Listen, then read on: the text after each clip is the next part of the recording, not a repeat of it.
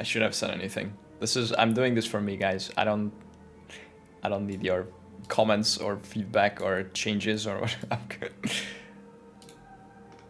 Okay, very good. Marks generated this shit. Okay. Hello, easy officials. You have a bingo card? No. Let's see what Reddit has. Bingo. Cyan buffed reworked. Cyan buffed reworked. Ooh, okay. That I think this could work. And async trade, which is already confirmed. This is either going to be based or cringe. Time for fun soon, copium. Yep.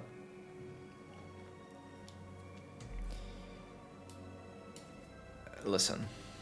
I'm eating a Is there any good bingo, any actually good bingo cards, like funny ones on Reddit? Let's see, do a refresh. Oh, I saw something earlier.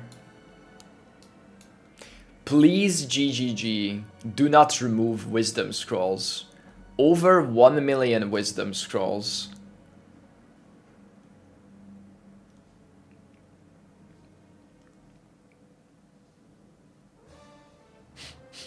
Ooh, I hit a big one. Just got back from a holiday in Japan, ready for Poan Log. Hyped.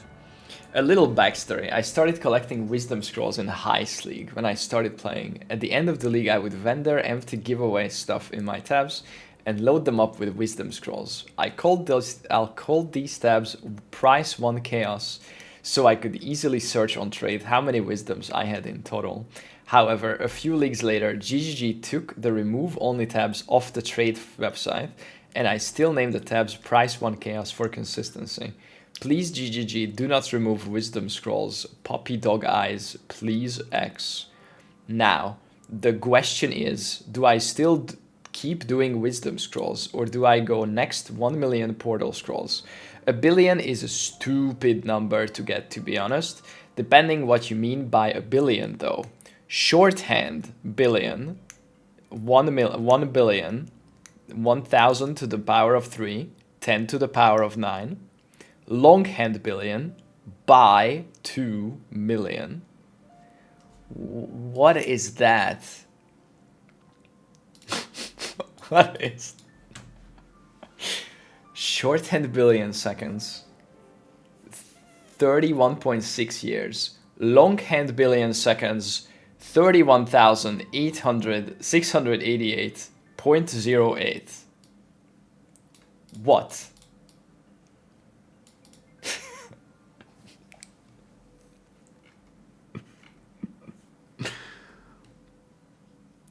Yeah.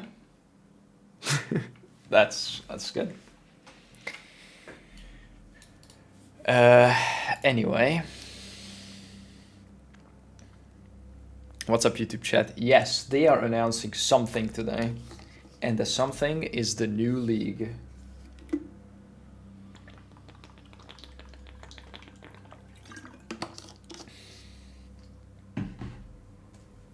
Okay.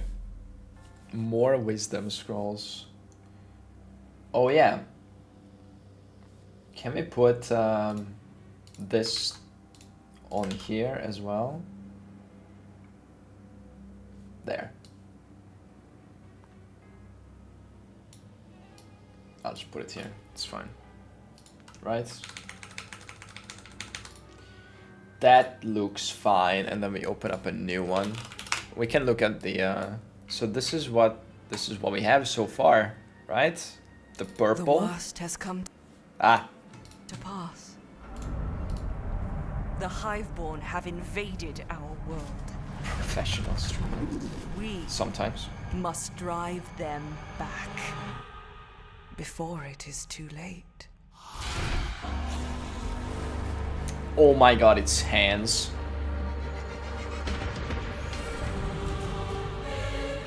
Towers. Oh my god, what if they bring towers to PoE 1? Okay, let's not go there.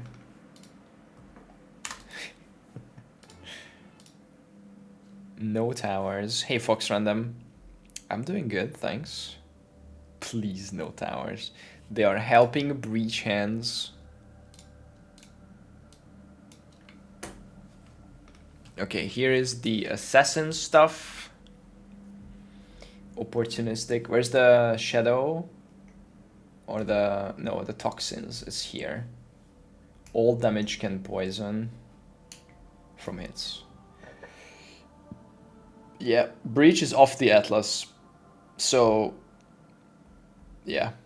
That's gonna be weird. I don't know. Which means that every map is gonna have some like breach type stuff. Maybe it's gonna be kind of like Scourge, where the breach is like a whole other map. I don't know. They've had success with that in the past.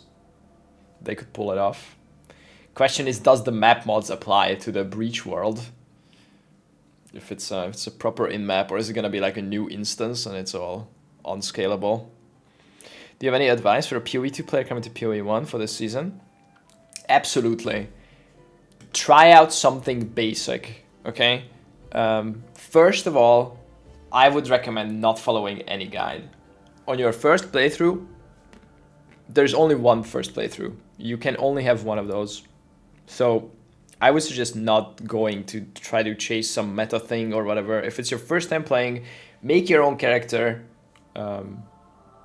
I mean, if you can ask for like archetypes, like if you want to play a melee, people can recommend you stuff. If you want to play like a caster, people can recommend you stuff. But past that, just make your own thing. It's gonna suck, as in like your build is gonna suck compared to meta builds, but it's like your only opportunity to experience the game for the first time as a newcomer. And then after that, you can, you know, get into making any good builds, specialized characters. Yeah. My first build was a Firestorm Witch, and it sucked. It was really bad, but it worked, and it was like, you know, good enough to like do the campaign and get up to like red maps, and then like, you know, learn some about the game, and then after that I rerolled something that was actually good.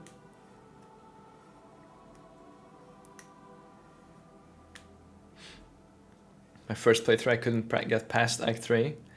Yeah, I mean, if you're going in with like absolute zero knowledge and then you're just really picking anything, like, I guess if you've never played any other action RPG, maybe you can like make some really unplayable character, but everything is fixable. Regrets exist, and also now you can respec with gold.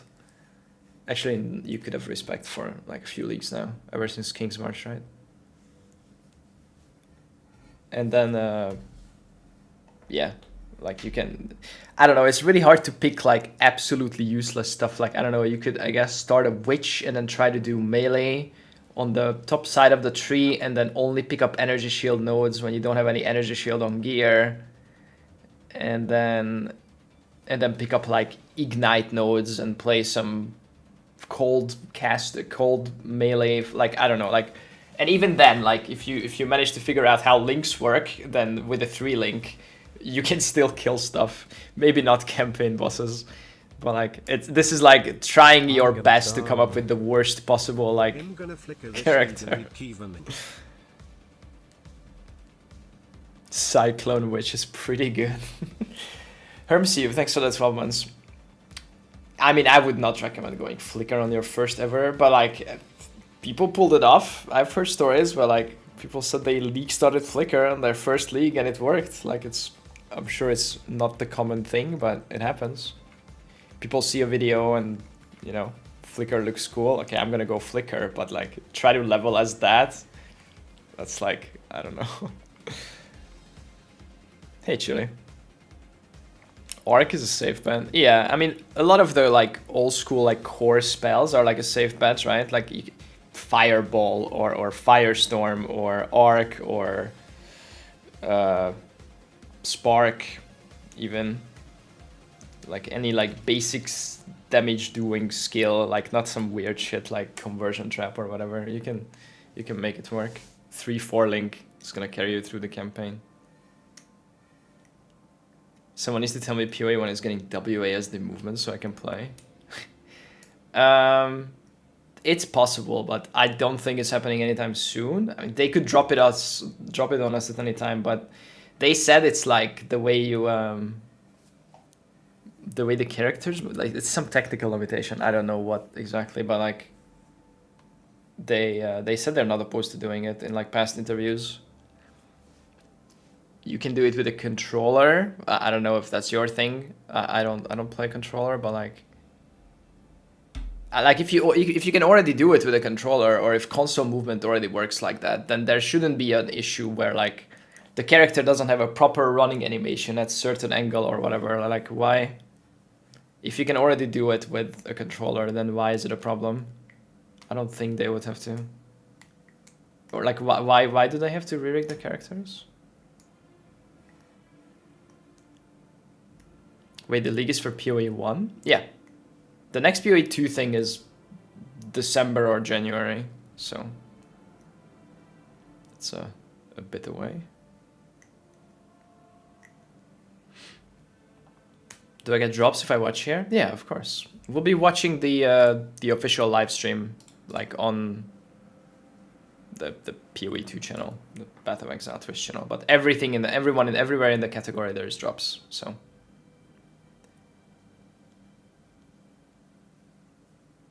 46 minutes. Sprint in PoE 1. It exists. It's called a Quicksilver Flask. And you can have it up all the time with a Mage Blood. Or a Pathfinder and use on full, or any Flask Gen and use on full. Tides of Time belt, or like there's so many solutions in PoE 1 for speed. But I want to fall down. Yeah. Sprint is coming to PoE 1 with heavy stun. I feel like every time a new league comes out, I have a major life event. Wedding on the 6th, moving to Miami late November. Damn, Miami. That's crazy. Well, congrats on the wedding. And the move, eventually. Or good luck with the move. Okay, maybe the purple backlight is not good right now for this. It's not quite breach yet. Let's go with the... this. No heavy stun.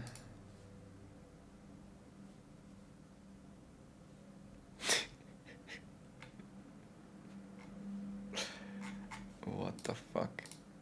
Okay. Is there any fresh memes?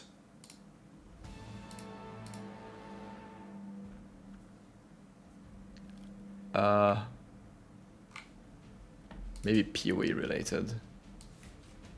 Anything on Reddit? Assassin rework. Trickster buffs. Time for this bad boy to finally see light of day. Venomous toxins. Chaos damage to spells. Chance to gain power charge. Ooh. Spider web. Okay. Krafton article. I have not. Reading. Other than the technical limitations, they have to sort out Ws. They wouldn't feel nearly as good in PoE 1 because none of the animations are designed to use while moving. Yeah, I feel like the whole point, especially with the raw that I played, where like you just do everything on the move. PoE 1 is like kind of move and shoot type thing. Like the Wander, for example. Okay, what's the Krafton article? Do I Google Krafton article? I'll just Google Krafton, see what pops up.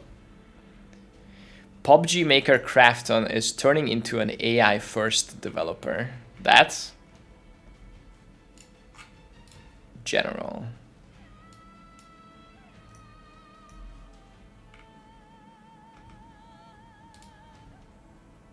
Okay, it's a Korean site press release. Brother, what is this? Okay.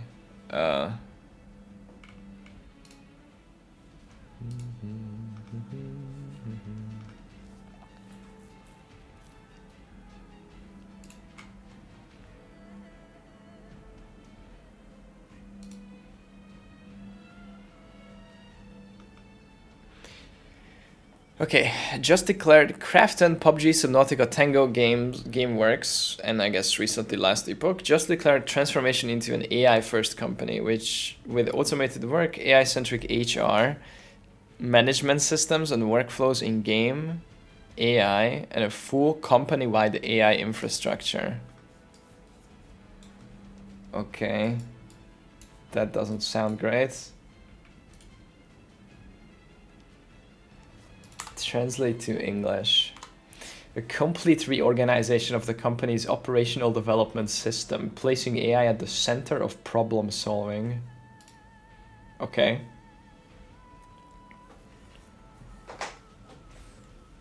Krafton announced its transformation into an AI-first company. On the 21st, Krafton shared mid to long-term vision and roadmap at its internal communication program, Krafton Live Talk, under the theme of transition to an AI-first company, the future of work, company, and individuals.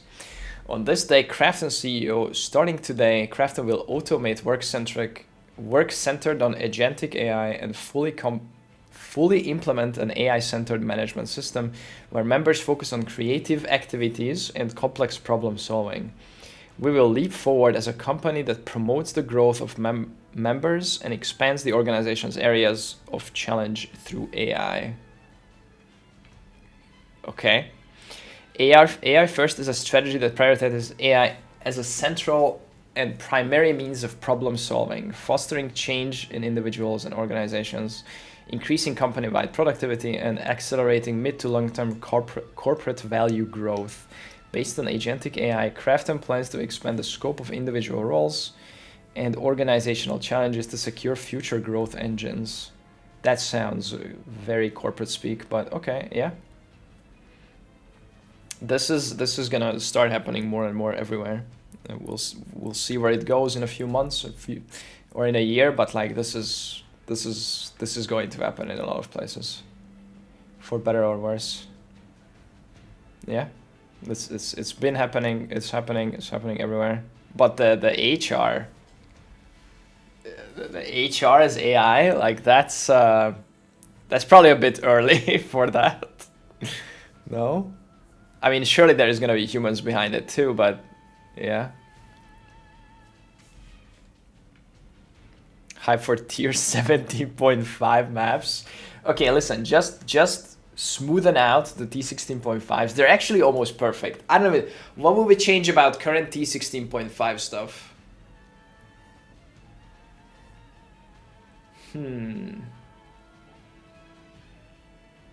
The pedal stuff, honestly.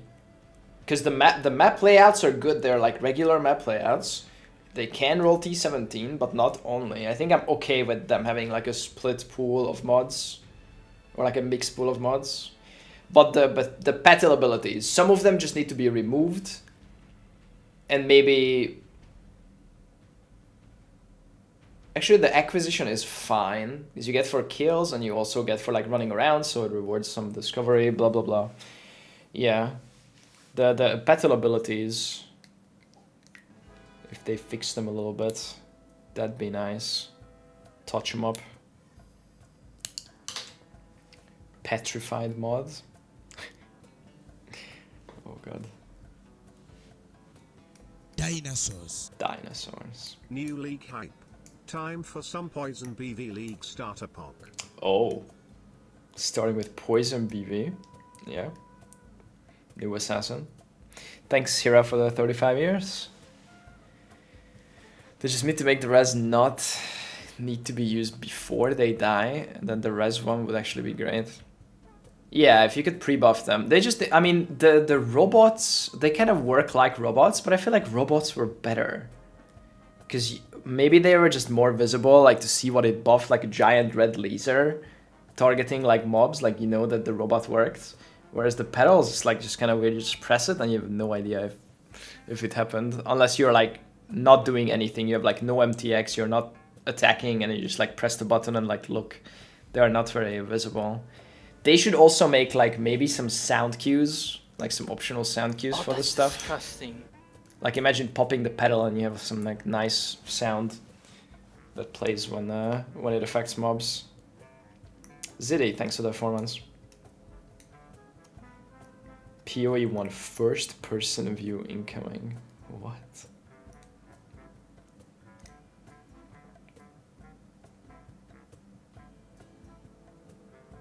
Yeah. Yeah, they're a bit delayed, they are not very visible, and there is some useless ones.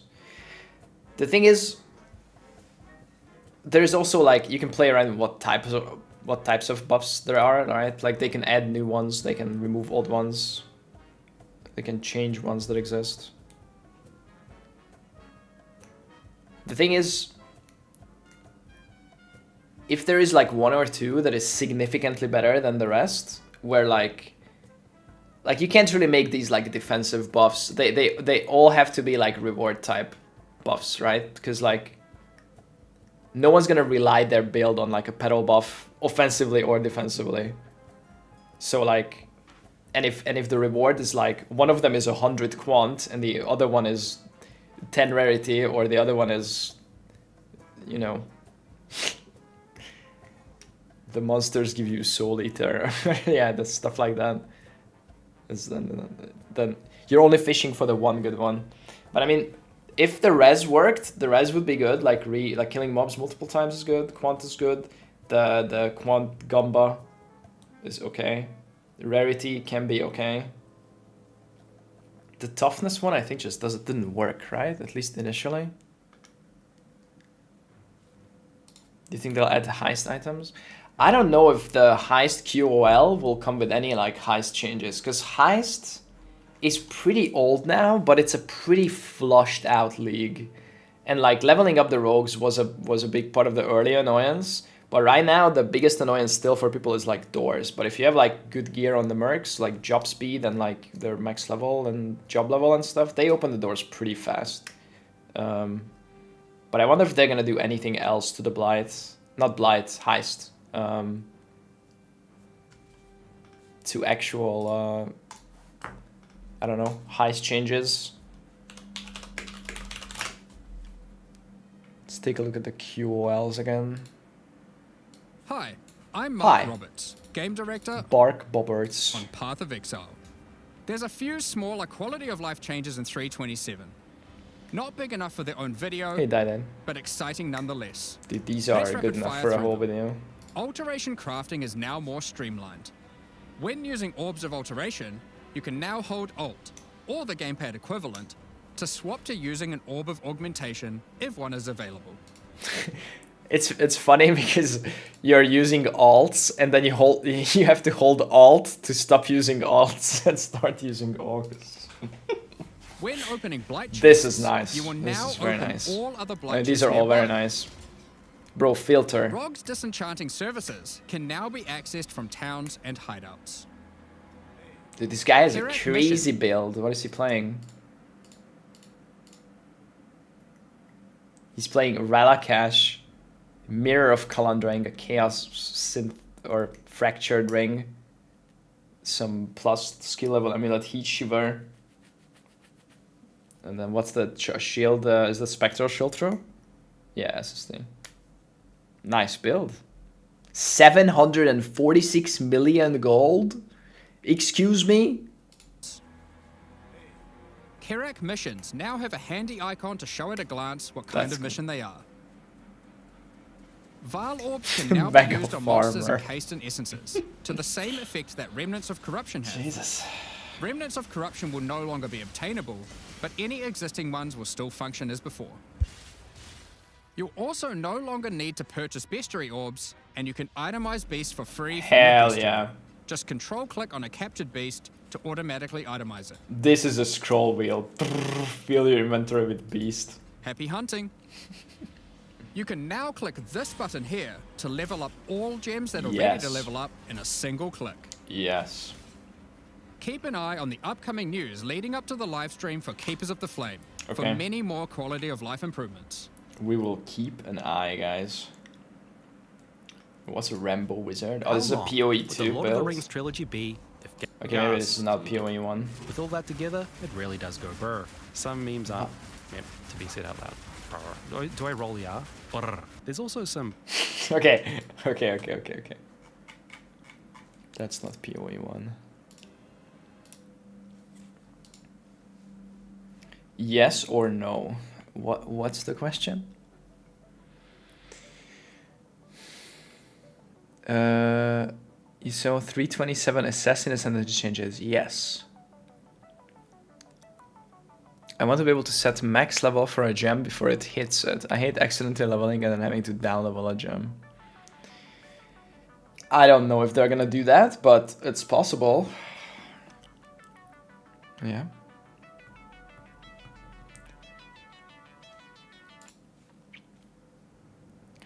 Is this build showcase without Juice's voice and song? Yeah, I mean, this is on their official channel. 31 minutes. Oh shit, I'm muting. Actually, no, I'm not. Not yet. We wait. Auto sort?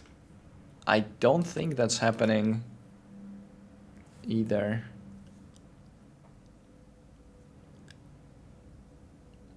Extra backspace.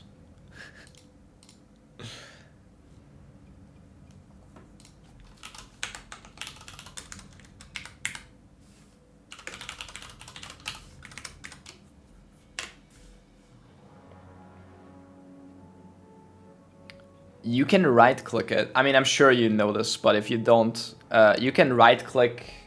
Oh, timer. Here. You can right click a gem when it levels up, and it will no longer. It will no longer pop up.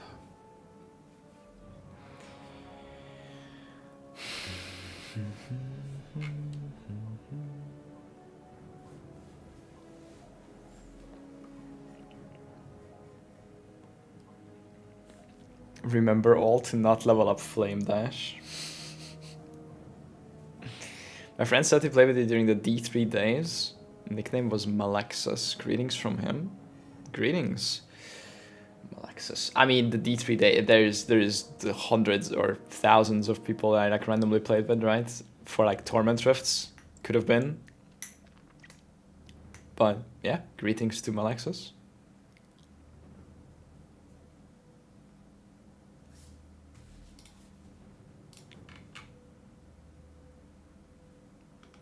Oh my god, everyone is photoshopping them. Oh no. It's full of them.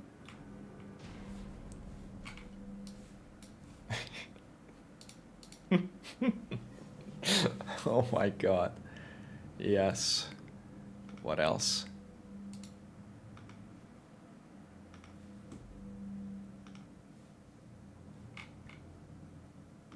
What is this? Oh, the balls.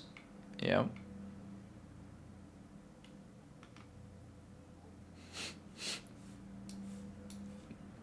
Okay, let's put them all up here. First one. The balls. This is the bingo. Instead of a bingo, we have this. Okay, this one. Joker. Okay, that's not even that good. That, I don't know. We'll replace this. Where's the tower one?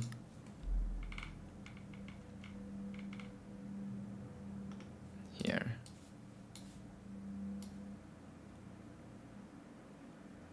Here. Okay. Okay, and this is the main one. This is the important one. Okay, Joker out of here. There.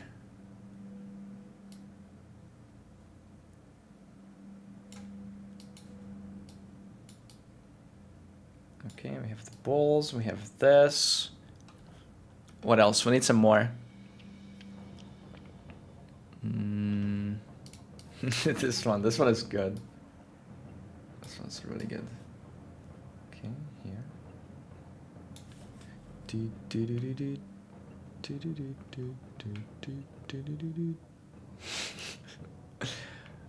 Okay, what is this?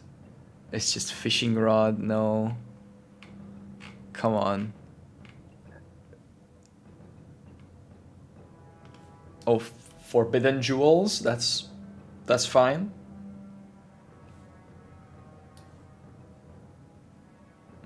That's a good idea. Sir, a second Sanctum Relic just hit the tower.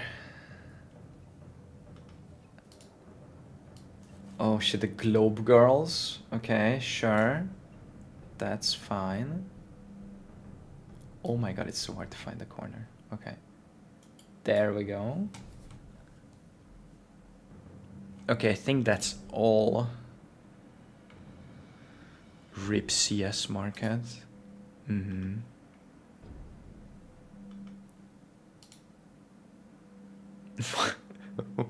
What is this is it. We're going all in on the meta. It's just the different ones. There we go. Oh no. Oh no, it's too big. Okay, this one has to be in front of it then. Okay, we gotta go. We gotta squish this a little bit. Nice. Okay, this is it. This is prime. Nice. Okay.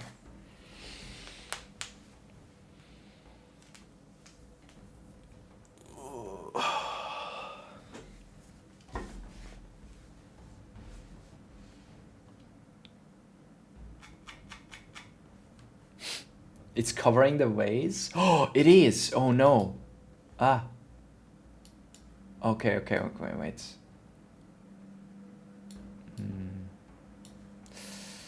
Okay, just do this. And then this. Okay, now everything is visible. Good. Do you have a bingo card? Yeah, it's here. It's on the screen. It's the bingo.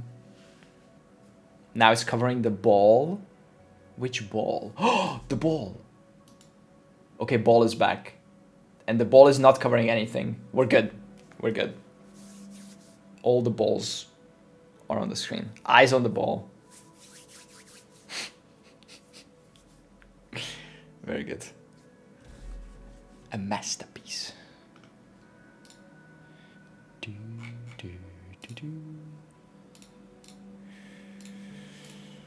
Okay. How much? 25 minutes. Okay. I'll go bathroom. Should I get a coffee refill? Maybe? It's a bit too late. It's not that late. Coffee 8 hours before bed. Sure. That's fine. Okay. Give me like 2 minutes, 3 minutes. More cashews, yeah. Play some Terraria music while I'm gone. Perfect.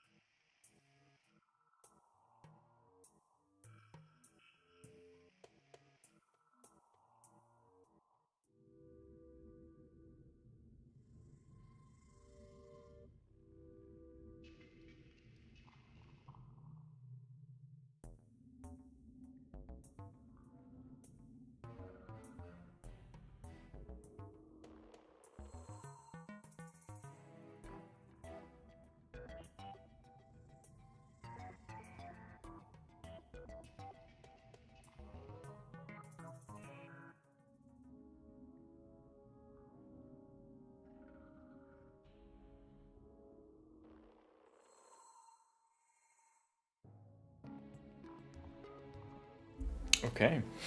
What the fuck is this?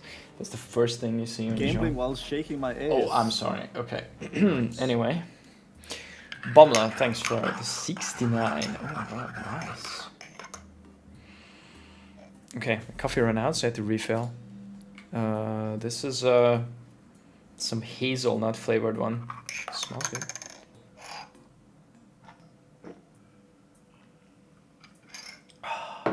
Nice. Okay. What's going on? Yeah, it's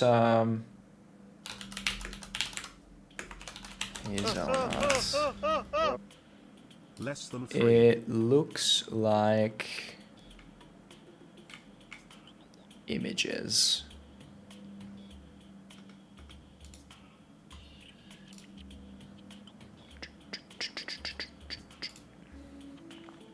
Okay, I just want the picture.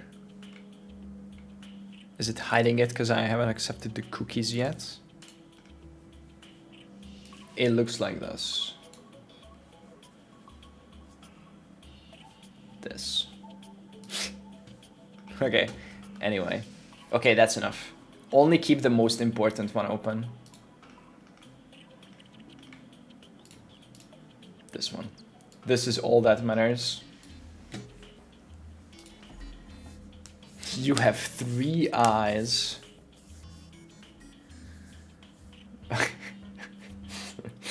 3 monitors and 3 eyes. Wait, guys, do you think this is not straight?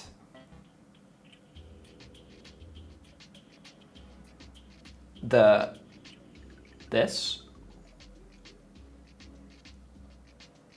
It's not straight, right? Like the top part is a little bit further to this side than the bottom part, right? A little bit, just a little crooked. It gives it character, okay? A little giga. Okay, anyway. How are you guys doing? 17 minutes. What is happening here? Dodge. Get starts soon. Forsen is Finally, typing. mirrors and some really cool projects. What Soon the you'll fuck? stop penetrating your mug and enjoying the game. Keep going. Enjoying the HTTPS game.keep. Did an AI write this? What is the? Why did this turn into HTTPS game? Thank you, Leiji. 61 years. Speaking of AI, oh, I wanted to make my title. I'll see if ChatGPT can make some like giga obnoxious titles. I want to get back to the roots of obnoxious titles full of emojis. I think that's there's some unrealized potential to be gained there.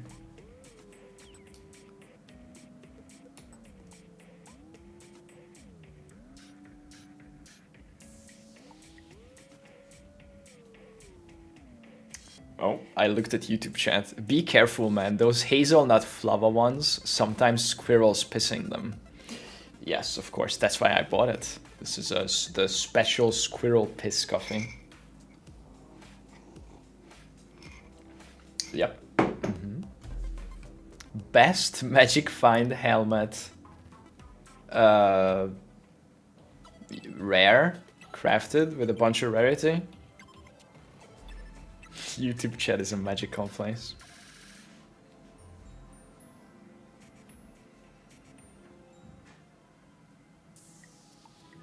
What is going on in YouTube chat? What the fuck? Okay.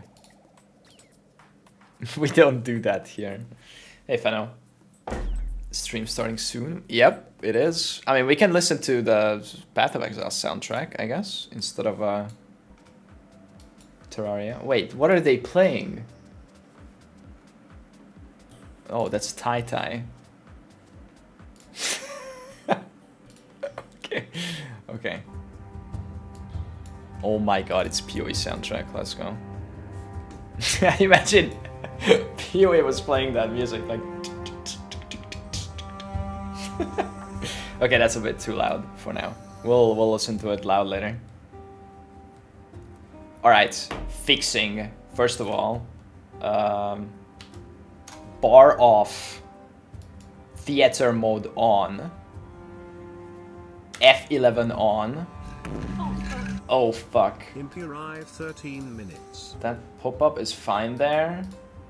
We don't need this timer anymore, I guess, if we're watching the other thing. So we can close this. We keep chat up here, my chat here. That's fine, I think. Or we go to the other side, actually. And all the way to the corner, and then my chat here. That's better. That's more. The cam is not blocking as much of the screen. Right? That looks fine. 12:30. Oh shit. Cover the whole PoE chat with the cam. I can't do that. I mean, I can copy the cam over and over again, I guess. The second one. And then a third one.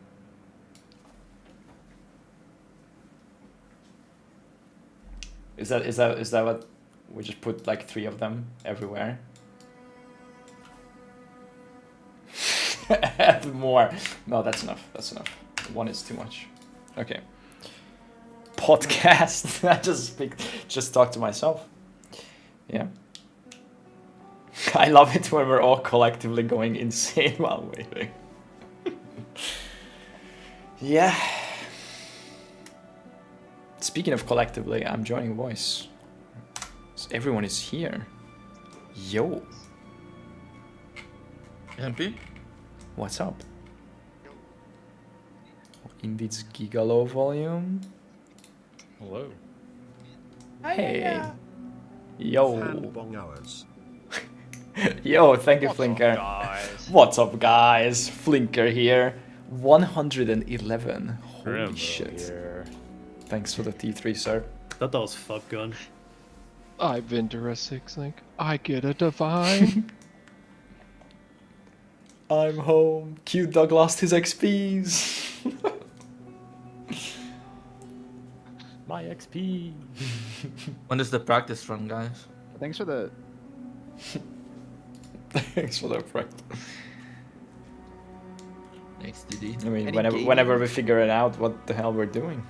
Oh, we'll have to have snaps. Which is promote usually some of after, this later for the stats. After announcement stuff. I'll be. By the way, I'll be here like first day or 2, and I'll help out like gearing if you guys are actually playing. But I have to leave like after that.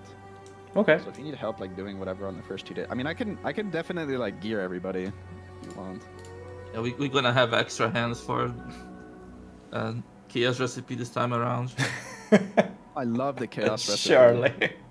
It's my favorite activity. Yeah. Are we playing with 4 or 5? Who's actually playing? Mitch expressed interest, and I don't know if Yeah. Havoc wants to play with you guys. I think you guys are like all way too dog shit at the game for Havoc. Let's be honest. That's true. Well, I was actually talking to Havoc, and he said that none of you guys are as strong as him, so... Oh. That I is didn't also wanna play true. with you, Yeah. so. I'll bench him to be on his team, so Yeah. I don't know if this is gonna work out, How much guys. do you bench? 400, 500 pounds? We can all sit on a bench and then Havoc can bench it. No, if everyone just buys a treadmill, then he might play with you guys. That's actually true. Yeah. 405. Like a treadmill gaming? Yeah. Guys, I'm falling asleep at my treadmill. Dude, you will not be able to fall asleep. You'll stay awake, actually. That's it, Red. You died. Get on the treadmill. 5-minute punishment. It's your punishment. Holy shit. Then Red's gonna move to trading. Giga-based. I don't know, Bazooka brought the idea up, but then he just like brought up like 20 reasons about why I shouldn't do it. So I don't know. Why? Uh-oh. What the fuck? What he doing? I'm just speaking the truth. Good point. Valid points all around.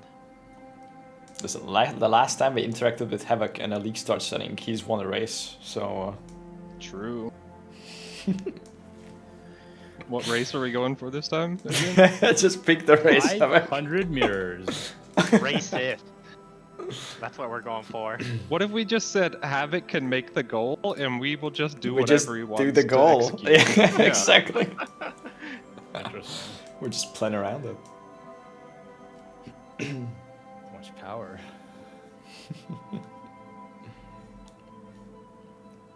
Wait, Havoc's probably low volume? I got it. Beat Zai and Lewis to 100. I thought you were gonna say beat Zai to 5 ways. I'm not even kidding, that's legitimately Jesus. easy. Jesus Christ.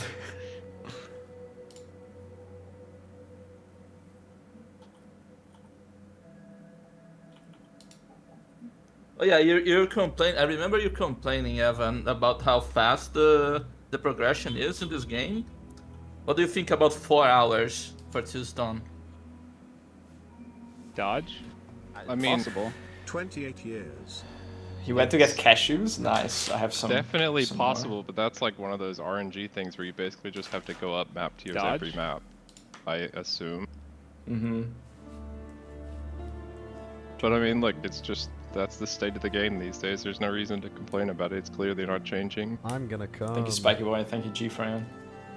Hey guys, 6 Maybe, minutes, 7 minutes. I feel like it's important for Counting. GGG to change the Atlas progression every like 3-4 years to keep people on their toes a little bit, because after it's like optimized to a certain point, it's kind of like unfun maybe. Mm-hmm. And changing it every once in a while I think is healthy. Yeah. It's like too predictable, I guess. Like when they have like new Atlas progression path, it feels like way more exciting because nobody knows like how fast it is to get to X or whatever, and Mm-hmm. just to break your habits, I think is healthy.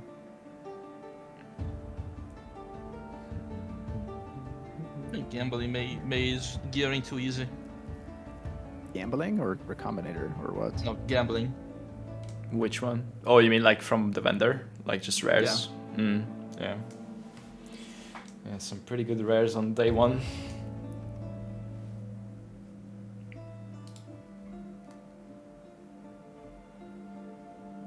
Bring back Elder Ring? No.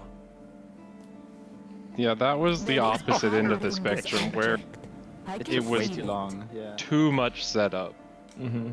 We definitely went from like way too much fucking setup. It took you like 2 or 3 days of setup to like get your Atlas, and now it's Yeah. like swung way too far in the opposite direction. It's like 5 And hours. the of setup. 32 watchstones, like the Yeah. 8 areas in your Atlas and stuff.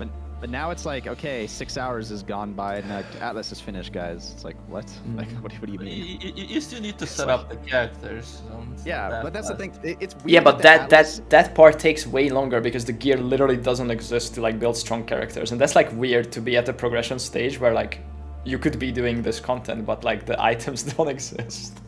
Yeah, it is weird that like, if I could go into Titanic Juice like fuck it 8 hours into the league or whatever. But I just don't have the gear, which is weird. I Yeah. think it's a little lopsided for sure.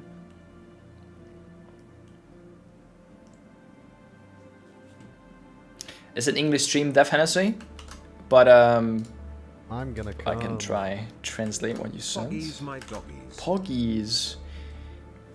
I imagine humility disables ads while we watch the patch, right? Or do we have to watch it on another channel? I usually play ads right before these go off, so there won't be ads for the first like 40 minutes. But no, I know every half hour I have. I feel like you were. I have 2 implementing your minutes. setup the whole season. Ooh, When are they gonna yeah. add cluster Yippee. rules to the Atlas? Wow. Like, it's just a matter of time, right? Like, It says the pre-roll is up for 55 minutes Hopefully, right yeah. now. So right I now, think we talked about for the like, next 55 minutes, cluster there is no rules for Atlas, pre-rolls. like 3 years ago. It's not. it's the most Yes, obvious yes. thing, right? Like, I think even they know it. Thank they're you, just kinda, Feno. like waiting for the right time. We had those. We called them Maven Watchstone. Yeah, but it was like, that was like your Yeah. only juice. But this would be like augments on your Atlas tree on top of the passive tree. So it's like, it's not the only thing you care about, I guess.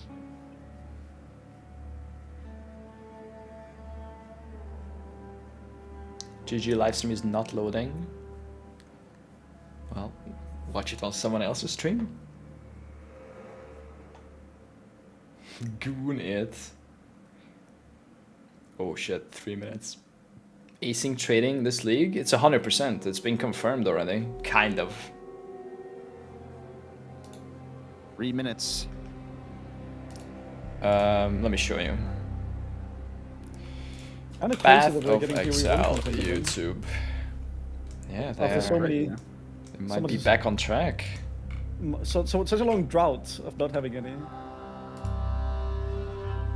I mean, we got Mercs earlier this year. Yeah, I know. I like the Mercs. And It's just Frisia. Yeah, the Frisia was like actually a decent like half league that they put out. Like it was. I didn't play Frisia because I wasn't there. Right, so. Yeah, yeah. Who was playing Crazy Frisia? I don't even remember. Imperium style Hi, stuff as we I'm described Mark. it. Yeah, I think. Yeah. That sounds right.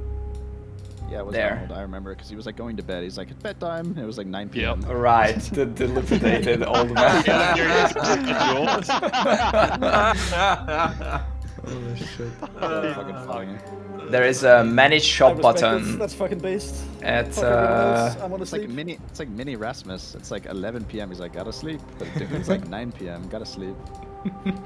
Where is it? Was it in the? It's in the My previous game, video. like, It's up not to on this you. one. Fuck. Sorry. Getting old, man. Old guy. Old guy. Thank you, Zio boss. There we go. Spectre improvement. No. Mass identification. Is it this one? Thoughts? Yeah, Breach, Beyond. Beyond rework, and then I just can't. make it old. I can't. Either way, there is a manage shop button on one of the It's just vendors. gonna be like, you know what, guys, we fucked up, and Old Beyond was better. Here you go. Like, can I just And now do it's that? integrated into Breach and Scourge. So every map has also like a Breach version where you go down and it's full of Breach Beyond Scourge. Holy ones. Guys, I have bad news. I have leaks that it's not a PoE 1 league, it's a PoE Classic launch, guys. Let's fucking go. Re-releasing Legacy Breach. League V2. Oh no. Legacy League V2. With please. towers as Dear watchstones. fucking god. On your phone. Oh my god. Okay, guys. It's a VR game on your We phone. we are about to embark on a journey of watching the new league reveal, okay? 3.27 PoE 1 league. However, I am on voice with my friends on Discord, okay? And we're gonna be yapping over stuff. So if you wanna watch the original announcement without us talking over it or reacting or, you know, pogging out or not, watch on the live stream, or, you know, it'll be up on YouTube. If this is on YouTube, it's without our reaction, but we are gonna be watching it together and reacting. So good luck, everyone. 10 seconds. It's like different colors Every and single shapes. every You have to, single like, map find is the a right Calandra shapes. map. And it's Purple only league. attainable if Oh you my complete god, a certain who is that? part of the atlas. Why is he You so gotta loud? complete the quick time event. Okay, okay.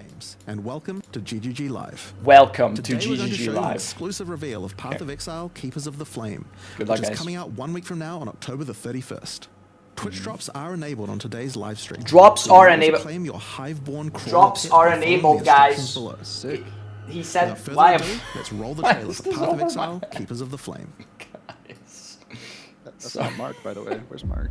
We, Okay. the keepers of the flame, serve the will of the dreamer. His instructions whispered from beyond the wall of sleep. But now, the Hiveborn are here. Oh my god, it's on Breach. Rayclast, and they seek to poison our world. Breach. Nah, no way. No way it's Breach, guys. We had no idea. Oh, there is a bar. It's actually Breach. We Yeah. must close their breaches. She said breaches. Destroy Evan. their I know, the hives. fuck. Atlas passive Slay is pretty their much confirmed. breach lords. Yep. No way, guys. shit. We had no idea. That's the field of Breach. Look at Oh, slow-mo. that You was see that? wave 3 out of 8. Look at the slow-mo. What? What the hell? Why is he slow-moing? And why is the quality... Oh no. That's fucking epic. What do you mean? Okay. It's actually kind of sick. His gift, That looks nice visually. the dreamer. Oh, excuse me? Okay. That's a big one. They brought this war to our world. Let's go. But PoE we 1 passive shall tree end 5 times the size of whatever it takes. Keepers of the Flame. What are they keeping? The Flame. The Genesis. They're keeping the Flame. The Genesis. Oh my god. Oh shit. Boom. Oh no. More trees. Why? Grafts. New skills and supports. New skills and supports, okay. Bloodline. What? Oh. What the hell is a Bloodline Bloodline class? It's the fucking forest part of the back. Oh yeah. Overbosses. New trade system. Log in. Rack. We are so back. Snap, cancel your Hawaii trip. No new Atlas, Sag. I have to say Not every the Atlas Ascendencies. expansion. As you can Damn, I see, was hoping this expansion is Talos- a true sequel to the Breach League, first introduced to the game in 2016. That's when I We started thought it was time playing. to progress the story of Breach, bring with it Wrong a slew guy. of new updates to the base game. Yep. In today's stream, we'll take you on a deep dive into Path of Exile Keepers of the Flame, beginning with the League mechanic, covering all the Okay. fearsome challenges it presents, and the new twisted ways you'll be able to empower your character. Sure. After that, we'll dive into the new ascendancy 10 options possible with Bloodline classes. ascendancies. And What? we'll cover the much anticipated and synchronous trade system coming to Path of Exile 1. Afterwards, we'll move into the new Uber pinnacle bosses, how to access them, and some new drops worthy of the added 3 difficulty. Uber bosses. Okay, the Finally, Uber we'll cover versions some of the notable new quality of life stuff. improvements before moving on to our supporter packs and challenge rewards. Okay. We'll then have a live Q&A session where Ziggy D will ask Path of Exile's game directors Mark and myself your questions from Twitch chat. Nice. And after the live stream, we'll drop the full patch notes. Full at 11 patch a.m. New notes. Zealand time or 3 p.m. Pacific. Damn. So let's get started. I'll Let's hand get things over to Mark started. to introduce the new league. Hi, I'm Mark Oh my Roberts, God. Hi. Game Director on Path of Exile. Hi, Mark. Breach is a beloved league that has had an iconic history in PoE. We intend to honor that legacy with our first ever sequel league, Keepers of the Flame. This develops every aspect of Breach, adding new layers to discover. Richer lore, he said first. scarier bosses, and entirely new mechanics. That said, this is still Breach, so you will still be opening breaches and slaying hordes of otherworldly monsters. Good. The Breach Lords have found the means to stabilize the connection between their realm and Rayclast. Now, with their grip tightening, we learn their true goal in our world, conquest. The threat they pose has now escalated to home soil. Okay, turn it up. I can't turn it On too the much coast right in now. Act 1, you'll encounter Aelith, the founder of the Keepers of the Flame. This is a Aelith. monastic order sworn to defend Rayclast from the Breach Lords. The exit to the Mudflats has been barricaded by Hiveborn, breach monsters that are working What? to claim every inch of Rayclast. No. Aelith can grant you a Flash small graph. spark of the power of the Flame, allowing you to blast away their barricade and move onwards. Okay, you Once actually enter have the to. Mudflats, you'll find it infested with breach monsters. They appear to be constructing a kind of hive, creating strange shapes and structures that absolutely Summon don't Aelith. belong. Time to purge them with fire. Aelith needs you Wave to protect 5. her as she empowers the flame to do so. Hold off the assault long enough, and she'll Uh-oh. be able to demolish the hive with cleansing flame. Hold off the assault. Can you fail it? In other areas, the gap between worlds is strained. Here, you'll find a more familiar encounter with a new twist.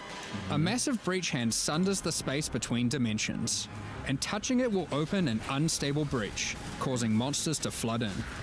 Okay, that's If breach. you can slaughter them quickly enough, you can stabilize the breach. Oh, This what? brazen action can draw the attention of Vroon, Marshal of Zesht, who will do Interesting. everything it can to stop you. Okay. Defeating this boss will permanently seal the breach, severing another connection between the Breach Lord's world and Rayclast. Jesus.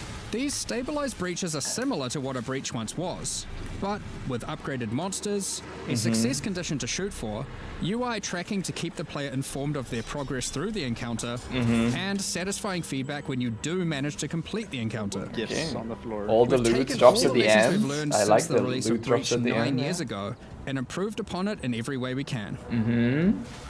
However, Okay. much of the joy of Breach came from its simplicity. Yeah. While we want to modernize the mechanic, we don't want to undermine the core experience. Okay. You're still mostly do I just see slaughtering these hordes skills? of enemies in a circle. Yep. Kill mobs in a circle. Finally, That's fun. in endgame areas, you might run into breach constructions that have been left unopposed What? for too long, and have grown into their full twisted kinda cool. glory. What Breach the fuck? hives. I like the way it looks. Oh shit. Towering flesh-crafted You can just cities run in the through the skies. walls. These are the visions of the Breach Lords Oh. made real in Rayclast, teaming Okay. with Breach monsters. You must raid and destroy these cities with the help of Aelith and her flame. Don't have 3 ammo, cities. Really useless. In some of Okay. these hives, you may even encounter some of the Breach Look, Lords the area themselves, from I don't know, behind. did who they have a will loading not be screen when happy they went you're through, or did intruding they- on their planned Yes. conquest. It's just abyssal Now, depths for let's free. Yeah. talk loot. Of course, being an exile is hard work, and you're unlikely to help entirely out of the goodness of your heart. Fortunately, Aelith has power and rewards aplenty, born of the Breach Realm itself, to offer you for your assistance. Help her, and she'll bring you to the Monastery of the Keepers, the hallowed halls of her order. Here, you'll find the Genesis Tree, The the what? growing heart of the Keeper's power. It's a penis. On interacting with it, you'll find that this tree has a tree. That's right. It couldn't be Path of course. Exile unless the tree Nice. also had a tree. More importantly, the Genesis tree is an engine Classic. of unholy creation. Right, And of a course. profitable one. As Profit. you complete breach encounters and Okay. work more with Aelith, you'll be able to grow the Genesis tree larger and larger, sprouting additional limbs. Nice. Each of Bigger these tree. limbs, you'll notice, has their own inventories. These can be used for an unusual method of crafting new items. Oh yeah, crafting. Let's Uh-oh. go. With this system, you'll be able to grow currency, Crafting. uniques, equipment, and a new kind of otherworldly item, grafts. What is that? Grafts Hands. are breach hands grown directly from the Genesis tree. Born Excuse of me? the same flesh and sinew as the invading monsters. These fuse directly to your body in a completely safe process. Don't worry about it. Of course. With grafts, It's you fine. can harness the power of the breach. Some provide passive benefits like this, or this, but they can Then- also grant a wide selection of powerful Yo, skills. you can craft these. Weathered in light. These graft It's skills not can provide a unmodifiable. flexible way to fill gaps in your build, offering everything from damage to potent defensive buffs and crowd control. Pretty cool. For Okay, example, the cool. battering Sorry, all what? graft will call says CC. massive arms to That's a attack lot of enemies, physical damage. stunning all those they hit. Look at that damage number. For some additional pack clearing power, 150k you could consider the Squalling Tool Graft. When commanded, this graft will Icicles. cast Dance in the White, What? creating a deadly ice tornado, which aggressively seeks enemies and fires off bursts of ricocheting projectiles when you critically strike with skills. Damn. Okay. I mean, For I'm some assuming further you can utility support these, and a useful buff, right? try out the Storming Ish Graft. Yeah. This can be commanded to call down a only level ring of 15 bolts as from the well. sky that will leave behind the new Radiant Ground. Radiant ground. grants a potent damage buff to allies standing within it 45 and makes their damage. damage lucky. Guys, Pyroclast is Lucky? 6,000 flat, by the way. If you're simply after raw Lucky? damage, look no further than the Erupting Zothgraft, What? which causes massive eruptions of fire where you command, which then Jesus. re-erupt when you war cry. There are a total of pretty 16 sick. different graft types you can grow, looks cool. each with their own Nice. skill. You can even unlock a second graft slot as you progress through Aelith's questline. Oh. So feel free to mix and match Flesh Zone horrors to your That's the heart's 2 content. slots. Now, grafts aren't just here to make you stronger. They are also your means of feeding the Genesis tree, Of course. which needs constant supplies of graft blood to grow anything useful. You can do this by defeating breach monsters, which will leave behind blood that your graft will automatically collect. Nice. Don't need to When do you that. feed this blood to the tree, your allocated passives will be put to work. This section of the Genesis tree can be used to grow new grafts for you. which the Genesis tree will then birth in a gruesome display. What? Okay. Basic passives on the tree might increase item rarity of birthed grafts, Okay. or the chance to birth additional grafts. Okay. These passives can target specific types of grafts, All grafts. and this passive causes grafts to be birthed with a random amount of quality. Quality improves the amount of blood that can be stored by your grafts. Okay. This section of the Genesis tree Oh, births currency currency. items. Basic passives can result in more or better currency. Allocate this passive to Rarest sometimes outcome. cause a shower of currency to burst forth from the flesh of the tree. Yeah, it's a bit gross. But Okay, working with the but- organic matter of a bunch of dead otherworldly creatures was Foulborn never going to be a orb. clean Some affair. stable implant. What? Grafts themselves are born of a different world, New so orbs? are unmodifiable by most currencies. 10 mirrors. Hit damage to be However, lucky is crazy. with this passive, Yeah. the Genesis tree can occasionally grow fleshy mockeries of currency orbs. What? These function like Augmentation augmentation orbs, crafting. regal orbs, or exalted orbs, Okay. but they work on your grafts instead of normal gear. Sure. It's graft crafting. Oh, okay. It's grafting. Allocating this Got passive it. can result in Graft foul-born currencies. This foul-born exalted orb, for instance, behaves as a normal exalted orb, except it guarantees a higher tier modifier. By locking out a large portion of They the added lower perfect rolls, exalt. a normal Okay. exalted orb is able to hit. Perfect exalt. Actually, The they have no largest idea section what of they're the doing. Genesis tree Nice. is They used have to no grow idea what rare they're doing. equipment. That items. is gonna be so For these, insane. you have a lot of agency to influence the type and modifiers on They your added grown perfect item. exalts, man. For example, Jesus. you can specifically target boots with a dexterity That's such a requirement, mistake. with an increased Damn. chance for speed modifiers, and reduced chance for cold modifiers. That's crazy, man. Jesus. Or maybe you'd prefer Grafting. to look for a two-handed axe with increased chance for physical modifiers. That looks pretty cool, actually. This section of the tree is for growing unique Growing items. uniques. Similar to the Mage equipment blood. section, there are passives that Guys, let you I grew a target growing mage blood. specific types of uniques Mage blood. or rarer uniques. The process of growth is not The always a rarest perfect one, outcome. however, and can result in some defects. Infected unique. Uh-oh.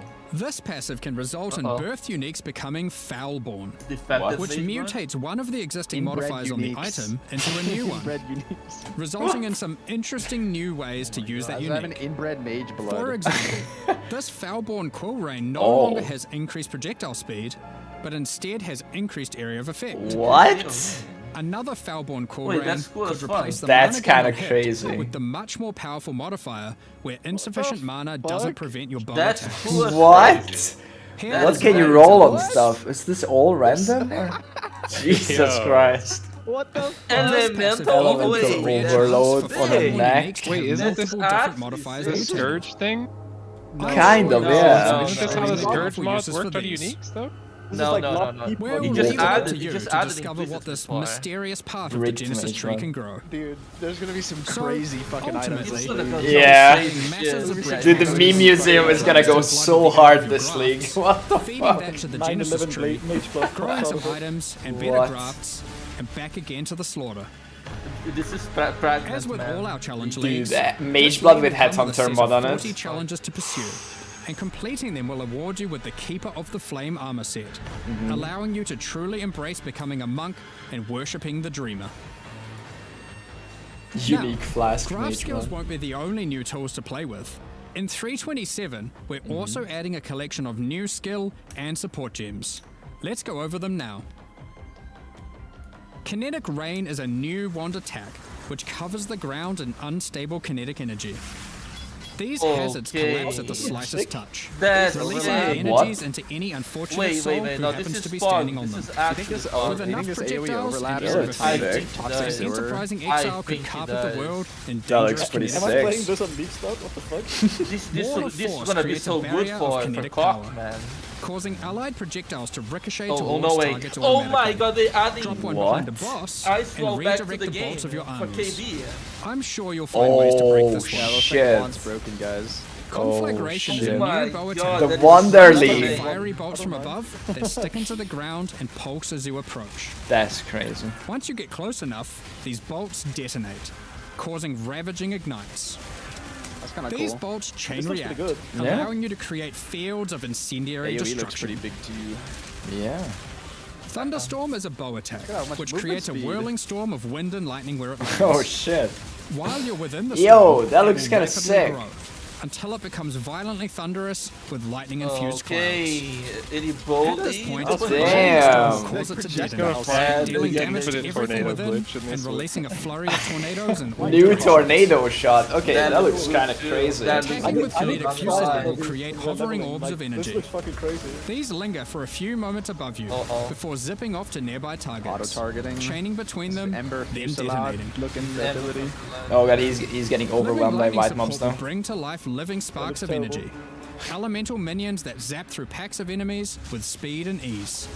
Use these alongside This your is just spell purely power two to augment skills. your Just pack purely coverage. Living lightning lightning and and ease, Or guys. Speed find and whatever ease. means possible. Speed and ease. Literally just lightning remnants. They're taking all the PoE2 skills. Wind Yeah, burst yeah. support unleashes chaotic tornadoes as you attack, which ricochet Tornado around shot. wildly Oh, and tornado quickly. shot. These deal moderate damage as they travel, but will explode into a highly damaging burst when they expire. So it's a choice between course, scaling tornado the shots duration is nice, up clear. to get better coverage, or down to access the burst more quickly. Yeah, the insane tornado shot gear Kinetic probably. instability is a support gem to go along with the new wand attacks that causes Oh. enemies slain to leave behind those same orbs of shimmering energy that kinetic rain creates. One might ponder just how many orbs you can create if you were to use both. Oh my god. In 327, That's a lot of orbs. Exiles will be able to absorb the power of some of the bosses they defeat. What? These take the form of new ascendancy class options. fucking ascendancy. called What does that Bloodlines. mean? It's so wild with ascendancies. We get some Bloodline insane classes are nerfs, new guys. means of Everything character looking too good customization to in the be- endgame. Oh my god. They are secondary ascendancy classes that are unlocked by defeating specific endgame bosses. Okay. They are allocated with your normal ascendancy points, creep is and you last. have to choose how many of your points go into the original ascendancy and how many into your bloodline class. This means there is a nigh limitless ability to mix and match here, as you could choose to Same invest for just the a couple Pathfinder. points into your bloodline. Okay. or Yeah, like max if your it out. ascendancy has some And you useless could take garbage any on it, you bloodline can like with any Yeah, base like the new ascendancy Assassin's You can class mix that and you match. see fit. That's one. That's kind of Unlock your crazy. bloodline, hunt down the endgame boss whose power you desire, and defeat them. Or have a friend help. But the Make Pathfinder your is own claim the ascendancy. power for your Sprinkle only needs what, 2? There are 10 bloodline classes to Show some discover. points. Bosses who offer this power Thank you, are Legolas. typically associated with past leagues, giving additional Lycia? reasons to engage with that league content.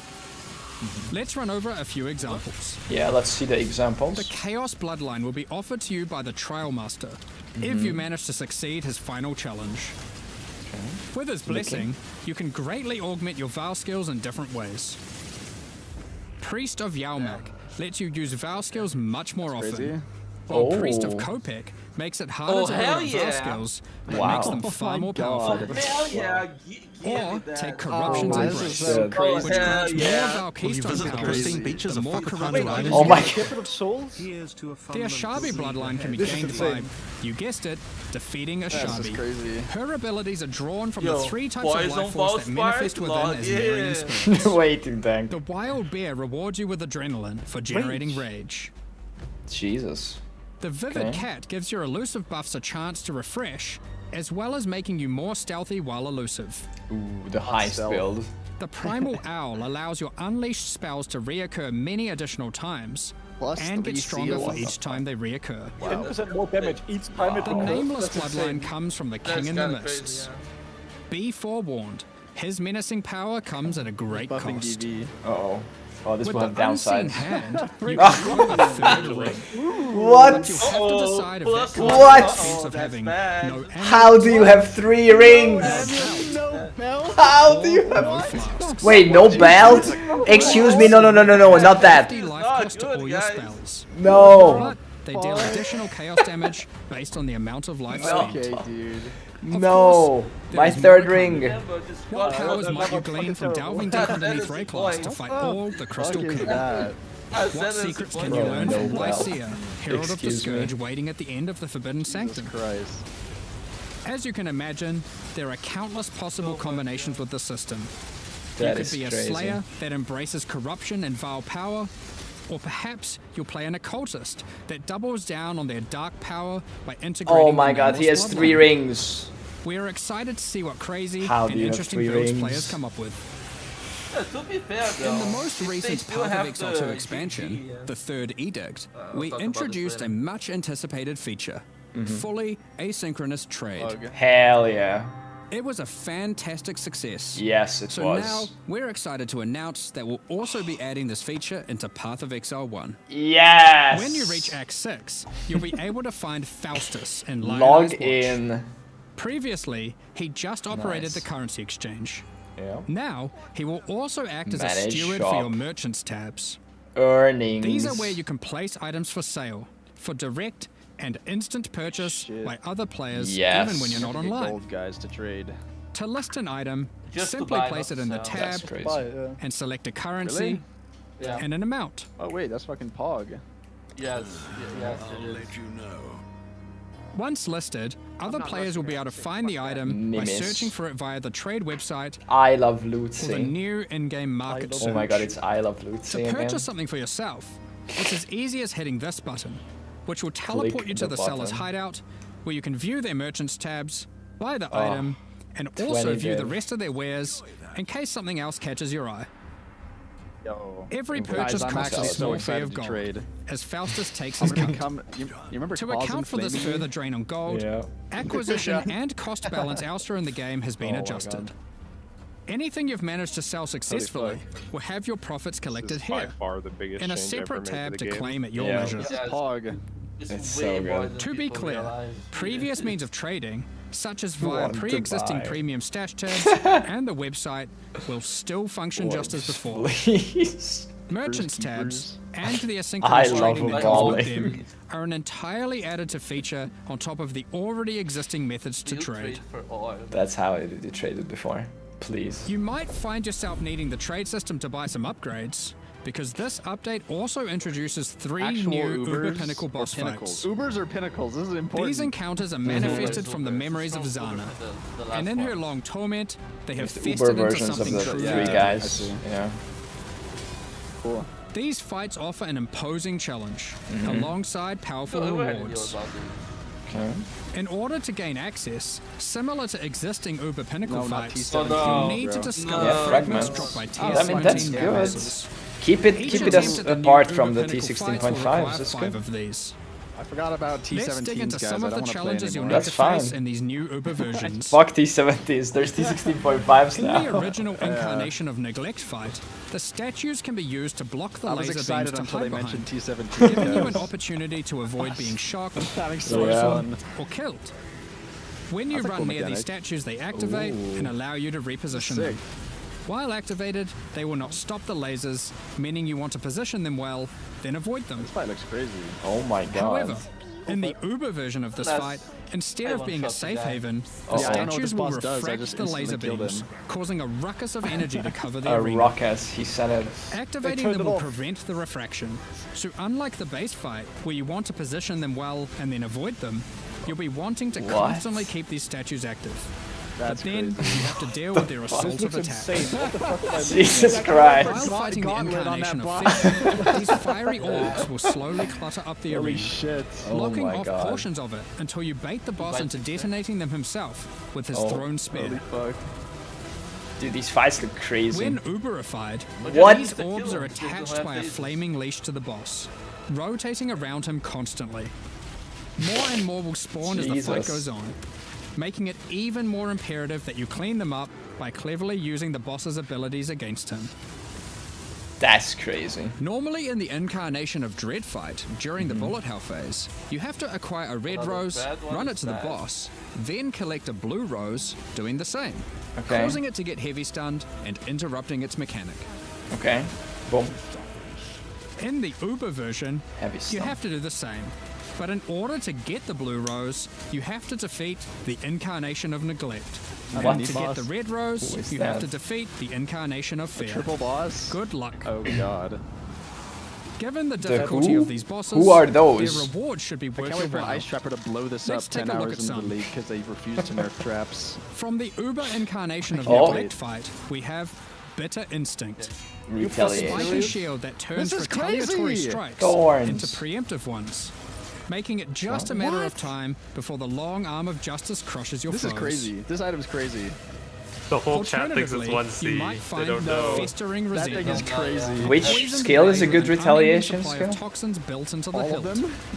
All of them These is just toxins are put impossible to to good proc use, them Okay. consistently. causing every spell you trigger to All be damage capable triggered of hits can poisoning poison. with all damage I don't it know how to use deals, that. Triggers enabling a through truly poison. crazy trigger-centric I had no poison idea. ruckus. Poison cock. Something Yeah, something but assassin. then doesn't have Incarnation of attached to Dread, the free the chance Hallowed base, so Monarch, whatever. a counterpart to the Dark Monarch, which focuses Random- more heavily on investing random into linked one minion. or a few minions, rather than growing your hordes to Hunter massive minion. proportions. What? Storm You have to Raiders link with your a chosen minions. few Minion on your side, headhunter. stealing power from Minions are enemies. That's tanky, kind of though. weird, but cool. Yeah.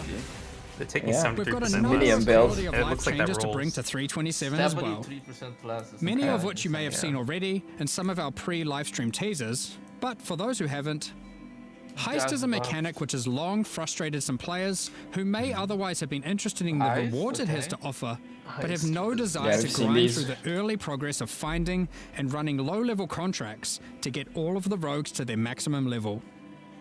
Well, starting in 327, Heist rogues will automatically begin at maximum level, so you can start your dubious criminal career without all the busy Crazy, work. bro. Points invested into your Atlas passive tree will now be refundable with gold. Thank fuck. Just Hell speak yeah. to Kirak to do so. Thank fuck. For players who love jumping Big on between making strategies, said about this. there's also an option to instantly refund your entire tree, which of course Yes. can now also be done with your regular passive tree as well. Yes. Now you can make all your decisions with no regrets. Hell yeah. Well, maybe some regrets. Oh, this is so nice for You end no league projects. I longer have to need respect the purchase whole character. bestiary orbs. You Oh. can now itemize beasts for free directly Yes. from your bestiary. Control scroll wheel. From late Act 1, you can now mass identify your items at an NPC in every town. And from Helena in your hideout. This does not require Big Scrolls of W. Wisdom at all. While using an Alteration Orb, you can now hold Alt to swap to using an Augmentation Orb, if one is available. Opening a Blight Chest will now open all other Blight Chests. You have to near hold it. Alt to stop using alts. Rogue's disenchanting services can now be Alt accessed for from towns Augs. and Yeah. hideouts. Kirak missions now have a handy icon to show at a glance what kind of mission they are. Can I have the Holding down tree Control in my and hide- right-clicking on hideout, stacked though? decks will now Oh, I don't wanna share continuously the open them to your monastery to inventory. interact. The fact that it sends it to Notifying the you in chat is what pretty the funny. outcome is. If you still want to open them direct to the ground, to Yes. let your loot filter provide a dose of dopamine, Yes. you can still The do tings. that too by also holding Shift. Oh my god. Val orbs can be used on monsters encased in essences, to the stuff that's same gonna be so effect that expensive Remnants of early. Corruption have. Essence early, bro. Stocks up. It's gonna be crazy. Val orbs are gonna be stopped.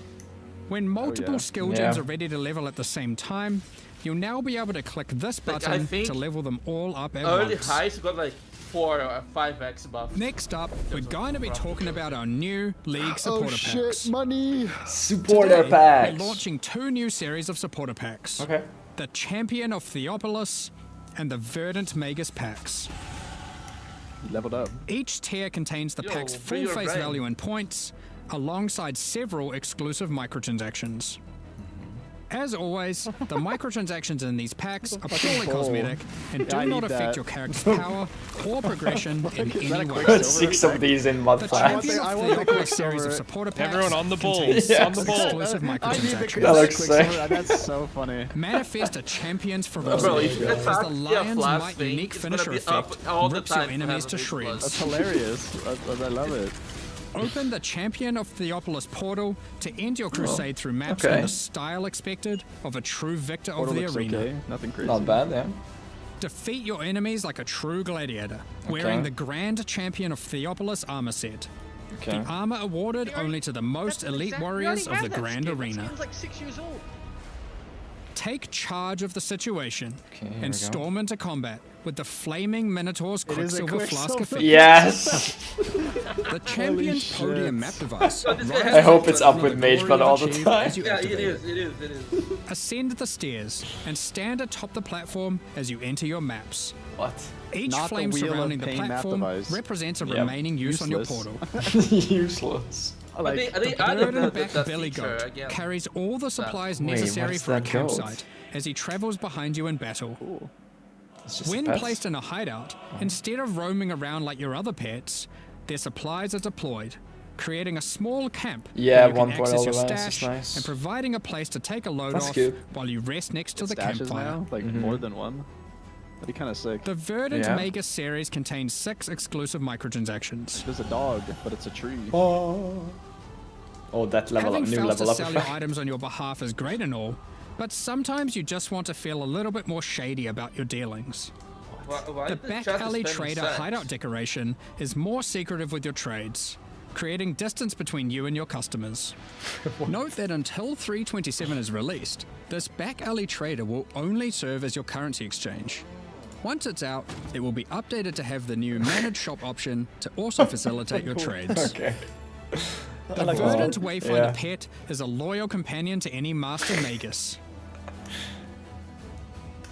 As you Actually, approach waypoints, it That envelops NPC's them with actually its good. Or vines, the back alley guiding you trader's good throughout because I can never Rayquest. remember who the fuck does what NPC. Like I don't Control know. Earth Yeah. and I'm always nature like itself, confused. as the great Verdant Magus armor set Okay, this is a envelops you in nice- the this is a ancient nice power back. now lost to time. There's also a matching back attachment included. Oh, that's a nice set. Remnants of the forest That ripple level up out from effect. within you with the Verdant Magus The level up flashbang effect is still the equipped, goat. Hell yeah. restoring life to the corrupted land. This is pretty flashbangy, Call on but an yeah. ancient golem to use their power to create a safe passage for Oh, you to okay. retreat through So- with the arcane golem portal. That's a cool portal that like closes. As a Yeah. supreme Yeah, I like Verdant the Magus, you can Oh. travel to your hideout's arcane sick. isle Oh, here. Yeah. that's so sick. Oh, Cluster of shit. islands held together by ancient magic passed down between elite mages. Oh my god, that's nice. Stand atop your tower and relish the great heights you've That's reached awesome. above those who have not harnessed Oh the no, arcane. that's a super nice. These packs are now available for Hideout. purchase on both PC and console and will remain so during Path of Damn. Exile, Keepers I of just the want the Flame. Quicksilver one. I'll be honest. Additionally, Yeah. any microtransactions from these supporter packs will be made available for use in Path Oh, they of made it Exile look so 2. nice here.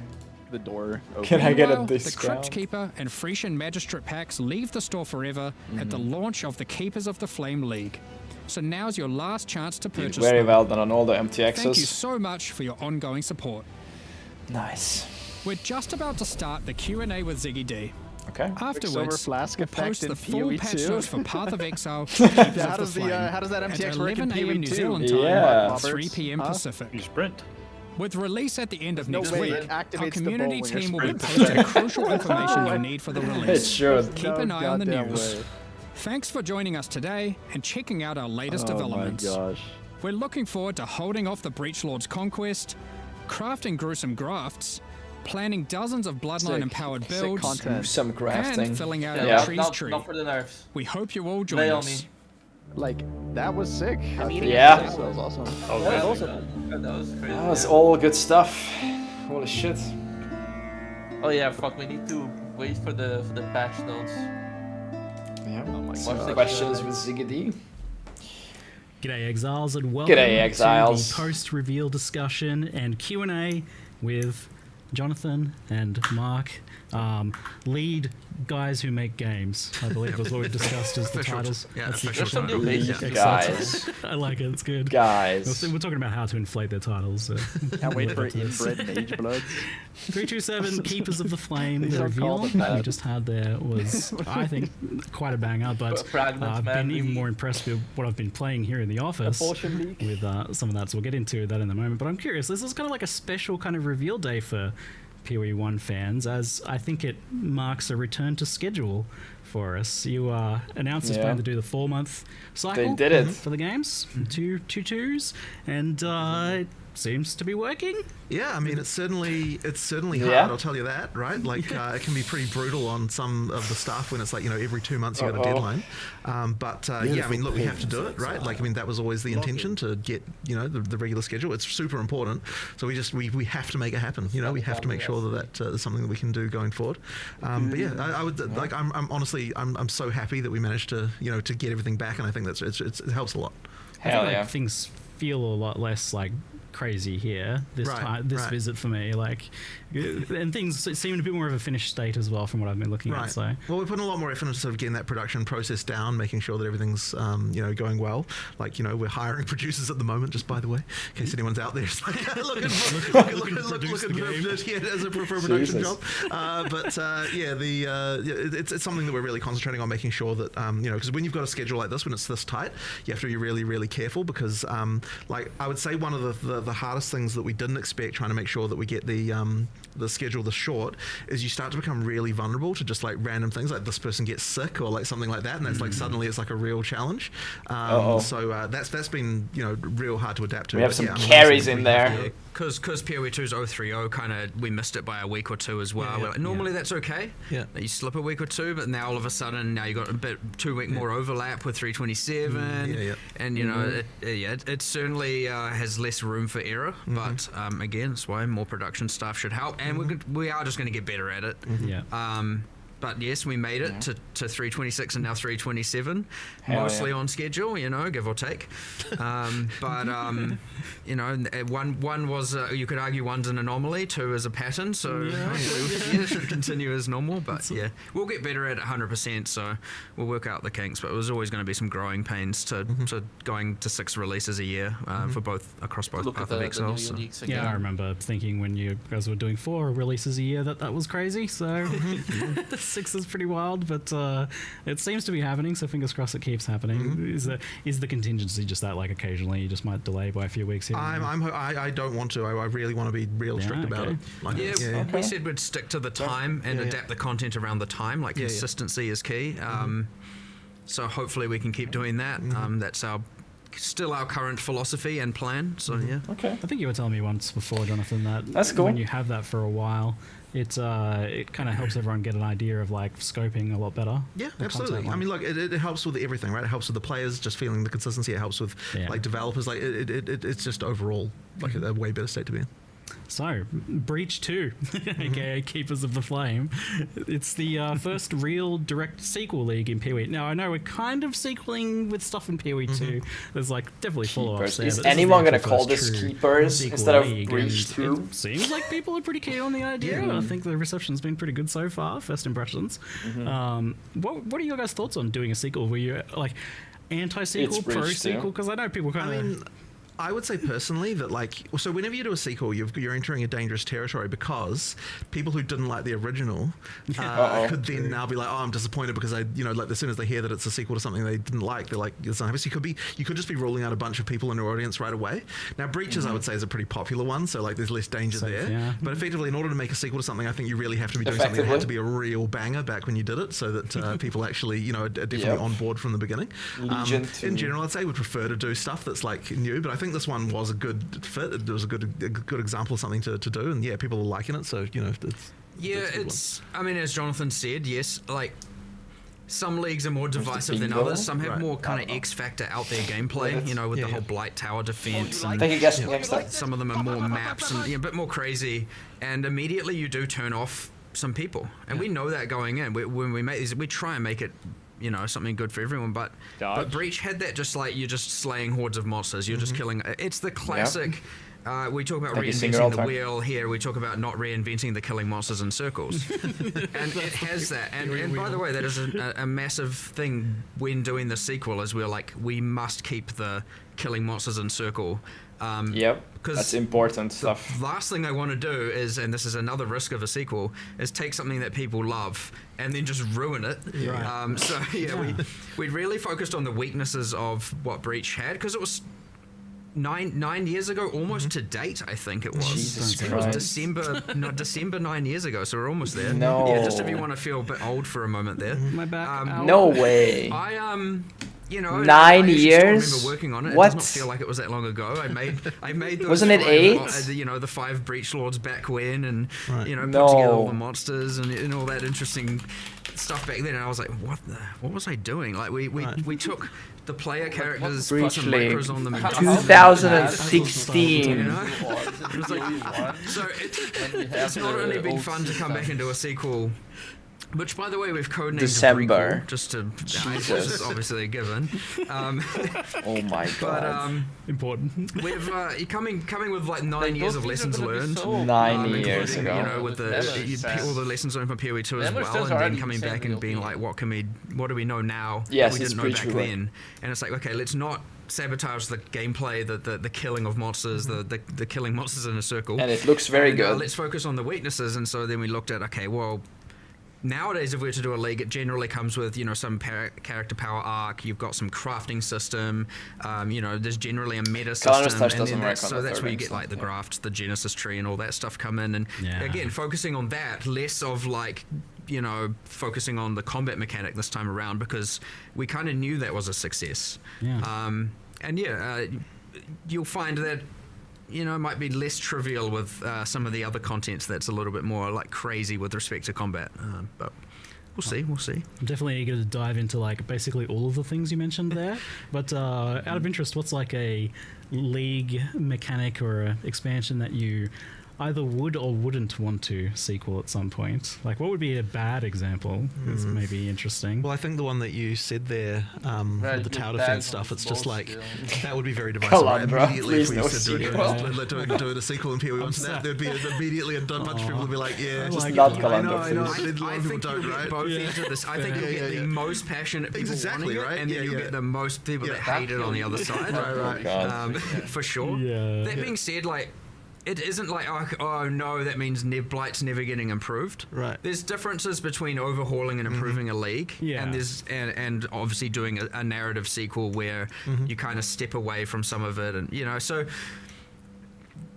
really here it's like, yes, Blight, there's so many leagues, right? Insert all of them will get attention. Sometimes they'll just be quality of life, similar to what we've done with Heist this time round, because honestly that might probably deserves more. And then other times it'll just be an upgrade. I certainly wouldn't want people to say, oh yeah, we're just going to do sequels from now on. That we're definitely not. Like, I don't think it's going to be the most common thing. I think it's just a thing we decided to do here, and you know, maybe we'll do it again sometime. But most of the time, I think people want new stuff and, you know, different new things. Purple League, good. So I wonder, there's definitely some lore and stuff I'd like to see expanded. Like, I feel like Harbinger, for example, touched on some stuff that was maybe only scratching the surface. Part of what allows us to do the sequel here, by the way, and from a more production point of view, is that Lore. because we did the Twisted Domain and the new Breach monsters in PoE 2. Yeah, I don't know. Metamorph is kind of clunky. We got to utilize the monsters, so we didn't take the bosses from PoE 2. We made full from scratch boss fights for this for Keepers of the Flame, but for the monsters, a lot of it's reusing the models, the animations, the rigging, you know, a lot of the art side of it. And because we get to do that, we get to then focus our attention on all those other things that we would otherwise have to have a bunch of resources dedicated to.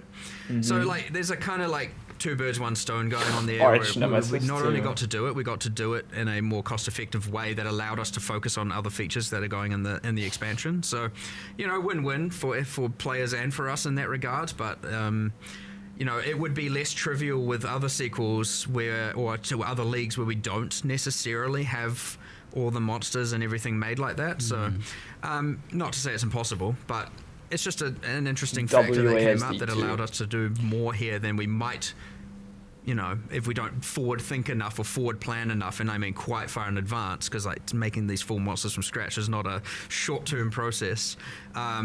You know, we might not be able to do for some other leagues. So I have this. This know, is a display. I have this in kind of Sweden. fun internal this kind of exact consideration that we made. Well, like an interesting thing here as well with the fact that Breach is in PoE 2, and I don't normally get into lore, so lore warning. I also have this. I'll try and keep it as oversimplified as possible because I definitely have delved into the deep end of the lore of this stuff. But so to simplify it, PoE 1, Chayula, baddie, we fight them.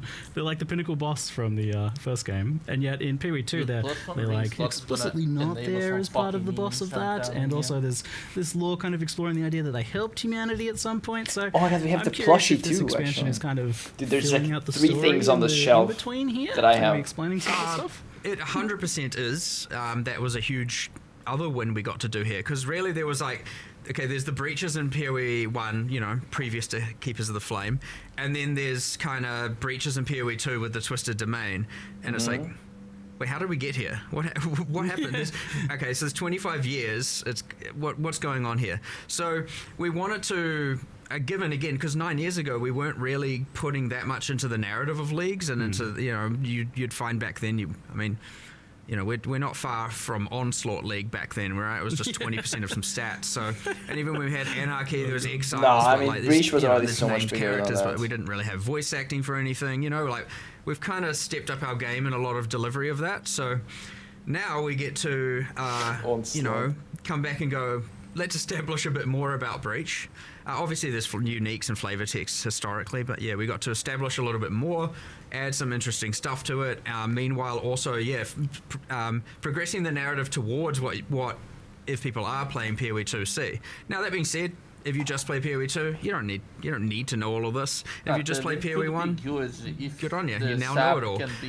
It's all entirely optional information to know, but you kind of have this. No, they haven't talked about this. Worth noting. I mean, they showed it for a little bit. Chiola arc, there's a bit of like, is he good, is he bad kind of thing going on.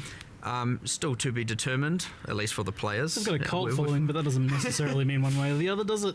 He was a baddie here. You're an acolyte of Chiola over there. Yeah. What goes on in between? I was reading the flavor text of the acolyte of Chiola this morning, and I'm like, even that doesn't really kind of suggests that maybe it's not a good idea to be following them, but but there's power. But the monastery of the Keepers of the Flame is actually where the monk trained and from PoE 2 grew up and all of that stuff. So kind of little fun bits there. People playing both games will appreciate it. It's still great. They're going to be great in either game, and it allows us to develop. Honestly, because look, they're both in raid class. It's still a shared narrative, and it's nice to be able to like evolve all of that. And it's honestly been fun, really. Honestly, doing all of that. Yes, this is replacing Breach. Kind of like yes, it's a Breach, overhaul, or rework in there as well. But you said the monks trained there, though. I thought you were just telling me earlier that the monks trained here in the studio.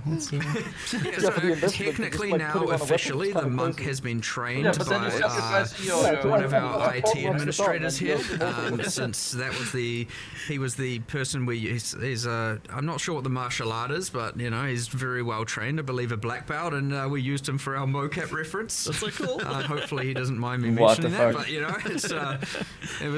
it's quite fun. I think our animators enjoyed that one a little bit as well. That's awesome. You guys haven't really done too much of that in the past, or you mean mocap? Yeah, the animators always film visual references, so they've got a room basically where they go up and they're just doing all the animation, acting out. They're often not actually mocapping technically with all of the suit and everything, but they're often filming that and then doing animation to it. I'd say one of the most useful pieces of technology that we've been able to benefit from is it's a literally single phone shot mocap, and very quick from recording to in-game animation. It works really well for animating obviously humans, but also for when it's involving just a single human. It's like ultra quick. Like if you have two and they have to interact and make contact, it's not very good at handling that, but it's been insanely fast. So you just get a single small tripod with a phone, and you can record a human and chuck it in game pretty rapidly. So that's been amazing, and honestly, almost all of the human animations you'll now see in game, where it's not someone punching or hitting another person. Damage cannot be reflected. It's not the best for combat and kind of scripted cinematic interactions between characters, but just those kind of freestanding town idols and all of that stuff, you can do pretty rapidly now. It's been a pretty big improvement, I'd say, in a cool way. So yeah, and I mean, you're getting like PoE 2 quality stuff in Path of Exile 1 as well. Like I've definitely seen things like that's a lot more going on there than there usually is in PoE 1. You're just talking about the fact that the original bosses were just exiles with extra color filters on them, right? I mean, everything new that goes into PoE 1 has been a lot higher standard than some of the early stuff for a very long time, right? Because it's not like you have people being like, oh, you know what, I'm going to make this worse quality because it's going in PoE 1. Like obviously they're going to make something look as good as we can make it, right? So artists are artists, exactly, right? So I mean, the good quality art. You could probably phone it in a bit more, I reckon. They don't. No, an artist doesn't want to do that, right? They want to make stuff that's good. So who wants to do that? It's a quick way to remove their job satisfaction. Right. Make bad stuff. Too good. Yeah, fair enough. So you mentioned the sanctity of the kill monster in Circle. So on the mechanical front, I noticed that there's actually 2 distinct types of breaches here. There's Would the very much close to the rarity original bot one, but use then there's the this hive one. What are the differences between the two and how So they we've work? got 4 encounters total. Probably. Because like the more common one is the kind of what we're saying is the hive. So the breach have come through those that the hand portals. They've stabilized the breach and are now building their hives. Go down. And so you'll come across there's heaps of walls and constructs and some half organic, half inorganic. And you get the little spider things, which I think is the Twitch drop for the stream. You get those and they're kind of building and they're like putting together like molecule by molecule building these hives. And that's the one where you come in and you get given the power of the Keepers of the Flame, and that can just incinerate away all of the material, and you're kind of just like running around pretending to be a Righteous Fire build for a moment. I'll just note as well, like you don't have to click any doors or like bump into any walls. They just evaporate before you. You just run around. You run around burning stuff. It's kind of satisfying. Anytime soon? No, everywhere. I don't think so. Well, not this league for sure. They would have going on there. So generally, when you get to the center, you summon an Aleph. You start the encounter.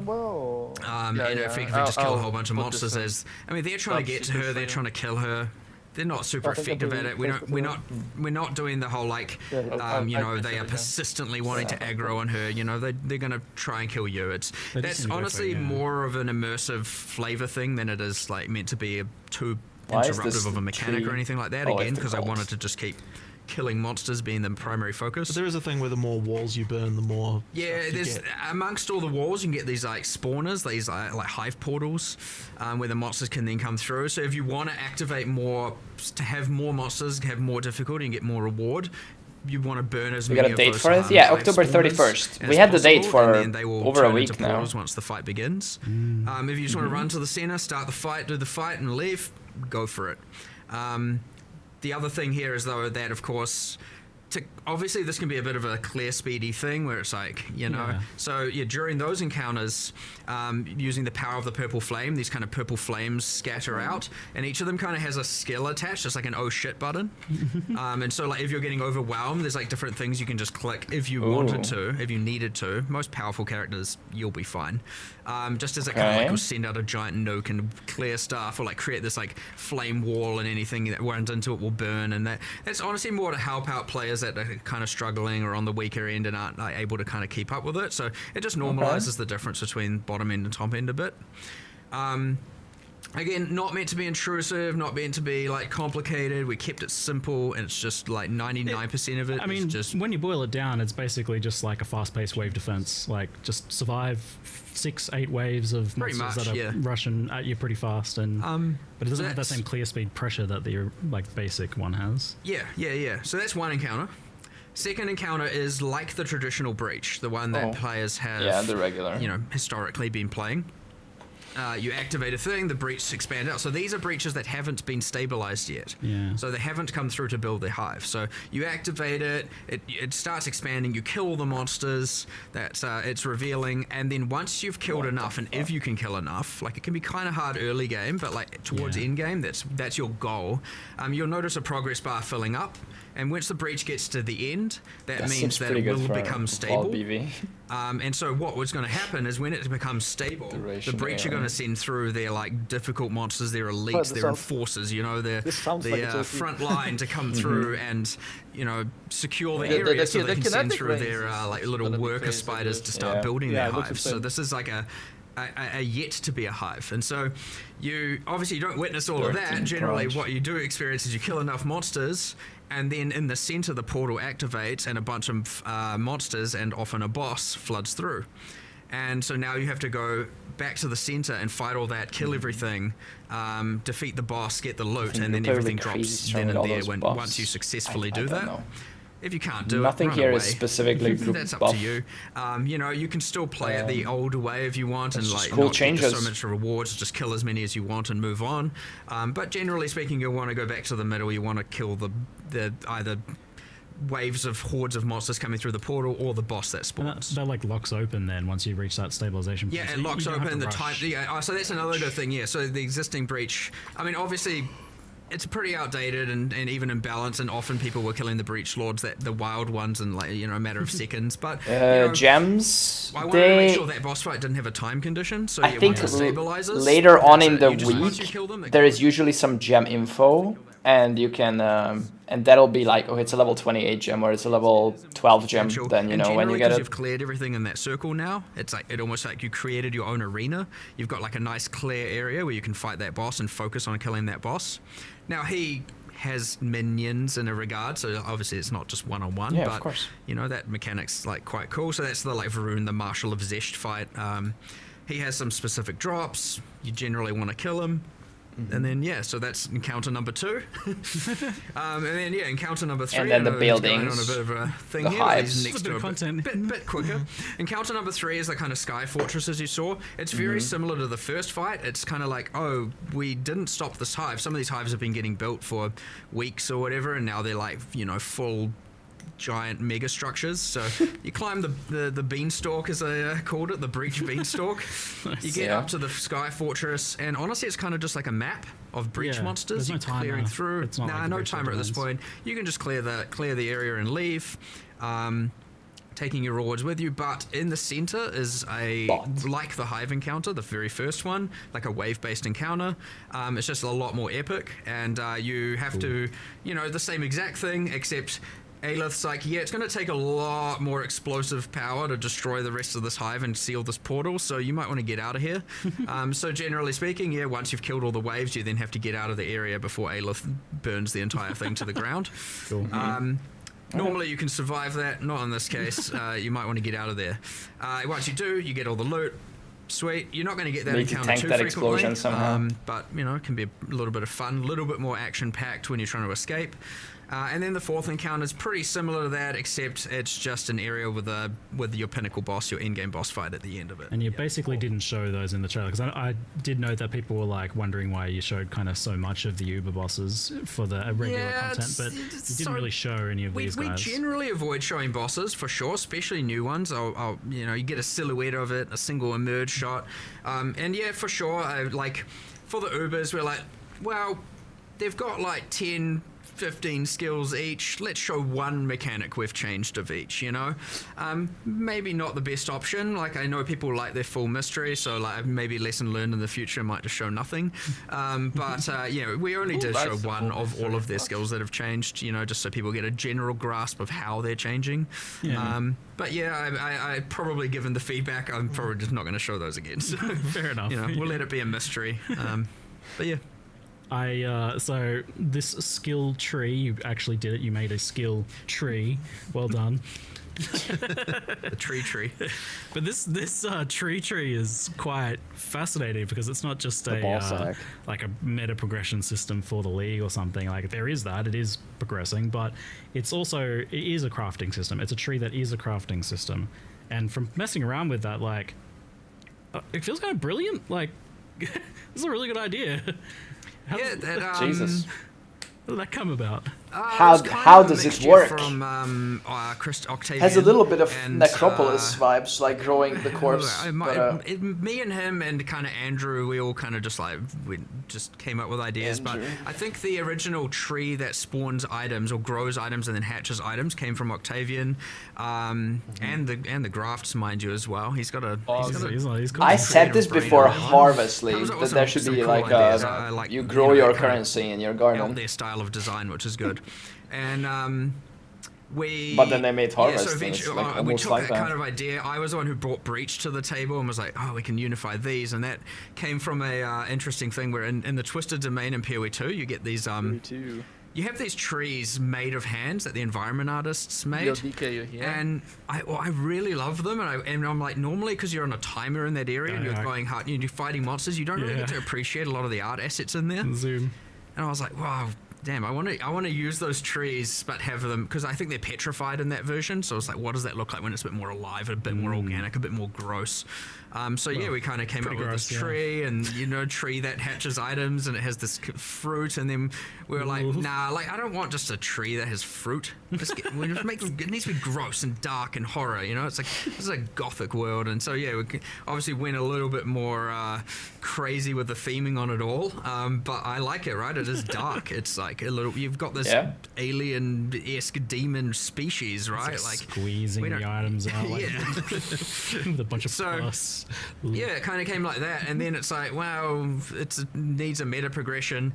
The good thing about the tree having a passive tree is we get to reuse all the same code that our passive trees use, and then that's pretty good because then you don't have to make a completely bespoke system. And again, it's picking your battles, being able to focus more on what the nodes do as opposed to the system, the underlying system. I think what's pretty interesting about it though is the way that like it actually for crafting. It's quite interesting how it sort of encapsulates the idea that you've got like various dependent choices. You don't normally think about crafting in that way, but that's really what crafting is, and so it kind of like means that it's actually a surprisingly natural interface for crafting. Like, it works really well, and so yeah, that's kind of a pretty interesting one. I don't think I've ever seen it before.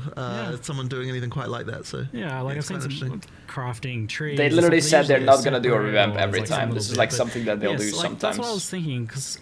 And I think that's good. Like revamping old shit that's like really old in time, like thing generally. I think that's completely fine. Even at its simplest in Path of Exile, but this does seem to have like a very natural, I am not worried at all, way of communicating it, because you're cooked with this one for the craft. You get to see the structure of your craft in a visual manner, which I'm like, it is cool. So how did we go this? So we've got multiple character trees. We've got world area trees. Is this the first crafting tree? Well, kind of. There was the one with the items. I don't even remember the name. It was the Necropolis. The Crucible one. That was items having trees. That wasn't a tree to craft. You could kind of argue Scourge is like the whole microwave. Microwave. It was like a grid. It was a bit different, So I don't know. It might be our first true crafting tree. I just can't help but wonder. Like, we'll see. I guess after a week, I just can't help but wonder if you've like accidentally stumbled upon one of the potential solutions to like how do you communicate crafting to players, because it's so hard to do. It's like, I don't know, maybe this has applications elsewhere. This idea. We'll see how it goes, and there's a lot to expand on here. Of course, like when you have these kinds of tree systems, and immediately people it's very modular. Keystones and where's my crafting tree notables and masteries and jewel slots. Jesus. My crafting tree cluster jewels. We'll see where it goes, but obviously that depends. We don't want to overcomplicate it off the bat, so you come in with something kind of simple, elegant. Like the most complicated system. See how it works. See how people respond to it. You have to when if things go core, because we always like to decide based on how the players respond, we can evaluate how we want it to be, if we want to change it, if we want to leave it as is, if we want to, so we'll do all that. But yeah, it's cool. I like a lot of the ideas coming here with that, with that and the grafts and stuff like that. There's some pretty crazy cool things. So talking about like the idea of preserving some of the stuff from the old Breach or what's not being kept.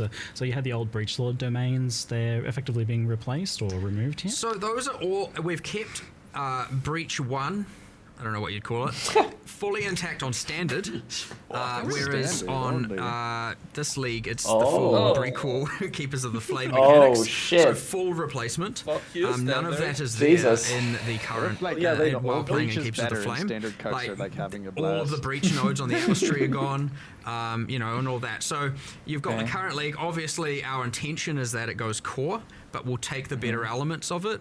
One interesting thing here is obviously we still have all the old stuff. So if we miss the mark on some things, it's still there. We can bring it back. We can integrate it. We can, obviously it would suck, to have to accept that we have to keep using all the old art and old mechanics and old fight to some degree. But like, if they're more fun, they're more fun. necessarily here in the business of taking away things that people loved. So That is your obviously we're pretty business. confident in what we've got is going to be amazing. And as you said, first impressions pretty positive. So, but you know, worst comes to worst, if we have to take the best of both worlds and merge them, then that's still what we're going to do. Now that being said, so yes, you don't have breach domains in Keepers of the Flame. You got all those new mechanics I described earlier. We missed the But that mark isn't to on say this. There isn't a future where we have a prequel to the prequel, and we have you know, or an update. You know, not necessarily another sequel, but you bring back some of those things that were good about it. So immediately I can see people coming to mind, oh, but what about the uniques or the rewards? We have kept all of that. All of that can be spawned from the tree. You know, you can grow pretty much all of it. You can find. I won't reveal exactly how to do that. You can figure that out. Yeah, nice. But yeah, you can generally get all of the historic rewards from Breach from the new mechanic as well. We've tried to keep all of that. Does this mean Breach rings finally get a revamp after sitting there with their silly thing? That Yeah, well, no one uses? they got their improvement in PoE too, so we had already accepted that having a double effect while in Breach, especially given, you know, that's only useful some small percentage of the time generally. Not good enough, so yes, the breach rings have been reworked. I believe the implicits are all max res of the corresponding element types. I can't remember. Max res, okay. What Feathers one is. Whatever, we'll deal with that. But and I believe it also restricts or constrains the mods you can roll in it, so it's like Zoff rings, fire mods, etc., etc. Cool. Sounds rather interesting. The unique crafting as well looked pretty wild. Shit like, is actually I wild. was pretty excited to see that. Yeah. I expected it to be like it would. Is there just like a pool of mods that can roll on but, anything? There's gonna be like item specific. It has to be one for modifiers, one. like bespoke modifiers, and even multiple, like those two It's like Quillrain Pandora's ones. box. It's man, just like a long list of them, and surely you can't do 1,000 uniques worth of those. I actually don't know what number they got to, but effectively it was just like, we'll just go until we run out of time. But yeah, like there's a whole bunch of uniques. Shit. There's here's the list of mods that it can lose. Here's the list of mods it can be replaced with on a per unique basis. So they went per unique. Again, not all the uniques. I almost assure you it won't be the majority. And obviously you're not going to be getting pinnacle boss uniques from here and stuff like that. Those are restricted to things that have specific drop locations. Have specific drop locations. It's drop pool stuff. Yeah, that being said, there's a world list. drop stuff. It would suck to, you know, lose the key mod on an item. So generally speaking, we don't allow like what gives that unique a full identity to be removed. A lot of it can be either the fluff stats, sometimes the downsides, some stuff like that. So yeah, we'll just kind of see what happens there. If people love that, it would be the thing where we can add more and more and more and more, and then eventually we will have the entire unique pool covered. So we'll just see how that goes. But well, it's kind of fun. You love to see it. So the other thing was these creepy arms that you can grow on yourself. I love that. We just here have an arm. Sure. Just plug it into your back. Why not? I mean, we were shoving rusty bits of metal in ourselves and stuff before, so why not continue with that?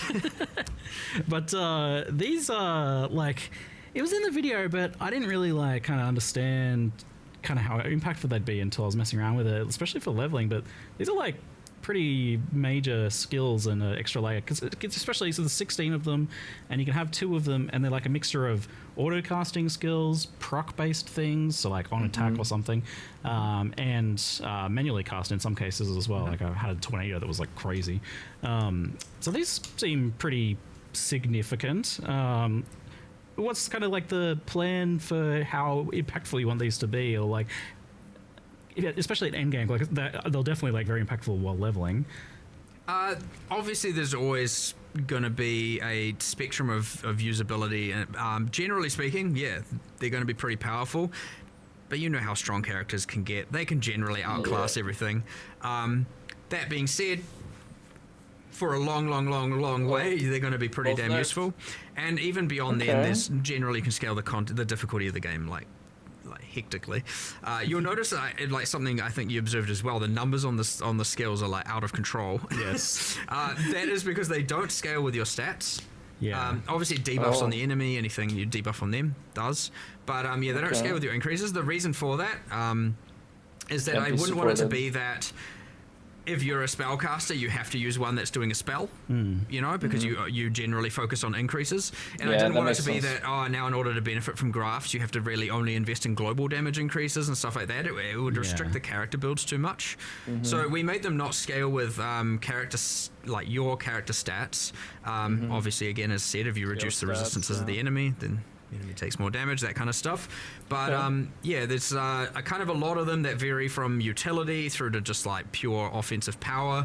That makes more they sense. all also why just that come one with had stats. So, 150,000 and damage as on you it. said, if you didn't want to, like there's ones where you use skills, but you can still tactically, scale it with you can merge debuffs that and with shit. some so of your abilities, or if you just want to, Like, you know, 150,000 base damage. Like, what? effectively let it auto cast. There are versions for that as well. If you just can't be bothered, that's also fine. And honestly, at the worst comes to worst, at the end of the day, they still kind of just give some mods, and that's fine. And they are obviously used to. If you want to get one that just like specializes in harvesting more graft blood, that's also a thing you can do, because those systems are linked. Like the grafts do gain the graft blood, which is what you give to the Genesis tree to give the items. So there's kind of a nice interlink between. I mean, they should really be replacing the power that you previously got from mercenaries, right? Like if the league needs to give you a something that's going to fit in that power curve. So therefore, you could look at it in a similar. They are mercenaries on your back. Yeah, in a way you could say that. Yeah. That's what I was kind of thinking when I was messing with. It was like, okay, so we're gonna have two of these. It definitely feels like how I was looking at the mercenaries and picking mercenaries that had like two really good skills. It was kind of a similar idea. So the design of mercenaries has informed this somewhat, then it seems. Sadly, you can't gear your arms. No. Can't put items Can't put on a bunch of rings on them. It's the same category of thing. I mean, it's power creep that comes from the league mechanic. That would have been kind of fun though. Sanctified relics, same thing. What about the 50% loot from mercs? Did you get that back? Yeah.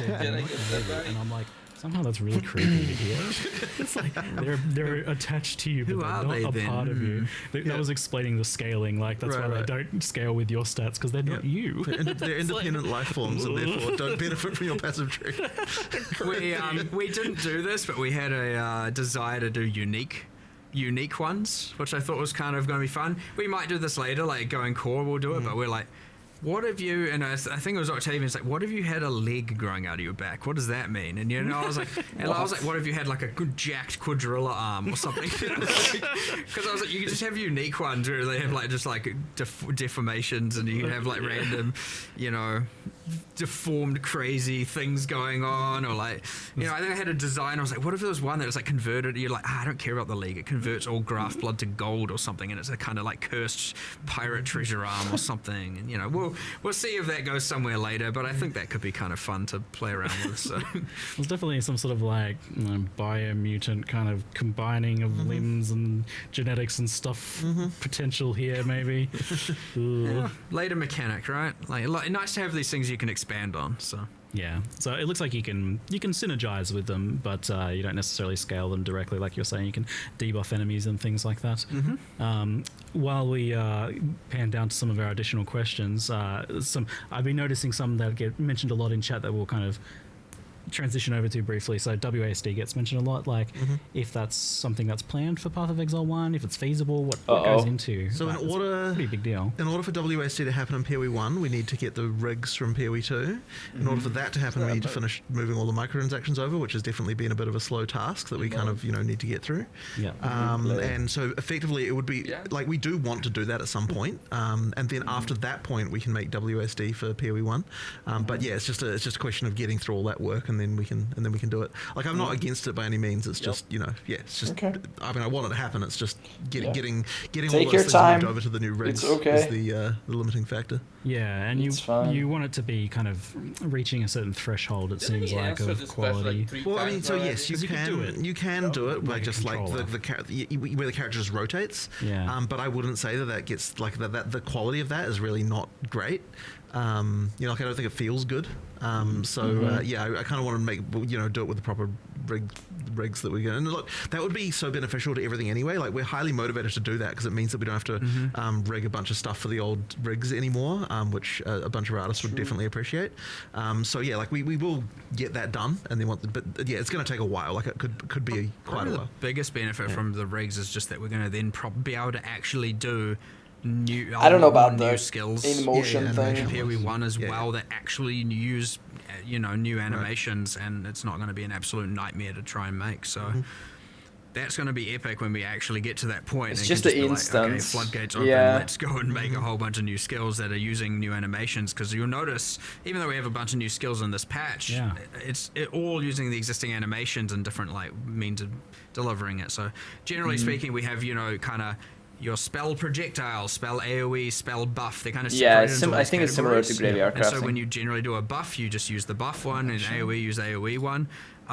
But as a result, we don't have just cool bespoke things where you do a flip while doing doing crazy stuff like that. We're not going to be able to really get that in PoE 1 just because the cost is insane to animating that. You got to do that on 7 different characters, 7 different rigs, with all the different weapon sets. Yeah, with every single weapon set, and because generally PoE 1 doesn't have as much restrictions on the weapons to skill association, you'd be like, it's not great. It's really not great, and it would be like the cost of doing that would mean we'd have to do so much less other stuff.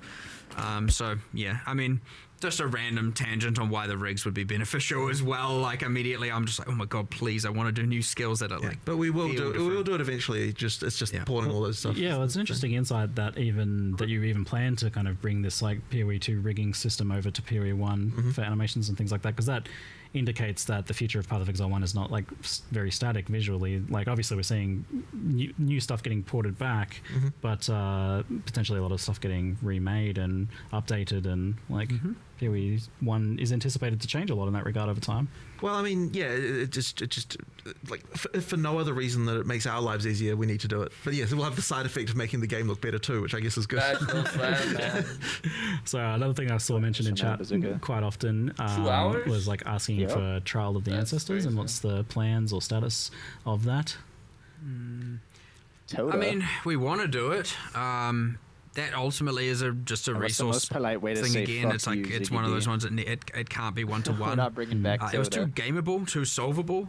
Got to a point where it was like, this is the strat you do. We need to fix a bunch of stuff with it. It's not out of the question. It's honestly just whenever we assess the scope, it comes up all the time, and it's like, oh, we could do this, or this. What do we? And it's always going to come at a cost to something, and it just has been so far. At least 326, 327, that we've wanted to make sure that we had other priorities. I guess it's safe to say. So TBD. Who knows?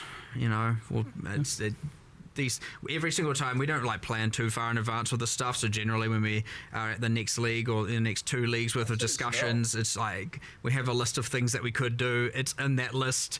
I'm sure it'll come up at some point. So we'll see.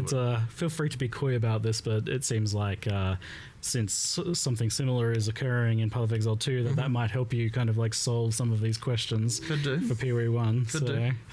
Maybe that gives people an idea of a time frame. Well, as I said once, if obviously there's a could do with respect to PoE 2, but if we manage to go down that route, we get to do the exact same thing we did they with talk about Breach here, Toda? which is that if we have all the monsters made, and a lot of art made, and a lot of encounters, so even if it doesn't appear the exact same way, it'll allow us to do a massive shortcut, which would mean that all of a sudden it is way more possible to add as a feature without having to compromise too much else. So nice. Yeah, I can see that. It's probably coming to PoE 2, right? As a third. I'm sure you're anticipating a discussion on Tier 17 modifiers, modifier design, their addition to memory strand maps, risk scarabs, and map modifier effect. So I list all these things out because they all come together to form a bit of a tangled mess of late endgame.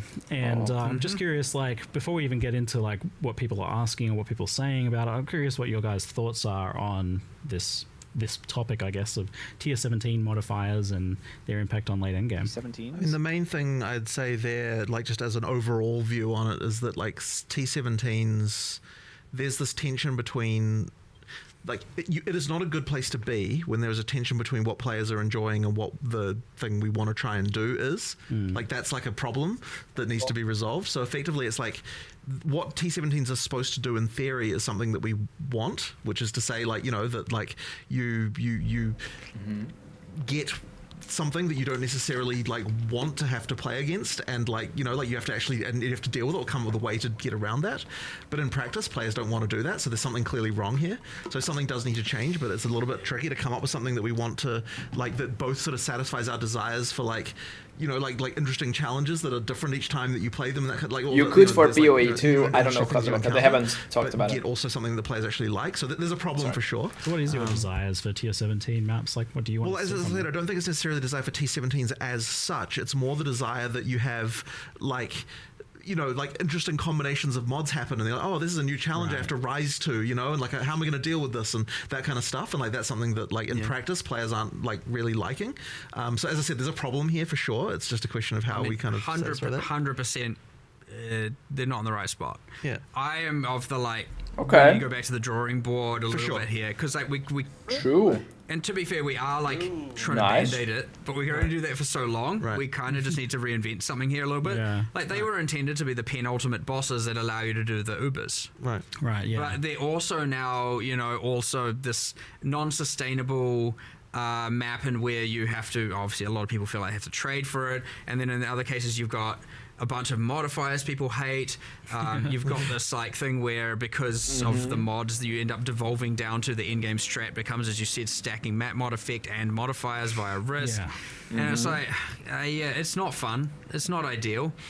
We tried to narrow the gap with T16 and a half, that kind of worked, and then you get some other weird problems where like, because those can be APROP corrupted and tier 17s can't. There's some weird issues there as well. And honestly, it's like, it is a kind of mess, and we intend to keep band-aiding it until we can drawing board, but I would expect you'd probably see a pretty... I think it needs a full redesign. Yes. It needs a full redesign to try and see if we can come up with a way to both achieve what we're hoping to achieve, but also make the players not dislike it, right? That's good to hear. This maybe like separating out what you're trying to do with the tier 17 modifiers and what you're trying to do with this penultimate like boss thing that is like the lead up to the Ubers. That is a split at the very least. Like if I don't think Jonathan did a we've worked out T17, exactly it how would this be can tomorrow. work though. Like, I don't think that like the best, most rewarding content in the game should also be the tickets to the Ubers. True.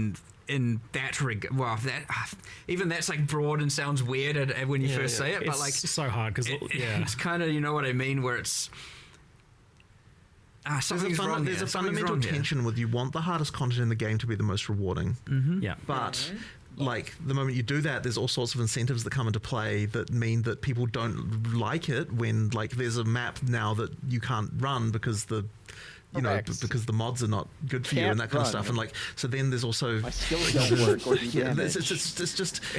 a problem. It's a bit of Here is a map. I can't run it. Any individual part of this I look at, I'm like, well, this is actually okay. You in some do know circumstances. damage. It's okay for there to be On some Tuesday. modifiers. Maybe like I'm sure. I think you guys feel the same. Where it's like it's okay for there to be some modifiers that are like better for other builds. But in the worse for moment others. that it's like it But there's feels a like a point where it's huge powers. economic penalty to that, So the you're economy kind of immediately affects like that. you're immediately kind of. I mean, you get the thing right now. You stack the risk scarabs, Play and then it's like, okay, Trickster. only Trickster and Juggernaut Thank you, can play Mark. it as a way of He increasing knows. speed. He And knows Yep. the game. He knows. Why you guys so big? We He are knows the changing a lot game. of these variables, by the way. We're not just leaving it for 327. Like we Okay. are changing risk scarab. We are changing some shit. stuff around map mod effect. We are changing. You know, there are bits and pieces changing. I'm not going to stop band-aiding just because we have a grand plan for the future. Okay. Well, we have an absence of a grand plan, a desire to have a grand plan for the future. Concepts But of we a will. plan. I would be very surprised. I know I shouldn't be Concepts of a promising plan. content in the follow expansions because variables always change. But I'll be very surprised if we don't do a more drastic shift in 328 to solve this problem, because it's now long enough that it's not worth it. So obviously, hopefully, the changes we are making improve things in a pretty meaningful way, is shake up the meta a little bit. But yeah, there's still going to be some woes, and but hopefully people can be excited for the thing to whatever the thing is to come. But it shouldn't be too hard for us to come up with something. Honestly, similar to how we did 031 for PoE2. that was... If we can come up with something that is just like a universal success and like is blatantly a win and isn't gonna, lower the value of people's economy mid-league and stuff like that, I wouldn't be against if we can come up with something, because we're obviously going to design it soon. If we can come up with something or a piece of that something to deploy to mid-league, mid-keepers of the flame, I will push for that. We'll just have to see if that's something we can actually do, because often these things will mean like, oh, now all of X will become devalued, and I don't want to like ruin people's mid-league economy and wealth and just destroy it because we decided we want to make a change. And so, you know, there's considerations to make. Yeah, from speaking to Octavian about the tier 17 modifiers as well, I can tell they're kind of weighing on him, like he really wants to do stuff with them. I think we're all on the same page. I honestly don't even know if anyone really is disagreeing with, like, maybe in little ways, but I think everyone's kind of. Okay, I gotta ask, like, is there someone who loves the 3 seconds out of every 10 seconds you can't deal damage modifier? Like, I like it. Oh my okay, fucking tell me why. God. I play support characters. I don't deal damage. All right, you're gonna jump on this grenade. Nice. How does that modifier I like come it. into being? It's no, good. to be fair, I like things that are just a bit more. I'm a bit more masochistic in that regard. That's what I was gonna say. I'm not attempting to put my masochistic views This on the game player is base. balanced, I understand alright? that Horrible. generally speaking, people aren't for that kind of thing. But you know, I also like trying those things, seeing how it is, and you know. There are places, there are things where these can exist. Like if this was behind a couple more layers of some sort of more niche corruption mechanic where players, or you know, some crafting system over here where players can kind of choose to do it but don't feel forced to do it. You know, those things can exist, and I want to make sure we keep that kind of stuff. But in the broad mod pool, some of these mods are, they're not really working. It was evidently that one, and the like action speed reduction from using your skills, and I think there was the petrification statues that get mentioned a lot as well. It's the drowning orbs plus that plus it's just like, okay, look, thanks for making me slow. I mean, the thing about slowness is you do feel it, hence why. Whereas like often you can just be like, I'm just gonna ignore that. That's a nothing mod. Physically painful sometimes. So you know, but it's a bit overboard right now. Yeah, it's like the Tuesday mod needs to go. I see the problem here. Like, I'm so torn on this because I want these sorts of. I get the idea of these modifiers being like things that you can feel, like that they have a bit of an impact. I can feel that I cannot do damage on a Tuesday. To just be another multiplier making the monster get closer to one-shotting you. You know what I mean? Mechanics I can feel when I get one you shot by want volatiles. something, but there are some that are okay, and there are some that are not, and we just haven't found the perfect spot. There's an analogy about this, which is like, you know, how do you feel about immunities in D2? It's another sort of similar situation, right? Where it's like it forces you to change something about what you're doing, and a lot of people just really hate that. And what you're doing is like just not running that type of content, then it's a failure. Yeah, but I don't like the execution. It's a similar situation because everyone hates it. It's like this area is immune to cold damage, and your build can only do cold damage. Well, are you gonna change your entire build, or you're not gonna run this area? You're not gonna run this area. That's bad. We talked about it in previous debates a long time ago. But so it sounds like some of those modifiers are changing then, if nothing else, maybe it's the band-aids. Sure, there's band-aids like that, but there is something like wrong here though to solve. That's all. They understand. I don't know if I can say more than that, really. Yeah. With the map mod effect and the Atlas tree in particular, I'd rather there was like 15 different ways to scale difficulty and reward, as opposed to just like, here's the stats I stack, and it's just like straight multiplicative. It's, I don't know, I want, because obviously a lot of the stuff on the tree is affecting the leagues and the content. I want more than just map mod effect to be the way that you can multiply. And so it's, do I want to focus on this, or do I want to focus on that? And there's like different builds within the like making things more harder and more rewarding.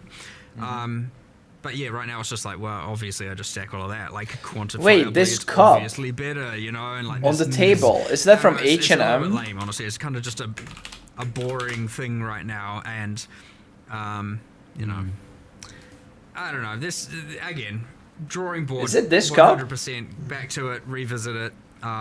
It's this one. I'd be surprised if we're not doing something for 328 as much as Show the table. Told myself I wasn't going to zoom out following expansion content. I think it's but, this you know. cup. There's some patch notes coming out later today. Is that?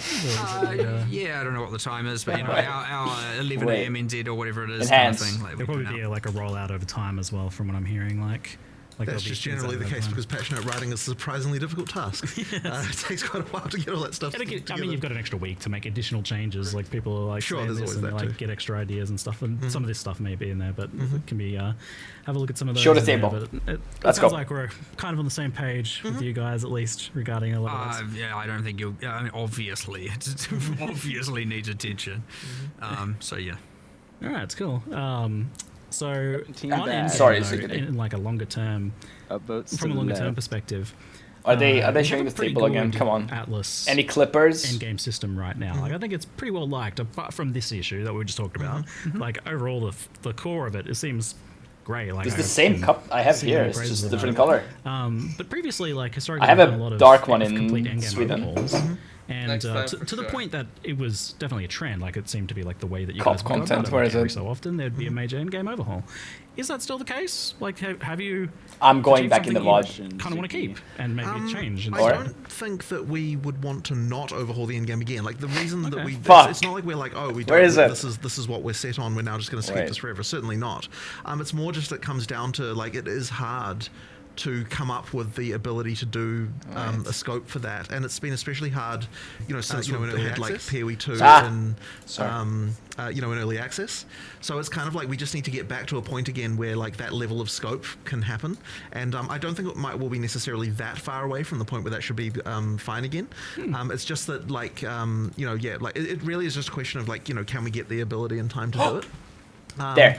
But yeah, like, I don't think, as I said, I don't think no, it it's not it. Maybe I no. like you do need to. It's a little change the stuff every taller. once in a while. Like, it does become It's stagnant taller eventually. and thicker on the bottom. So you know, like yeah, I Not the think cup. we should do Okay. another big overhaul. Okay. But obviously the term this? overhaul can Windows. mean a lot of different things, right? Why is this so Yeah, big? like it's not like it's going to change into like a like you know I mean, it'll still be fundamentally the PoE1 Atlas and the. You know, like close. You know, We none got of the close. overhauls we did changed it too fundamentally. I would say. Certainly in saying some the respects. right I mean, yeah, things there's in big this changes, interview, but but there's no I guess it action depends on how behind you it. look at it. But it's not like we're going to suddenly be like, oh yeah, we're changing it to be like a PoE2 like system or something like that. Like we you know, it'll. But we do need you know like would need new pinnacles and new like you know challenges there and that sort of stuff. Like that's something that we will have to do eventually. It's just give it time. That kind of stuff, like I think escalating the narrative and cycling out bosses and cycling out characters and you know changing all that stuff is like generally pretty harmless and generally cool. Like you're not really messing with the systems and the core of what people like and the cycle that people like. I mean, you So, can like, go to his obviously that's YouTube and always he has just a nice uploads win 3, when you get 5, to be like, 9 all right, what days are the ago. next set of what you know, And much then you like can Breach go to his has Twitch. now evolved and gone forward Takes in 5 time. seconds to check. You know, so will the He's end of the streaming. story I at have some a point, mountain of shit that I and you know, can't- we will do that for sure. It's 6 just like days there's always ago, mechanics that 13 come days with ago. it. And sometimes if you add those mechanics, they can't coexist with Hasn't some streamed existing much ones because it recently? overcomplicates everything. It becomes a mess. I would hate to have, you know, I don't want to add more systems and now all of a sudden it's extra steps even more over to do on your maps before you run them and that kind of stuff. So sometimes things need to be replaced, but like, you know, we appreciate the fact that PoE1's endgame is in a pretty overall. I mean, everything always has its problems. I'm not going to deny it. We just 10 discussed them as you years said. later? But it's in Hasn't a he been pretty doing this damn good way too spot, long? and I've there's been so doing much it good PoE about it, for and I don't 9, wanna so ruin that. So yeah, we'll be he's very been doing it careful with far that stuff, longer. but, honestly, generally, we'd like what you might find is that we use this T17 thing as a motivation to go, look it up. what is the redesign? Okay, let's use that as the like crux of what we design around and fix the problem both narratively E3. and like game design wise by removing these Here's problems from PoE the stuff. game, 13 creating years ago. something new in its stead. And yeah. I think what I'm most curious about is like if let's say you went into a meeting today to try and come up with a new end game for PoE1, like an overhaul for it, would it still have an Atlas passive tree like it has now? Yes. Yeah. Yes. I already, There's no way to get rid of that. I already Yeah, it's know. too good, right? I already know what it is, so I already have it in my mind. Oh, okay. Oh, shit, you okay. were saying before last time It's that deep in my mind. you've The got mind of you've Mark got a story Roberts. arc planned Well, out. the Secrets of the Atlas was Arc intended to be opera. part Yeah. one of a multi-part, right? So definitely set I've us got up. the other parts, or at least That hurts most me of it. so much And to hear, yes, I'll the be tree is honest. still there. And honestly, I I had don't it ready think the whole anything time. is fundamentally in my plan in my I head don't know, it's like is changing enough to they prioritize to the cause ex- any like, concern. So. the league mechanic over the right, expansion. great. I It's all guess, for and the they're just better. kinda, I'm trying pretty to confident stay in above that as water well. with their development cycle. Great. And now everyone will have to just wait to see what those Yes. ideas are for an undetermined amount of time. I assume we'll get a follow-up to the story maybe next expansion, perhaps, of following along what's happened. That was a pretty interesting last one. We'll see. Yeah. So let's talk a little bit about balance. There wasn't too much revealed about balance in the reveal trailer stuff Okay, balance. itself, Let's but go. I know it was mentioned that there would be a bit of balance stuff going on here, and I've I don't think whoever is doing this interview has to be a really involved current PoE streamer, popular or whatever. If it's a good interviewer and he knows enough about PoE to ask good questions or to deliver the questions that Twitch chat wants the answers to, or the community knows the answer to. But like Ziggy is absolutely super involved still in both Path of Exile. So my intention was to do this for both games. Is like we should at least look at. At least with respect to ascendencies, look at the least played class. And he's a super good interviewer. Least played. Right. Yeah. And make sure that that's on Which the is radar. an entire different like skill set to like streaming. And even if it means we have a go at it, and if the scope's too high, we Why do it a bit later. And if the scope's within spec, we do it immediately. Yeah. In this case, we looked at the assassin. It was like 40% lower, at least on the primary leagues, it was like much lower usage than even the next class, and then so it wasn't doing very well. And it's been the case for a little while, so we were like, look, let's just do something, like, come on, it's better than doing nothing.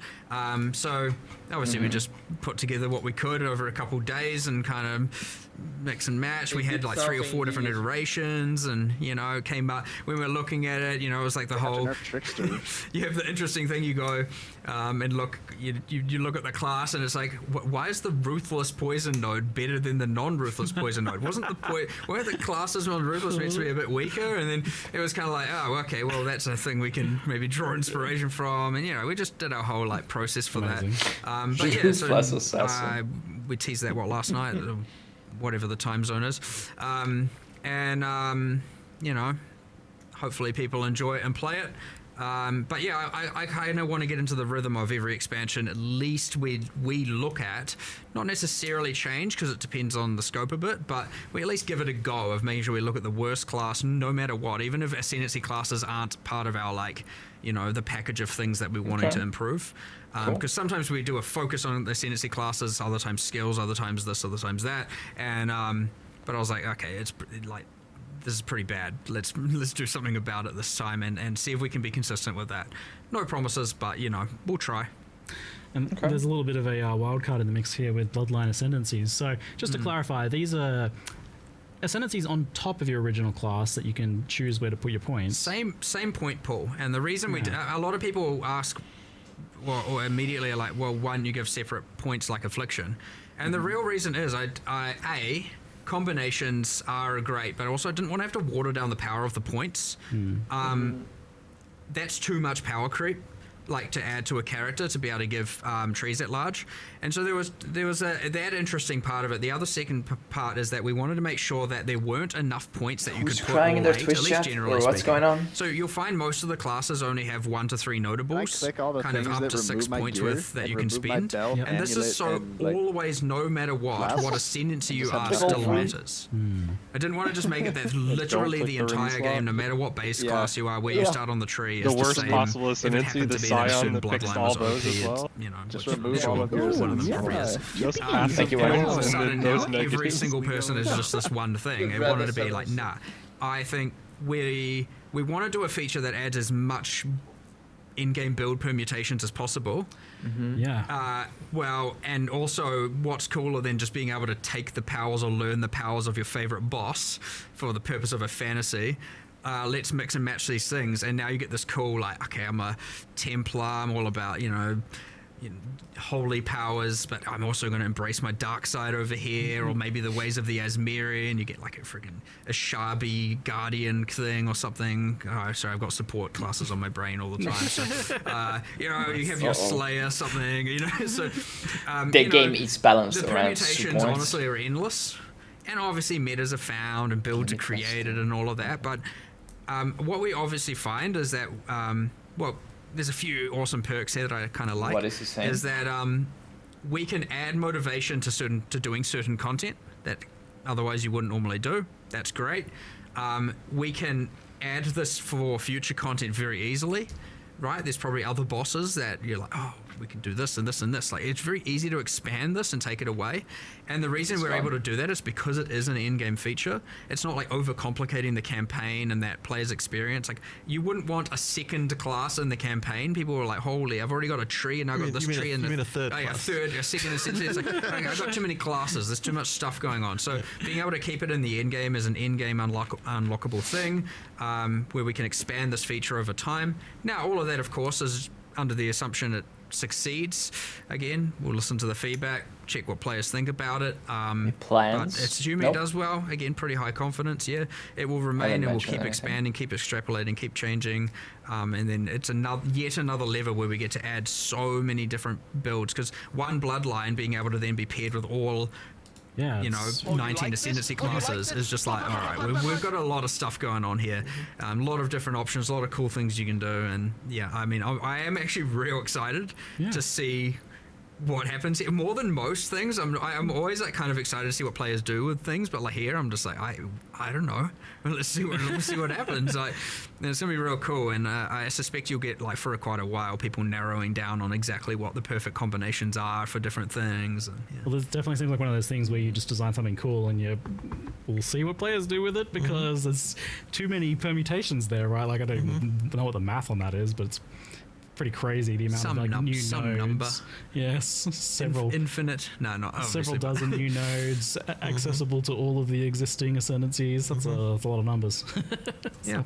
I'm like thoroughly excited. I'm gonna nice just do the whole like, what boss do I feel like being this league? I'll just see if I can make that work, and then so I'm actually gonna go backwards. I'm gonna pick my bloodline based on what boss I want to kind of embrace the power of. Then I'll pick my ascendancy. Then I'll pick my time to balance. I'll go from there. Then I'll pick my skill, and I'll end up a support character. I'm sure. Flavor building on this. Well, if there's no mercenaries, I need to be a good mercenary to my friends. That's my philosophy. Yeah. Back to being mercenary again, eh? So this isn't tied to Breach League, the Keepers of the Flame. It's a core game feature, Bloodline standard as well, right? Yeah, 100%. Yeah, yep. Cool.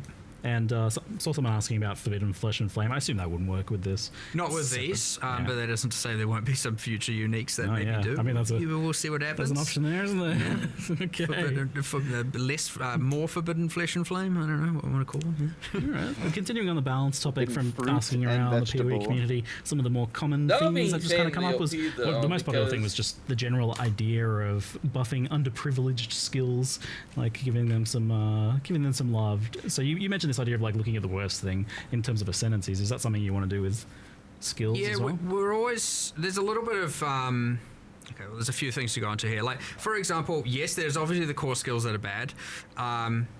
Sometimes those are then enabled by something else going on, some other feature getting added, uniques, whatever. But most of the time, they're just, as you said, underprivileged. We've done a decent chunk of patch notes are out in 20 minutes here, mostly numerical. Some are, I don't want to say unsalvageable, but like, they don't have the same level of different multiplicative scaling that other skills could get. There's not too many though.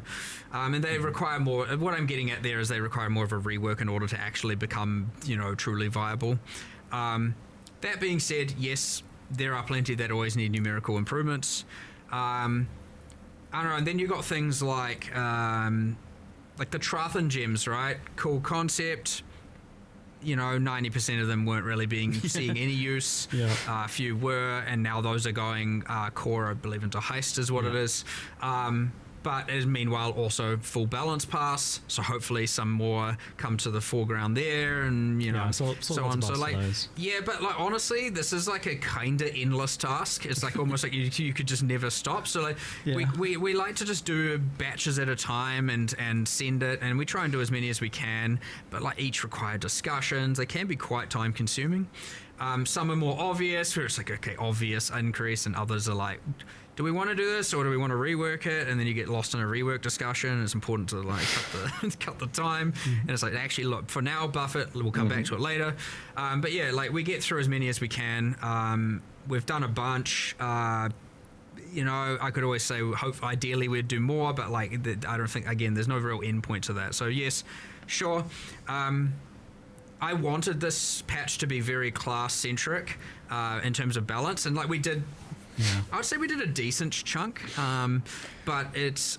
We didn't get to cover every base 100%. So obviously, you've got the Bloodline classes, you've got Grafts, which are character-centric, and then we've got the whole set of new skills and support gems, and some changes around that. There are a bunch of other changes, but yeah, like, it's that thing where I don't know if I'm ever satisfied. I always just you want to do everything. You want to literally do it all, and you never can. So like, hopefully there's enough. Certainly should be enough to shake up the meta. Should be enough to make everything feel fresh and some awesome, cool new stuff. But like, the trade alone don't be is pretty surprised big. if a particular person's favorite skill didn't happen to get touched. Like, That's the interesting thing about the skill buffs idea is that you manage to achieve these days very like there's lots of different builds, and they're changing a lot each league as well by virtue of like the new stuff that you're adding, like ascendancy changes or new skills or whatever. All that stuff is creating lots of new builds all the time.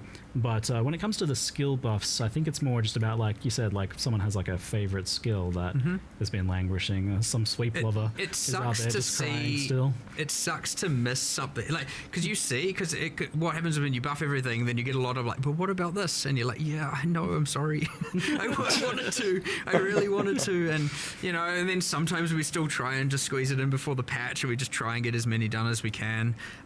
But yeah, like again, it is ultimately a resource game, and we do as much as we can. We really do, combined with both new stuff to change everything up, bringing like excessive outliers down, and we do try and improve as much as we can. And this time we took it upon ourselves to add a bunch of new skills and supports, and so I don't know, there's heaps there, but it's that thing where a few people are going to have missed their thing, and there's a few.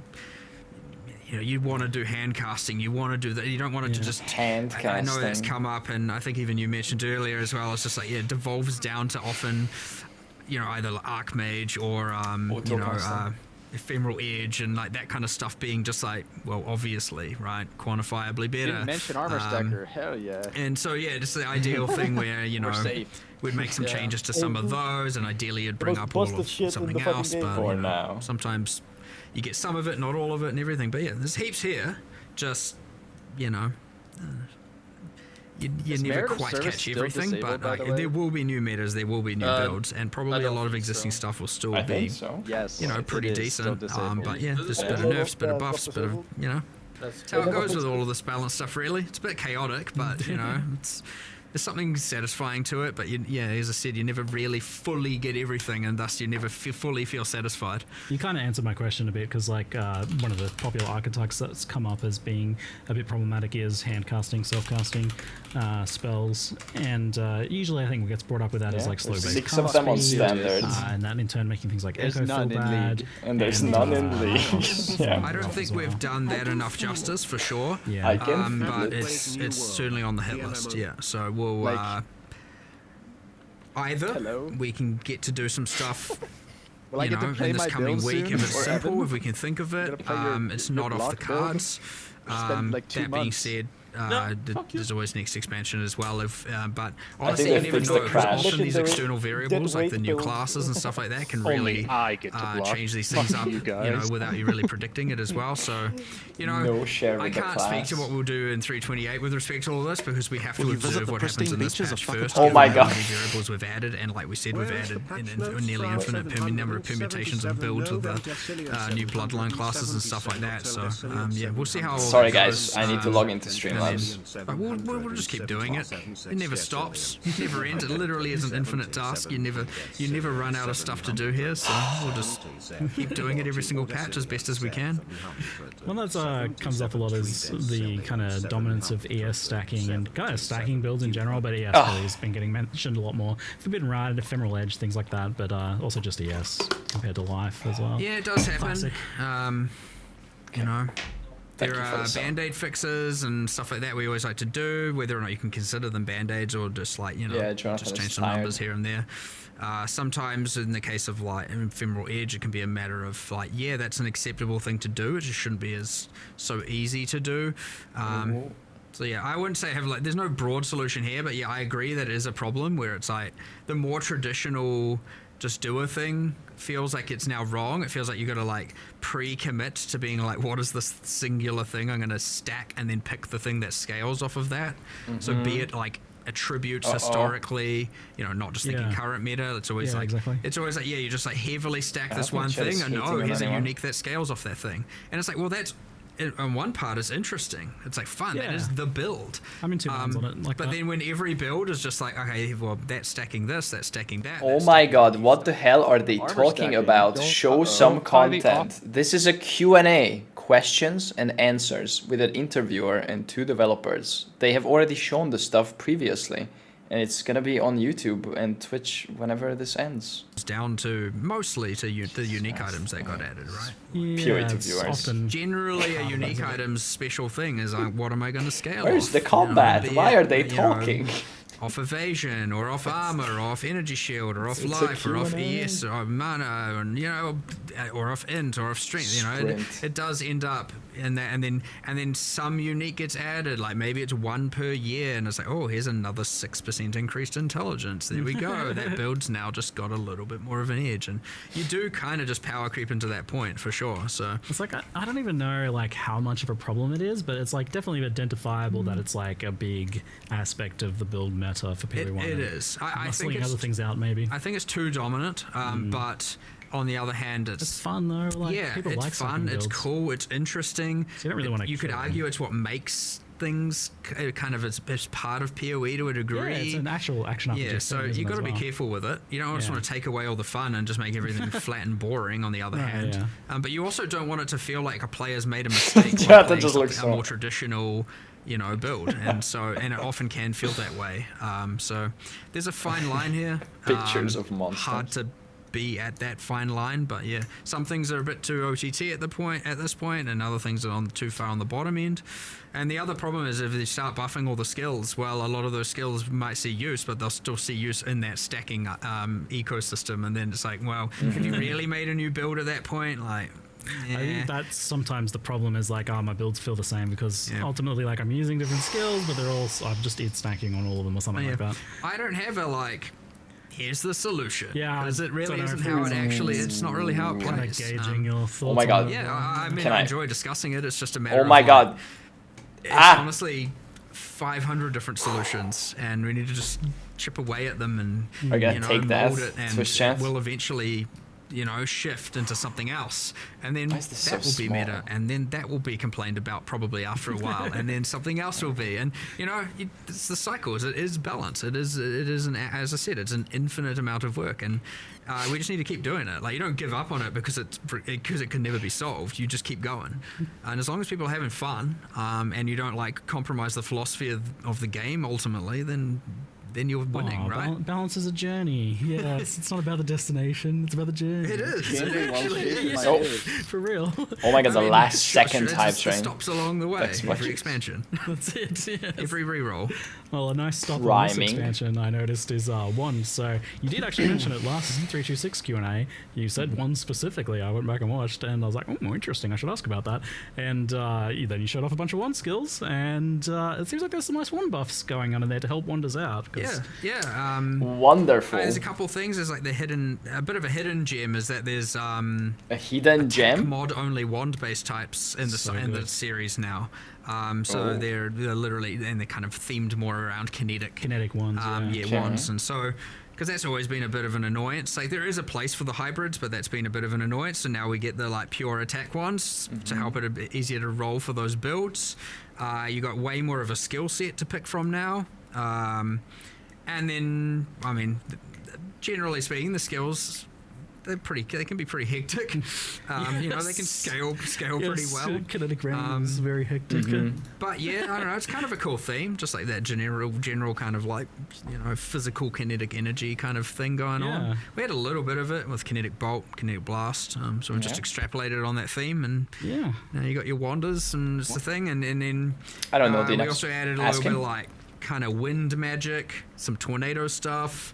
It's like a force wall that you can. The kind of force wall. You've got a little bit of inspired by Huntress from PoE 2 a little bit with some of the, I walked upstairs the other day and saw some QA playing, and I'm like, oh, someone's embracing the tornadoes, and he's like, that's not even half the tornadoes you can make. I was like, all right, sweet, all right. I was like, yeah, that's I can POE1, make and this I walked out of the room. crazier. I was like, all right. I blasted like Act 1 through 4 yesterday on a wander. I was just like, man, this is so good. I was having the time of my life. Like, oh my lord, the new skills. Wonders are very nice. And it's People like, are it's not just gonna the finally kinetic ones as well. Like, it actually pairs come pretty well around. with the other ones that have like the flat Play some added wonders. elemental Maybe damage. there is going to be It all kind of affordable came together a bit. wonders It was early like, on. it's cool. I definitely in the past I just kind of like wrote ones off. I was like, yeah, they're never going to get to ones. It's like forgotten about. It's always been pretty kind of just, it's niche. It's actually an interesting thing. I mean, obviously it was designed before I started on PoE, and I always thought, I was like, yeah, that's kind of cool. Like, wands that aren't about just spellcasting. It's, you know, they're about doing attack damage. I thought it was interesting. Just Lero style. That's what I like about it. Two wands. Yeah, this might be the largest update to wand attackers that we've ever had in now like 15 years or something. So finally, look, I know there's some people in the chat that have been a long time waiting for this one. Yeah, you're right. It has been your forever. moment has finally come. It's nice. It's cool. Yeah, there's a few other little gems in there as well, SSF like ones. some fire archer kind of things, and there's some that we want to still extrapolate on, but like wands was the main focus. Yeah, definitely a lot of love for wands, and pairing in nicely with the added skills from the hands on your back as well. Pretty cool. Lots of fun synergies there. So okay, we kind of touched on it a little bit earlier, but shifting gears a little bit, I'm curious about the long-term development of PoE1. Like, how much is PoE Classic, PoE1 kind of like sacrosanct to you? Like, how much do you like not want to change it? Or because you've been taking things from PoE2 and feeding them back into PoE1, and I'm curious, like, is there points that you get to where you're like, well, actually, let's not push it too much closer to PoE2 in that direction, but keep it its own thing, or maybe like actually let's kind of preserve it as it is to some extent. I wouldn't want PoE1 to ossify into something where we feel like we can't change stuff. Like that would be bad. Cool. But sounds cool though. Yeah, but it's kind of like okay, the stuff people that we'll probably take back from Towers PoE2 is more around the sort of QOL areas of stuff, right? So obviously people would have been rioting if we hadn't brought async trade from PoE2 into PoE1. That's obviously something required, and so it's been sort of nice that we get to do a little bit of like proving grounds in some cases in PoE2 for some of those changes to see whether or not it'll be okay. The thing we wouldn't want to ever do to PoE1 is make changes that would break what people like about it fundamentally. So there's things like the trickiest parts, things like the way that item drops are and stuff like that. Like I don't know that, like, even though there are things I don't like about that, I don't think we could necessarily change them either. Yes. In terms Add of, towers. So like there's stuff like that you just have to kind of like let it be, because they could easily break stuff that people really like.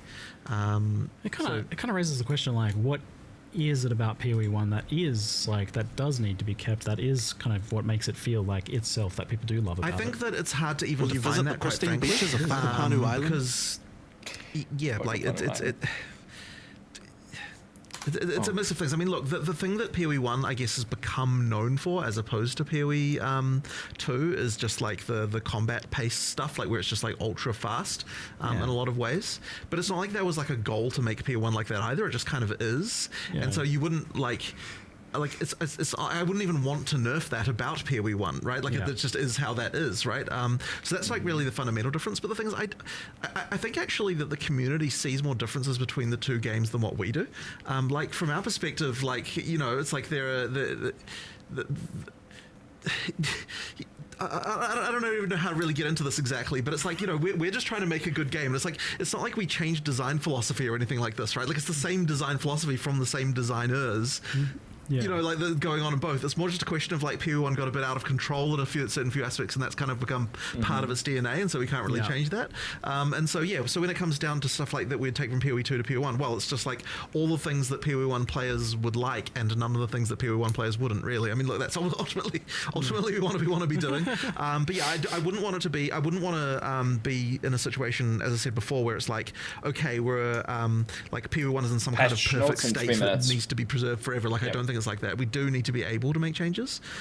So yeah, it's just a question of. I think a pivot with PoE2 out, and this isn't obviously black or white, but PoE1 is we always had a and this is still true. We still want to bring in new players, but I would say PoE 1 now, it's more important to us to keep the PoE 1 player base, the fans of the game, the long-term players, the people who love PoE 1 happy, as opposed to going, we need more new players, we bring people in. Whereas obviously PoE 2 is still now a growing game. There's a new audience available, that kind of thing. That's cool. So, yeah. obviously, we still want people who love PoE 1 to love PoE 2. That's the ideal world. But that being said, when we're looking at PoE 1, we're not going to try and do anything that's going to compromise what the fans love about it in order to bring in a new set of players at this point. I would say that's going to be pretty rare. So it's about making sure that the people who do love the game continue to love the game, and that's why you're probably going to see less in the way of some grand structural change to all kinds of stuff. Because, Okay, that's cool. If that change would bring in a Long bunch of live new players. PoE 1. I think making sure you have a good, popular game that people love will inherently bring people in, because people will see that positivity and be like, I'm going to give this game a try. Less focus on bringing in new, more focus on keeping the existing fan base happy. And whereas obviously with PoE 2, it's a bit of a different story, where we really did think we want to, there's a new room for a new audience here, there's room for a different audience, we want to make sure we get as many of those players as possible. What would it take to do so? But ultimately, at the end of the day, what that then ended up boiling down to, aside from obviously modernizing graphics, changing the feel of combat, honestly, the biggest change is just balance. I don't necessarily even think about it, I think, in the same ways. I'm not thinking I'm making changes to bring in new players. I'm thinking, what are the things that I want to improve that I think that we can't change about PoE 1, because they are somewhat would be impossible to change just due to the game field changing so much. Yeah. And so really for me, it's I'm on a 20-year quest to make the perfect ARPG, right? That's my sort of design thing. And it's like nothing actually changed between PoE 1 and 2 philosophically, other than just learning about some things and deciding, I want to improve things in certain ways. I do think there is a little bit of an assumption that a lot of philosophical discussions occur with respect to, outside of talking about dexterity and stuff like that. Honestly, most of it is just we're just kind of get real passionate and just start coming up with real cool ideas of shit that sounds cool that we want to deliver. We're not really having discussions about hey, okay, today, Jonathan, let's have a discussion about how many new players we can bring in. We don't do that. So I'm trying to boil down what we are. I'm trying to turn it into a philosophy, but the reality is the process is just how can we make cool shit? That's it. Cool shit that's fun, that doesn't compromise things in too thing of a way. Things people will love, things people will enjoy. That is the ultimate goal at the end of the day. As I said, making whatever the visions are of this infinite quest of making the perfect ARPG. It's always interesting trying to be how can what are the rules? What are we going to change? At the end of the day, it's just I don't know. We'll just continue to make cool shit, and that's just generally what we're going to do. And so I don't know. It's actually a little bit hard to try and decipher that down into a set of rules or something. It's I don't know. If it's cool, if it's fun, if people love it, then it's a win. And it's good that both games have a bit of room to breathe on their own, then, because you can preserve the things that do make PoE 1 its DNA. That's probably pretty good for objectively limits to early low bossing. Lots of improvements you can make to the game. Not bossing, but I do have an important question for you both. Atlas. What bonus should dexterity give you? Oh, jeez. You got a few hours? See, I know this is every time I come over here, I feel like this comes up. It's been going for a while, hasn't it? Oh, for dexterity. What do you get for dexterity? You still haven't solved that one, At this point, I just feel like nothing. Or just nothing. Nothing. Just vibes. We just call it we rename it to green attribute. It just does nothing. Changes to 217, they're just not doing the rework yet. Alright, so still not solved there. So you did mention that Asynchronous has come over to PoE 1. They are changing them, they're just not doing a rework. Initially I was like, there's almost not a question about that, because it went into PoE 2, it worked. Was there any problems in bringing it over to PoE 1? Not really, to be honest. I think it basically. The fact that PoE 1 got the gold already kind of meant that it can kind of work. The gold is a thing though. It is because of the fact that the gold is more scarce in PoE 1, more valuable for other things. Used. Any patch notes? Yes. Yeah. So we had to do a little bit of balance around that. been obviously, tackled but then. also like we do have to go through and assign gold prices to everything in the game, and obviously because PoE1 has a lot more different items and stuff going on, we did have to go through and do all of that. So yeah, it wasn't just like immediate. We had to consider. Well, hold on. People, the gold balance already was kind of like tight, like so. It's in that spot of like, some people are like, I want more, and you do want people wanting more, and so now all of a sudden there's this extra thing that's a cost, so we have to obviously account for that. What else was there though? I mean, ultimately, it's mostly just I guess the console. Yeah, so there's like the thing. So console previously had a kind of like trade board thing, which is made pretty much entirely redundant by this. So that old trade board is getting ported over into this system now. So that's we're actually deploying that. Just a fun fact. We're going to make a post about it, but we're deploying that a bit. The removal of that a bit early because we need. There's like a thing where we have to get rid of it before the new system is put in place due to just like database migration kind of territory things. So we're doing that like a couple days early to remove the console tray board, and then a couple days later 327 releases. So there'll be a little bit. We'll do a whole post about that, just about what happens to those items. You don't lose your items; they all get put in remove only We want tabs innovations and, stuff, and better I'll PvP. tell you for the PoE1 only players who maybe haven't tried it in PoE2 yet, it's been pretty I want phenomenal. to be able to switch main and mid fucking I think Australia's with my definitely whole like party a and massive fucking quality of kill life it. improvement. Very pleasing to use. Take It's all Timmy's portals away. We have a What bit if of my progress favorite we still need to here make and to would it. have fucking invaded It's got its kinks. Yeah, you get a I wouldn't want notification, people to think someone just else because it's has got it. porting that we're seeing it as perfect. Instant report to them and kill them. I know people have brought up having save searches. Being able to And if you log out, rapidly, it leaves like a control rust click corpse your on the control floor, right click your and you item to kill and take automatically all the loot search off. for that item. And we're getting that feature, right? I think they even maybe. Yeah, I'm talking about things that are in progress. That's actually wild that you're like potentially getting that. That's It's very. I know everyone wants. Is that going to be in time for PoE1's release? I'm not sure. I actually haven't followed up on the exact specifics of that where that's at, but if not, it'll just be mid-league or something. You know what I mean? Like we'll try as soon as it's done on both games, it'll get deployed. Since you're on it, was there like a reason why you can't now save items in like your sold items log to see what they were? Like I like that information to be like, oh, what was that sold for 2D of? But it doesn't. I can't see the remember, but it might have been that it requires storing the item.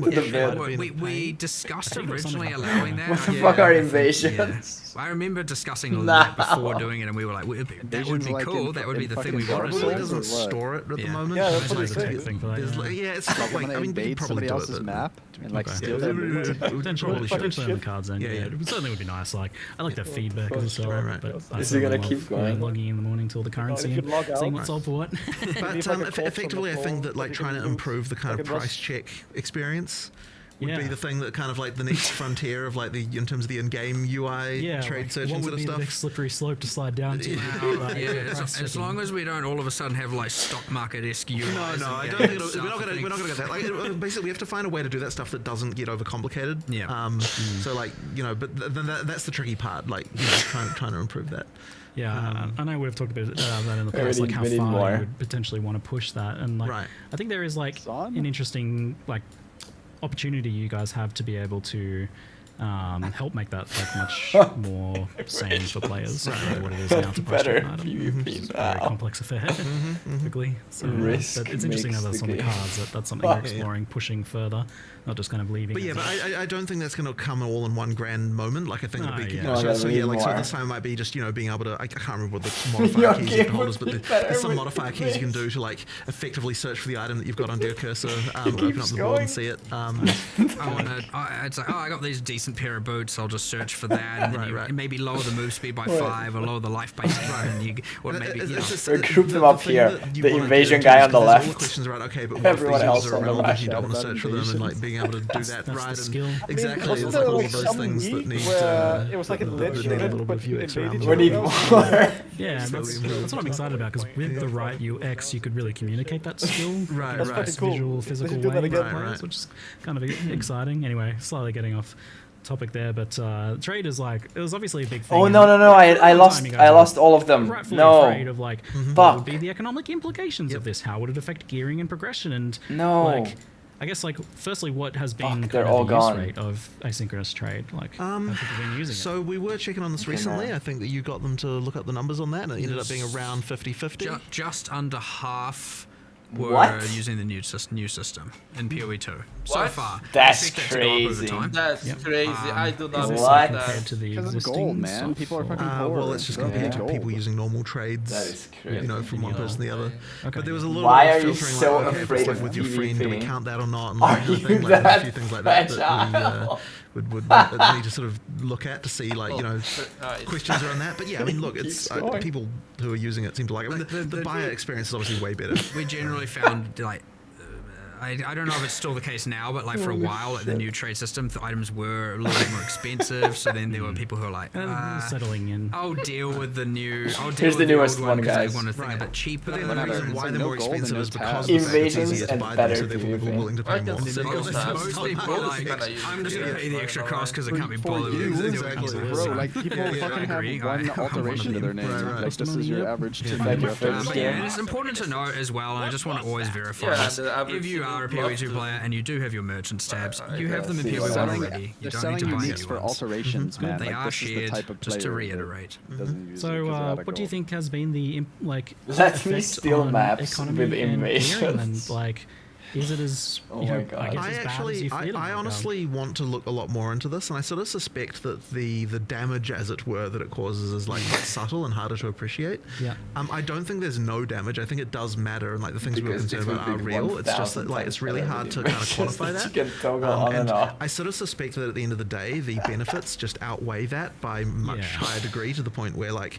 it honestly, you know, like we just should have just done it. It was the cost that needed to be paid. But the thing that you were just saying, right, is that like those kind of like mid items. Fuck, I like should have now started worthless earlier. kind of thing, There's and that is probably exactly so the many fear good that we had, comments. right? Like that's the concern. Yes, Jonathan was asking me before this, like what has been eating my a feeling of salad. like how it's affected my experience, and like I was saying, Invasion, I'm the guys. player who lives in Okay. that 5 to 10 C sale range, like Right. selling those items for 5 to 10 And k. that is exactly the fear that like introducing fast trade does kill the values there, and that like I mean Oh my that's God. that's a problem. Yeah. But the only thing I'm that's going to missing change so that is much if we increase content gold here. prices. Now, there's going to be an interesting dynamic with the gold and PoE1, and like we'll sort of be pushing C there. Vice Like, the we'll have to keep video an eye on so that for sure. small. But it's sort of also hard to know exactly what's going to happen with PoE1 as well, just because there's so many more items. Like there's so much more going on. So like maybe the breadth of the economy will kind of change the dynamics a little bit there. But it's hard to say. It's really hard to say.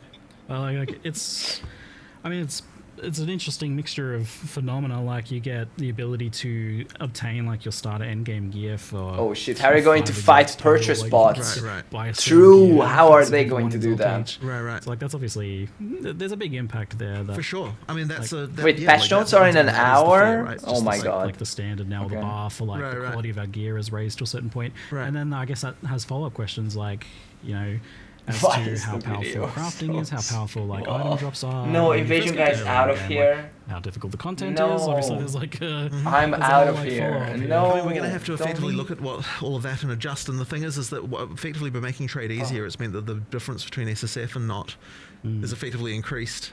And that kind of thing. Let as well. me There's some stuff there. But I mean, PvP going back to purchase PoE1, bots. I suppose,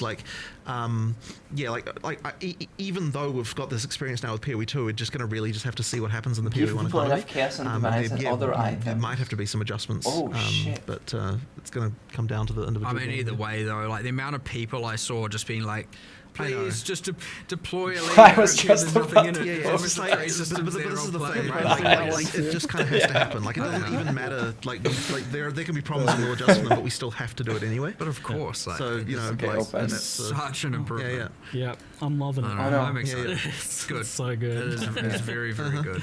But yeah, it's certainly going to be interesting to explore this. Like maybe like even next Q&A, like how it looks like if we Crazy start to to think see things over time. That would be cool, but yeah, that's crazy to think about, you know, like 10 years ago, 15 years ago, we're talking about releasing Breach 9 years ago.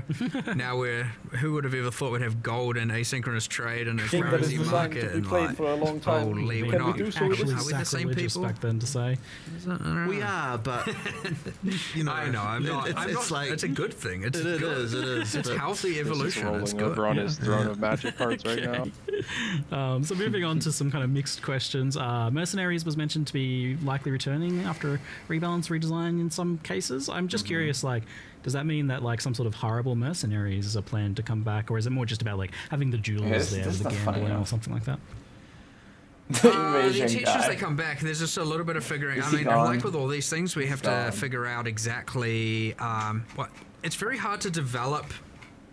We like to see how players think about it, find the bad things, find the good things, and all that. And it's very hard to develop how it goes into core straight away, because then you'd be working on that, and some things might change, and then you end up wasting a bunch of time.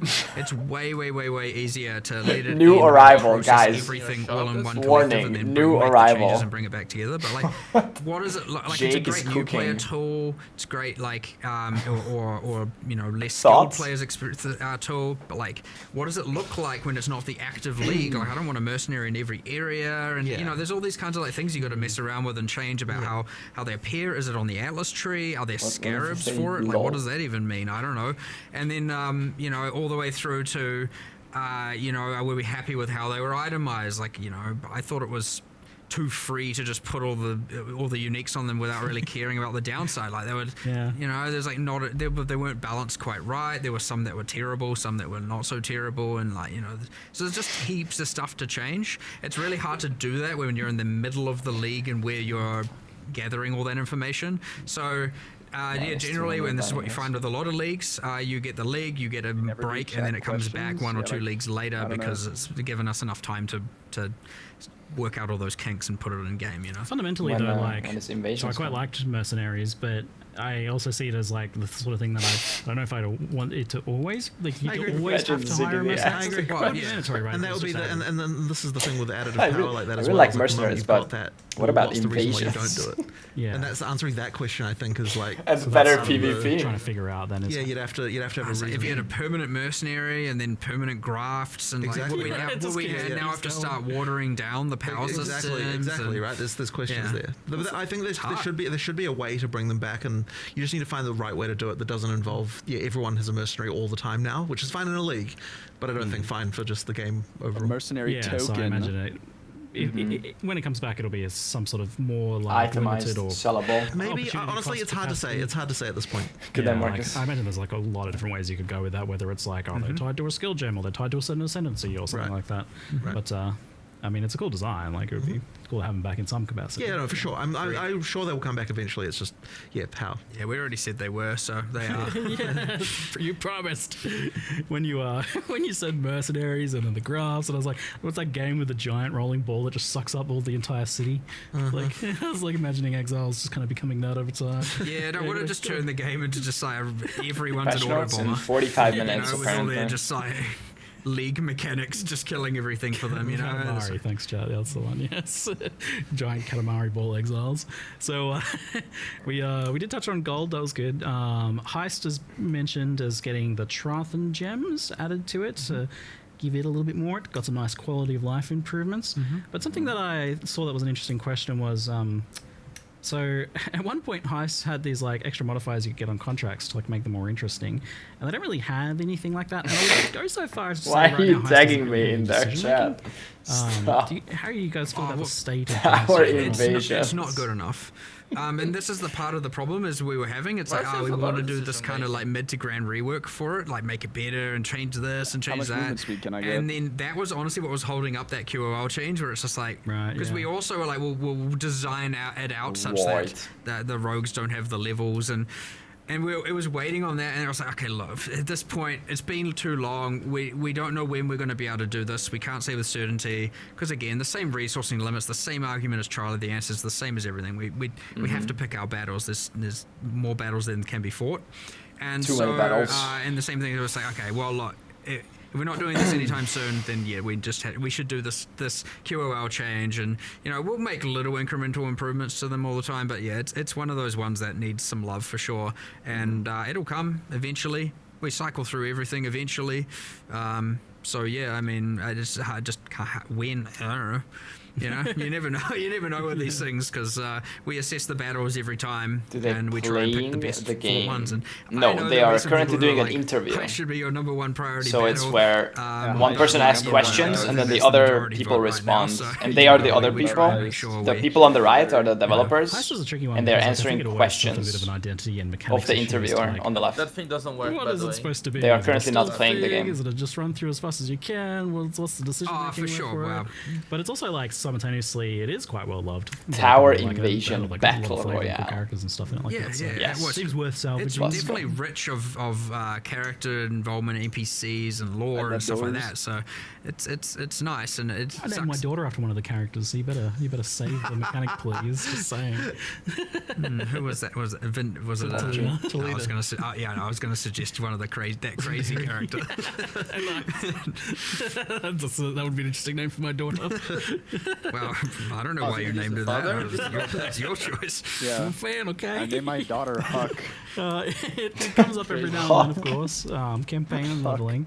And at one point, I think like Path of Exile 2 was kind of like the thing that people were looking for just to help save Little kind of courses. experience for PoE1. But obviously, it's a I super named game. my daughter Yeah, but you've done some nice improvements like adding new things and doing a few little streamlinings of earlier acts. Is this something that you're still looking to continue, especially with the context of you're saying that you're like not really beholden to trying to Battle seek out new Tower players in now, front so it of might not be trailer. as important as it once was, but I would argue it's more important. Interesting. Because those campaign changes are what helps it keep fresh for people who are replaying the game. True.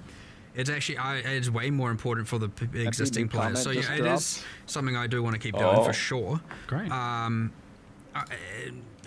liked the adding things, like different things happening in different zones, and you can kind of restructure some of the areas a little bit and add a little thing here and there. I like doing all that for sure. So yeah, I would expect to continue seeing things. I don't think we have anything particular in 327 for that, but I don't know where it came from. at some point we'll certainly be doing some know things, where and we'll try and keep that up pretty As a consistently. game developer. Now your MTX costs more for Every year you get a certain What if we invaded set of Poland, them and stuff like guys? that, Think just to about help it feel a bit Listen, fresh. it's not punishment enough to be born in Poland. We also have to I punish also them like in the video things you games. just get to integrate like some other random league into the campaign The somewhere in a Polish few areas. does It's in like Poland. these areas are being overrun by X or something. Like, that's the same it guy helps it from feel a little bit reality. cool, and that the world is changing, and it's not just this Oh, yeah, it static is. thing all of the time. So yeah, I like The geo block. mechanics into the campaign that you've been doing in PoE2. Now I wonder if I should put it on the invasion side or not. Which side does this It's go a good on? way to introduce that stuff to people over time as well.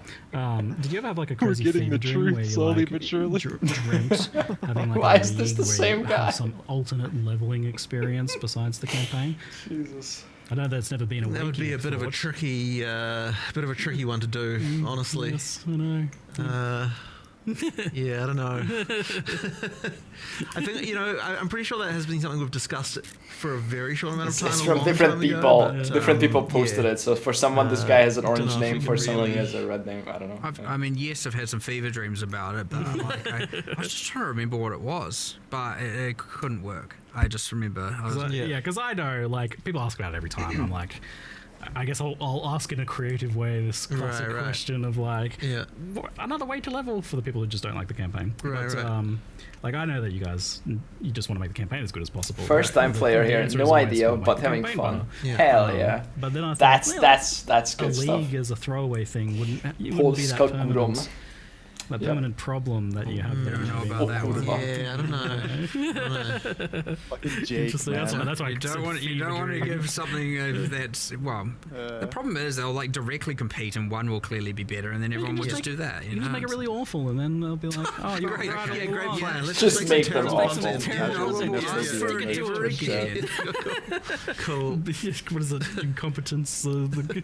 Yes.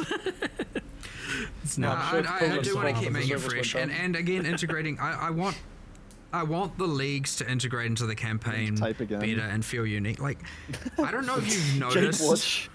Jake Watch. It is a thing in PoE 2, and we're going to start doing in PoE 1. every single area for Rise of the Abyssal has a guaranteed drop that drops from the chest. Yeah, it's great. And I don't know how many people actually know this. I know it's not a secret. The eating a salad. Yeah, and then like I think like for example, the Molten Vault in Act 3 has a guaranteed unique drop for the first time you do an Abyss there. Yep. And so you get to that thing where you get to like, yeah. and I want to make sure we're going to do this system in PoE 1 by the way with Keepers of the Flame, where you get like a kind of extra handcrafted guaranteed drop that we pick for each area in the campaign. So there's a little bit of like, what's it going to be in this area, and so, it'll help ideally if we do our job right, not just like be like, I'm going to skip every single area, get to endgame, and then care about it, which is still a fine strategy, by the way. Go for it if you want. But yeah, I don't know, maybe you'll second guess some of it now and you work out what areas you want to do. You know, I like that, but I want to make the active league feel more important in the campaign as well. So as much as we can do to strive towards having that be the case is always fun. I obviously understand though that like when you're insanely an accelerant player, you don't need it, right? You can just get to endgame and then deal with it. You might not want to sink the time, but like a lot of people do want to engage with it. A lot of people want to play the new league in the campaign, and sending us from Slovakia. We should take every motivation we can to try and make that happen, and that way the campaign can feel more enjoyable. Much love. Not just to be seen as a thing I need to get through, but there will always be a bit of that, and there's not really much you can do about it. So it's really the fight to keep it as feeling as fresh as possible, and with heaps of stuff going on. But it's part of Hungary. It is the motivation of why we do leagues in the first place, right? Especially Poland. You want to come back and have this new thing thing going on they're in the going world. to geo-block them. Imagine if you came back and there wasn't even a league. You know, imagine you came back and it's like, okay, there's some balance changes, but like, what else is going on? You know, so.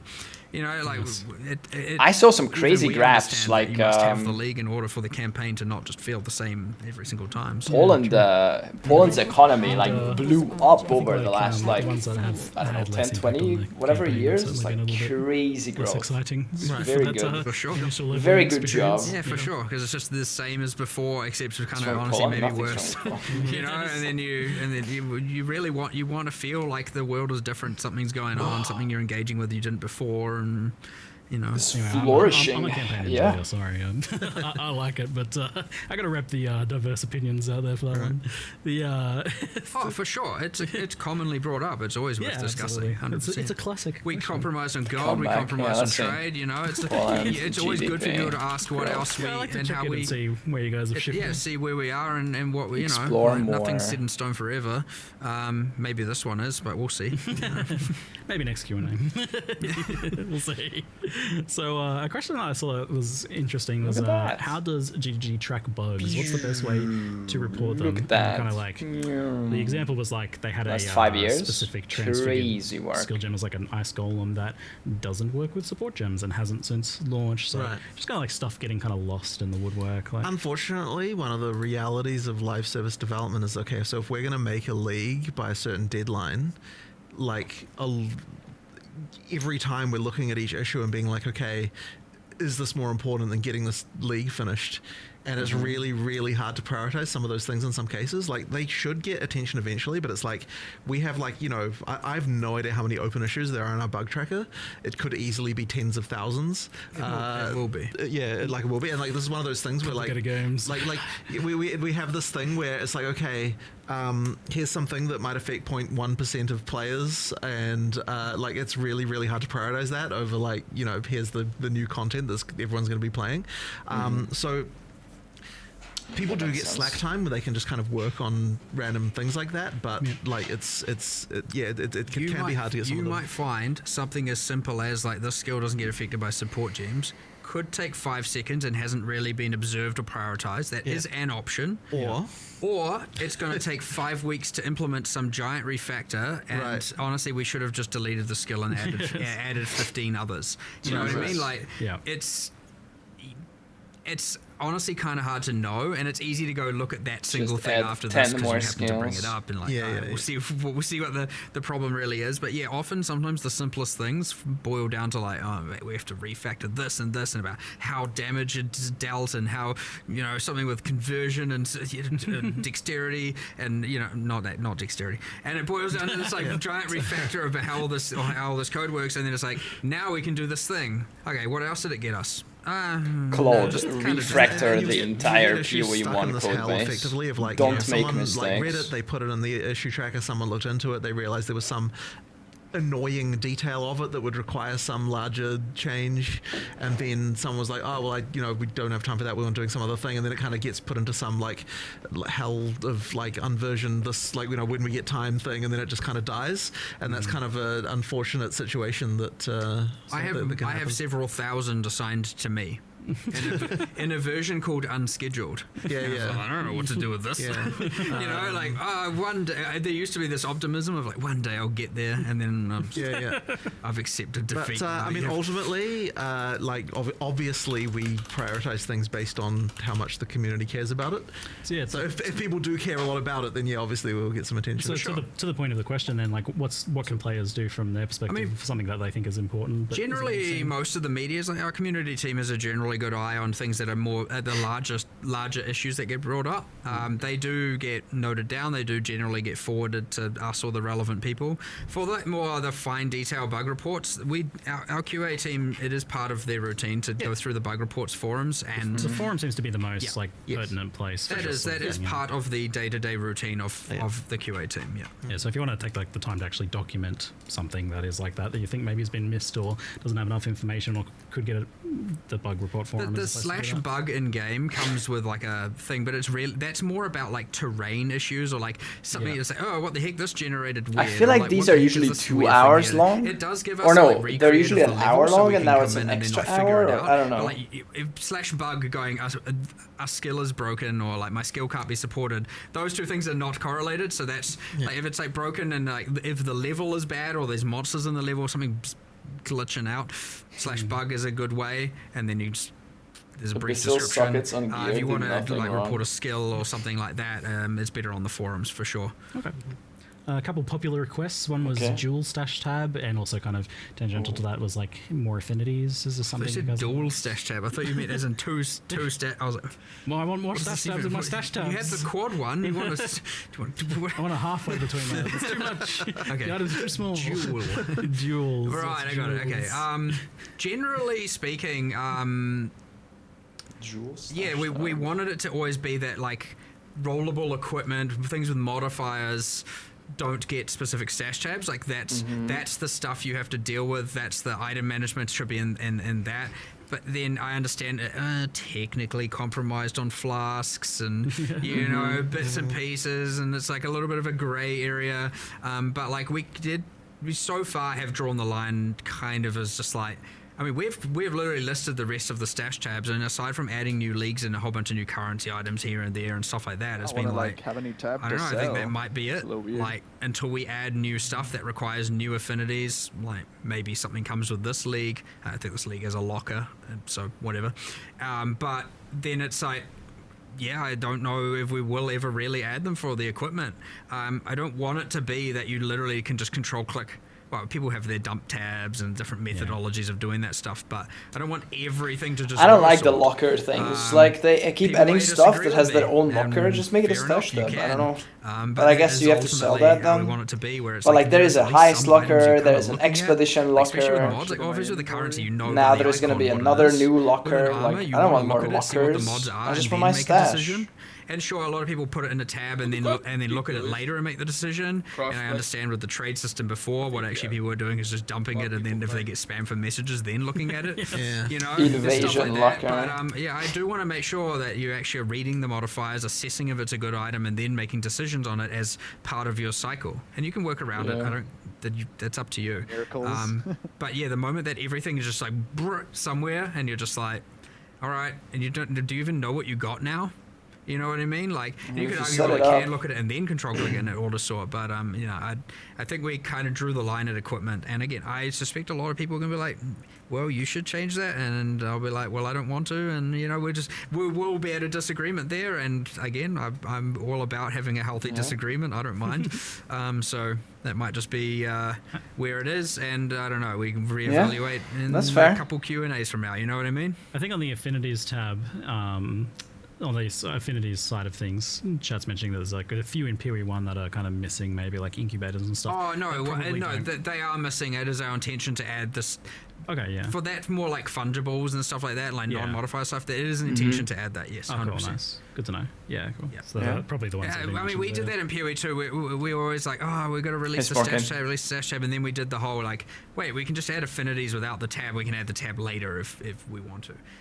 So we still need to go through PoE 1 and add some affinities that aren't that don't have stash tabs for sale. Thank you, Yangtze. So yeah.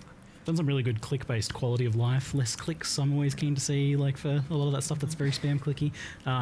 Something that was asked was the idea of consolidating harbinger shards in particular. Seems like it's pretty painful to farm for people that enjoy that, but you know, can only do it for a brief stretch. And Octavian was saying there was something about that happening. I think we did do something with that, and yeah, it came up when we initially were speccing all the QOL changes and like things that are just like easy wins and improvements. It came up. I just don't have 100% memory recall on if we decided to do it like now. It might actually just be in the patch notes. I don't know. There's like 50-50. It might just be like already like. I think what we do is drop less of them, get rid of some of the bad ones, and drop more of the good ones, but like fewer overall stacks. You know, higher more in the stacks and less of all the pitter patter that you end up kind of filtering out anyway. So hopefully we did that, and then it's in. If we haven't, then it's very clearly on the radar, and we'll come to it. Cool. Such a funny thing to this, hear. so you had this thing. It was like, what? We need 10 quality of life improvements for each Developing update, like 4 right? games. Like bare minimum. Yeah. I like this. It's been paying off. I think it's. You get those nice little teasers. I'm pretty hype building in the lead up to it. And I'm like, oh yes, give me that quality of life. It's very important for a game again with so much replayability and people coming back and playing that you just start you remove a lot of this friction. You don't want to obviously make it frictionless, because some of the fun comes from a little bit of friction here and there, and in some regards. But like, there's things where it's like, you know. Yeah. This obviously doesn't need to be this way. It's all the little things that erode your enjoyment of the time. Yeah. And honestly, there's a little bit of a time factor to it. It's like the longer it's been in, the more like it's like, okay, at this point, come on now. We've added some other like friction and something in some other way here. We can take away from some of it over here. You know, you don't want it to become a spreadsheet. For sure, but at the end of the day, you don't want it to. Some people do. As we add more and more features, more and more content, it's going to.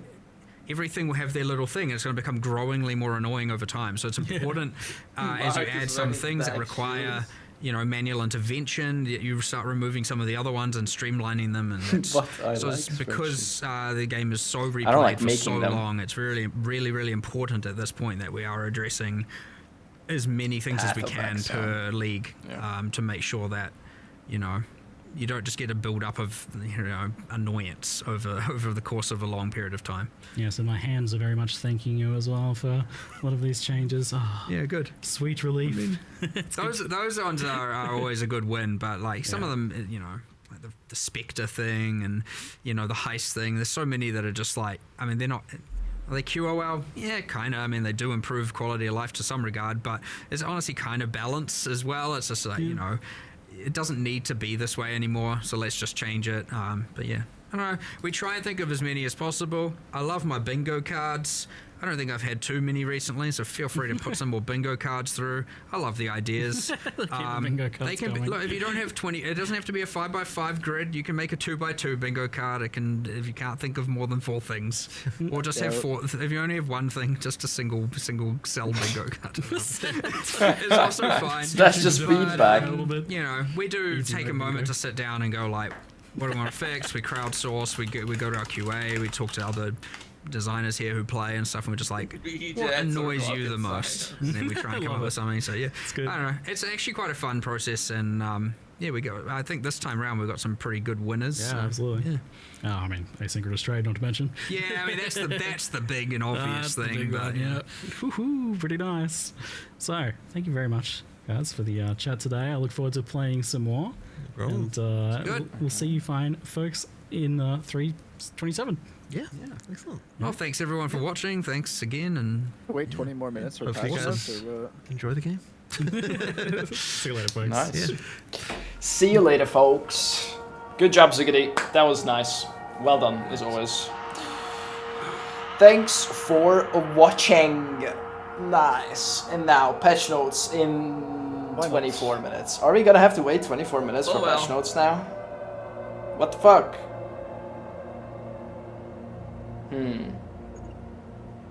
What's the, like, okay, I have a question, like, if you're doing, like, a league start and you have a fucking trader, what is the strategy for, like, trading day one? Because, like, wouldn't you, like, normally you're, like, doing chaos recipe, but is it not potentially better to just, like, mass pick up, like, 1 bajillion items and, like, mass list, like Like a every million fucking rare rares? you, like 1 billion rares you pick up for, like, 5 or 10 C or whatever the fuck?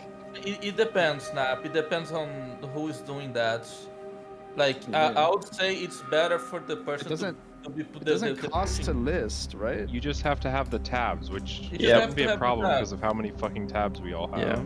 I thought it only cost gold to buy. Am I stupid? That's correct. Yes. Correct. Yeah, correct. List for free. List for free. You just need to be able to unlock it, which is Faustus Act 6. I would say it would be better for the people pushing to be, picking up those random items to list. So the question is, is it 10 items for a gear set? Do you make more than 2 chaos consistently from IDing those 2 sets of items? I think the answer is absolutely yes. We've never done it before. Yeah, because this was never in the game. Right? Like, I'm gonna have to buy like 7 fucking quad tabs and just like fill my inventory with trash. Well, there's no quad tabs. There's no quad tabs in the shop. It's I'm gonna regular have to only. buy 700 700,000 tabs. Yeah. Oh, Humanity set each price? Yeah, but like, you just blast it. Like, you literally list thousands of rares. It's like last epoch. You list all your idols. Yeah, like. If you ever have downtime, you just go back to an old tab and reprice that down. Yeah. Take the chaos away. Can you price the whole tab or no? Not yet. No. One by Oh one. my fucking god. That's why I don't think this is actually feasible. Snap. Yeah. You have to do every single item. It doesn't matter. You just list everything 5C, 10C. Yeah, just go to Yeah. So once you list something, the game remembers the last price you set for listing something. So what you do is you just control click in and then enter and to confirm that that's for the last price. So spamming for the same price is pretty easy, but like repricing everything is still like you have to right click it. Like let's say it's 5C now, it's for 4 enter. Next click, right click 4 enter. Next click 4 enter. Or I think it's gonna remember, right? The new price? No, repricing you have to type in the new price every time. The listing is easy, repricing is harder or more cumbersome. So literally just 10C all, bro. Just like Yeah. 1 billion items. I really don't think it's ever worth your time to like actually price an item. No. Oh, For sure. We're producing so many items that your whole job is just listing things at a price, whatever that price is we decide. Like 5 or 10C, literally, and just list thousands. Unironically, like you're just I the think machine. it might be better. Yeah. Yeah, I guess we could do that with like, I don't know, any life and res and just put like a 1C. No, I don't even think you look at it. I think you pick up the good bases and like just identify them with the mass ID. Don't even look at the items, Bazooka, and put them up like 5, 10C. Like yeah, because the thing is, like, it's you have no choice to chaos recipe at that point anymore because you identified the item, so you already like forfeited. So if you're identifying, you just list without looking. Like if you even Bazooka, yeah. 2C. Imagine listing 1,000 items for 2C. Like you don't even need wisdom scrolls. Like it's actually super easy to do this. This sounds really good. You just need the anyone tabs. know the gold and I think I have like 13 marketplace tabs or whatever they're called. So we don't know, but they did that for PoE too. Like they went over like different types of items, and like every tablet is like 5,000 gold ish, or like 4,700 to 5,300. Every rare item is 10,000 or 7,000 gold or whatever, and then the eye level goes up, like the base is better or whatever, and then it's more expensive, I think.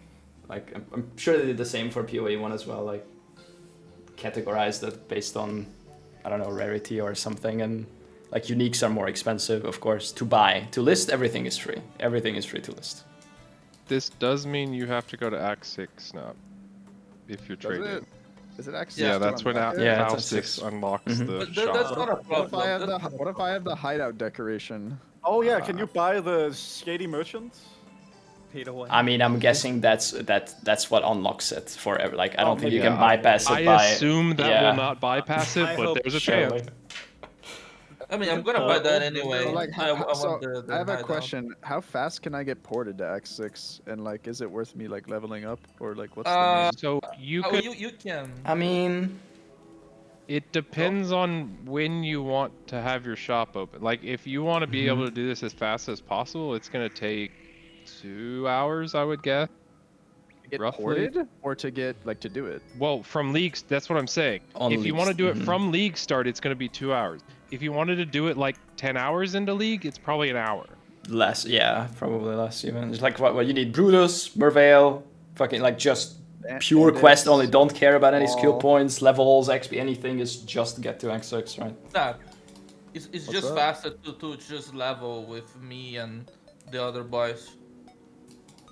You'll be I don't even know literally what done the in group like is. 1.5 hours. Yeah, just hop out in X6. I was hoping the shop would be unlocked right away, so you could like buy 4 links half an hour in. I mean, you can buy stuff. Yeah, but Well, other people have to list it with the old things just system. aren't listed. Like you can still list, but like I don't know how many people list 4 links like 20 minutes or 1 People hour gonna into the league. Stop at Act 6 and go, oh, let me list all my 4 links. And not just list, then you have to then stop your progression and sell a 4 link for a 1 And alk or those whatever. people are Those the ones people are that are the not. slowest to get to Act 6. So it's like, the items just aren't going to be there. yeah, because if like we could just pick up everything and just throw it into the sell tab and just it gets auto listed like that, like. Yo, so you know what that means? It means you're not forced to level a Scion. You can just pick a fast class. Ooh. He's gonna level Scion for nostalgia. Just for fun anyway. Lightning trap Scion to X6. He doesn't know any other class. He might be fastest on Scion. And I played fucking Necro for like 6 years as well, but you know. That was 6 years ago, though.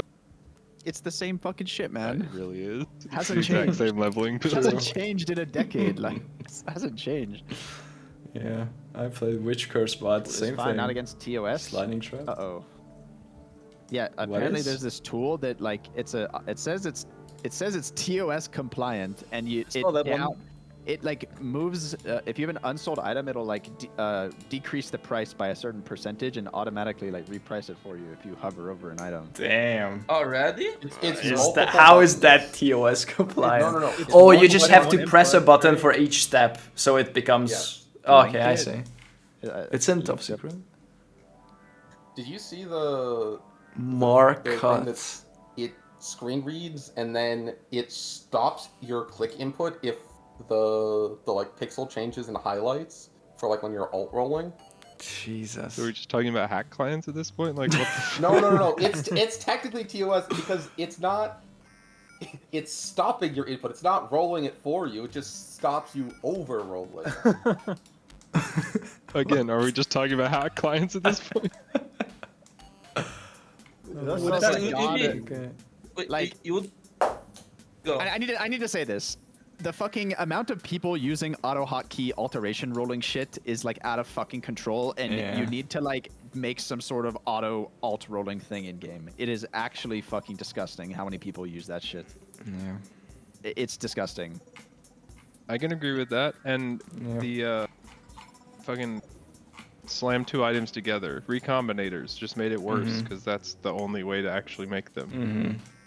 Yeah, and then you fucking load up your thing, you press a button, and like your perfect cluster jewel is rolled for you in fucking 2 minutes. Like There was some random ARPG that came out like last year or the year before that had like auto alt rolling.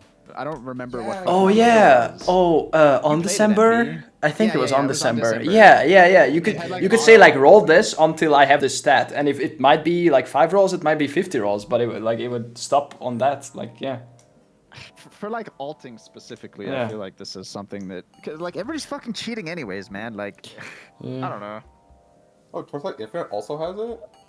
Oh, did they add that recently? Yeah. Because I remember watching my friend, like, he was spending, but, like, they do it for, like, anything. You can just, like, spend the Exile or whatever and just, like, spam until you hit the thing. Why they removed alts from PoE friction? Yeah, okay, but like, bro, No, everybody's but they fucking didn't. But they everybody's didn't. cheating. Though. They didn't remove. Yeah, alts it's from cheat. PoE2. Shark Eye, why are you telling me that there's a Sorry. website for auto crafting tool? Of course there's a website. There's a website for map hack. There's a website for everything. Doesn't mean it's TOS compliant. Like it's fucking cheating. There's no imprinting system in To like PoE2, roll so an it's item being with blue. one button. It's like What the fuck? The only thing that matters is I don't the- care if there's a the website. perfect reroll, right? Of course Like, there's a the only thing- website. It's very accessible. Yeah, usually cheats are incredibly accessible because the cheat makers want to make money. Yeah.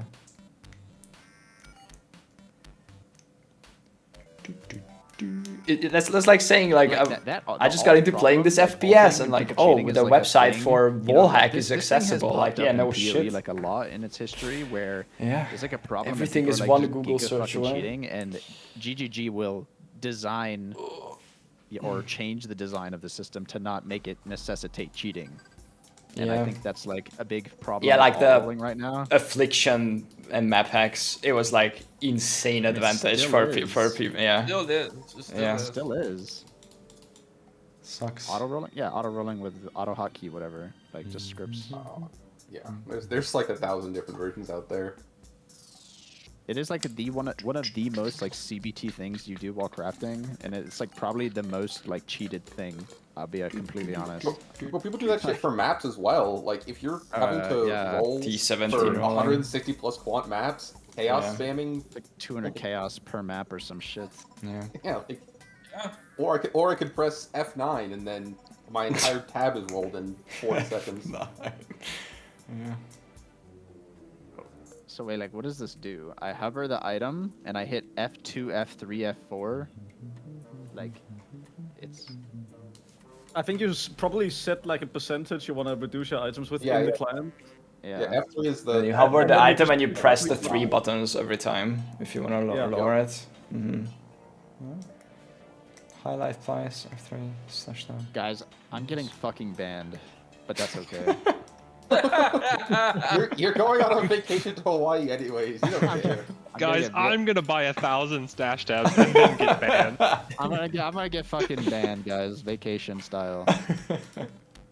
Guys, I'm listing every single item we pick up. You can't stop me. This is the new chaos recipe. Every item is listed. Oh my god, new countdown just dropped, guys. 7 days. Do rotas now. 20 Yeah, hours. you just Unironically, get we some rot- form of gold. Rotating, How do you getting get banned. gold the best way? Is there like some? Uber Well, strat for I gold have a farming? video for you, Evan. Oh hell yeah! Okay, Yeah, Evan, I mean, have the strat. On day 1, each of you individually go into Blight, and then you call a trader in at the end, so we can leech the like 20,000 gold from the pump explosion. Yep. Pump explosion is pretty good. And then you just put in some scarabs that like help with magic pack size and stuff. But like any good amount of magic monster strat will give you like an insane amount of gold. Magic and rare, like all of our stuff is really good. Blight is really good. But traders just are not cheap characters. blue scarabs. Yeah, I mean Blight is the safe if you just grace for the pump explosion.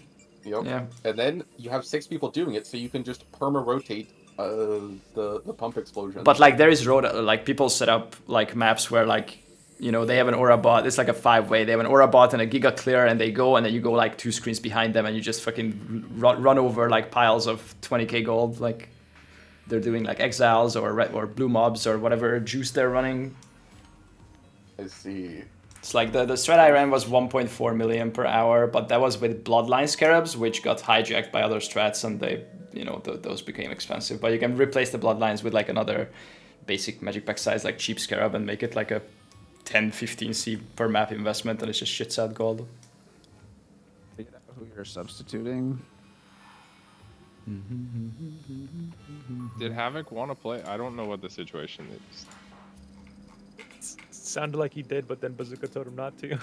Yeah, I don't understand that. Bazooka pings him and says, "Come play." It was Mana. He's just memeing. It was my idea. And then you sabotage your own idea. You're ruining it. What the fuck, man? Well, wow. That just means if you want somebody purchasing stuff, they need a complete campaign, no? Because they need to be able to enter maps to get shit or get gold. Yeah. Can you get gold in Heist? The seller has to go to Act 6, and the buyer has to complete campaign. Heist is like pretty bad gold. Like you can, you know, you get a little bit, but it's like all can go territory, and it's like not scalable. Why can't you buy things if you haven't completed campaign? Need gold and like being at like. Can't you just sell items? Act 6. Well, You also can still ping people on trade that list items normally. There's no way we're gonna be doing this selling fucking gold strat. Wait, right? that's PoE 2. That's I mean, you can. the wrong game. I don't think you sell for scrolls in. Yeah, you sell for scrolls. Yeah, wrong game. Yeah, they don't have that. That I don't know. I strat's feel like insane in PoE 2. We just The 3-man group is actually 3 blight runners that funnel gold to the traders. You don't need to do that. You just need to be picking up shit to sell. You don't actually need to buy a lot of stuff day one, I'll be fucking honest. Actually, and that's like true. as Yeah. like Jonathan and Mark said, only 50% of the players are using like the fucking insta buyout shit. Yeah, So like, and so you just ping people for the normal item. It's because they Which don't. I think is One like alk, 5 alks. I don't know about that. If I believe them, to be honest. No, If you why would they lie? What the fuck you? Yeah, what the fuck? I don't think they're lying. I just think they don't have the correct info to say that properly. I think like maybe. Like, yeah, maybe this includes the day 1, day 2 rush of like people who have no idea what they're talking about, and they list 3 items for 1C, and they never log back in, and that's like a player who used the old system versus someone who played 2 months and listed 5,000 items on the Insta sale. Like, I don't know. They need to phrase that like exactly what they mean. He also like said something about like trading between friends and shit. You know? Yeah, like, do they include 2 people just playing together and like trading each other items? I don't know if they have the accurate data. That's what Well, I'm he saying. said quantity of players, right? Like that could just be. Yeah, quantity of players could be like completely useless But data does versus that like. include the SSF players? Does that include like what does the number include? Who is this that's interacting with the trade? I'm pretty sure he means items traded through automation on that, and items traded player to player. That's all he's looking at. That is mind blowing if that's a 50-50. That would blow my mind. I would have thought like even on a first league it would have been like 80-20 already. Like who wants to list and then be online to sell and then buy just to save like 10,000 gold or whatever? Like I don't know. No, But I mean, apparently no, it's 50-50, but yeah, we don't know. Bots are inflating that number by a lot. They're trading between their accounts. Yeah. But I think it's also just like a lot of people like, oh, I only bought, you know, a couple premium tabs. Like, do I want to have my only? They just premium list tabs? their best stuff on like, oh, it might even be number of items listed, and maybe people just have these dump tabs with a price on them, and now there's 200 items for 1 div each in a dump tab. Like These numbers mean nothing. Yeah. What they said means nothing. Yeah, moving on. Yeah, that's what I mean when I say I don't believe it's 50-50. Okay, yeah, that's fair. Listen, now you said you believe that. Oh, one sec, chat. I have a. I didn't say nothing about Okay, lying. I didn't say nothing about lying, okay? I just said don't believe them. Okay, fair enough.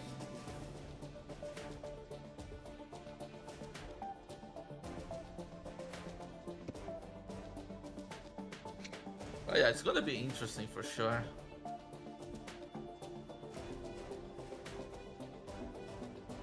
People are already dooming about the nerfs on Reddit. The nerfs to what? We don't know. They don't anything even know. They don't. They're just dooming, just random dooming. This is like classic Reddit nihilism. Yeah, just go on Reddit, just post the people just doing about the nerfs.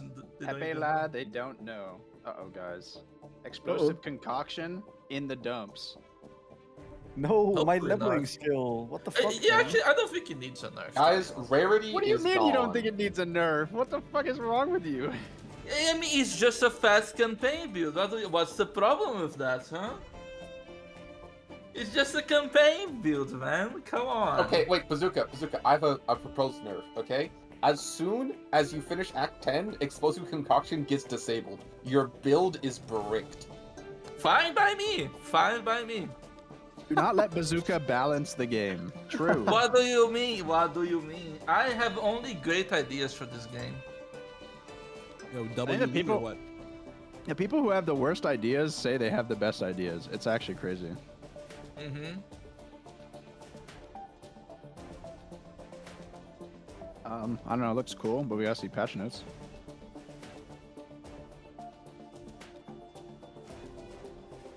Guys, don't nerf bottling exiles, please.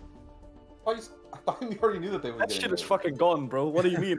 Yeah, get the fuck out of here. I thought you said on stream last week that that shit was getting gutted.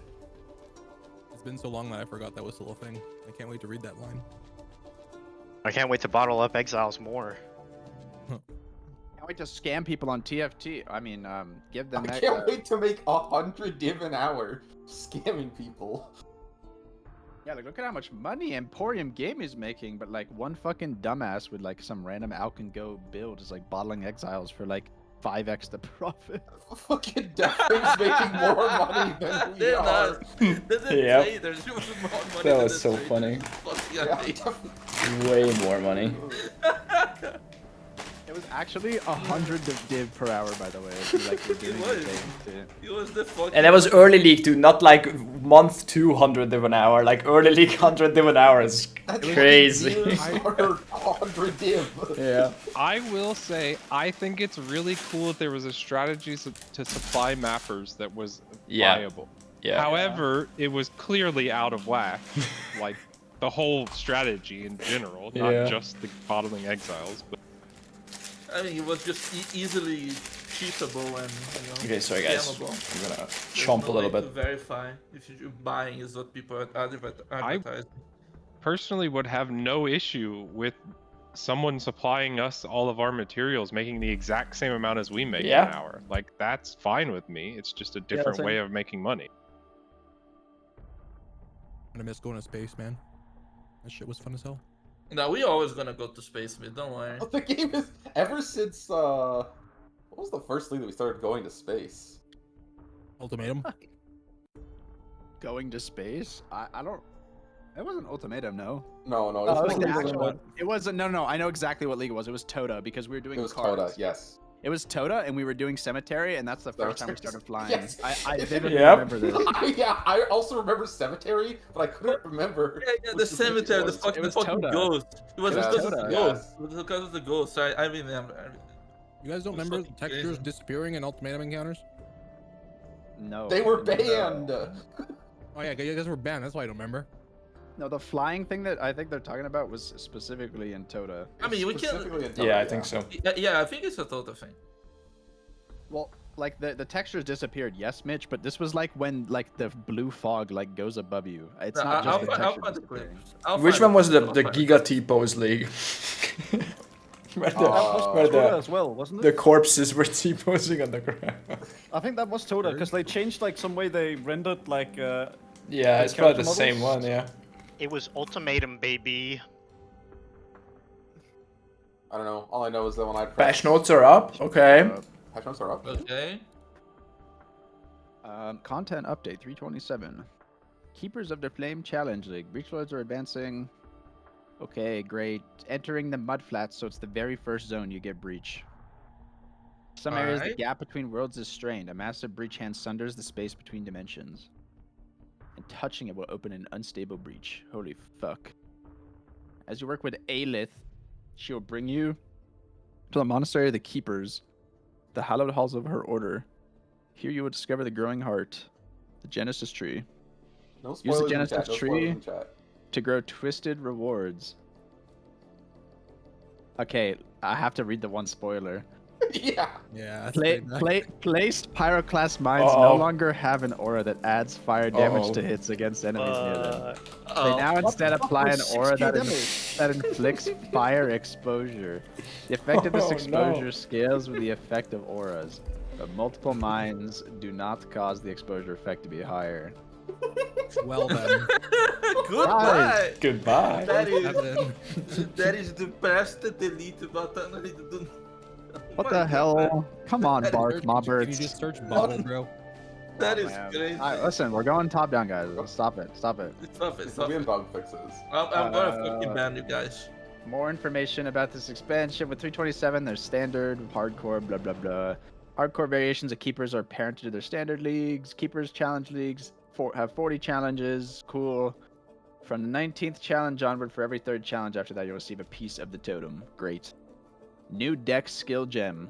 Conflagration. Fire arrows into the air that will rain down on the targeted area. Deal fire damage, or area damage, on impact, leaving the arrow stuck on the ground. If you move close to a stuck arrow, it'll explode, dealing area damage on impact. And applying fire damage over time debuff, as well as causing other stuck arrows in range to also explode.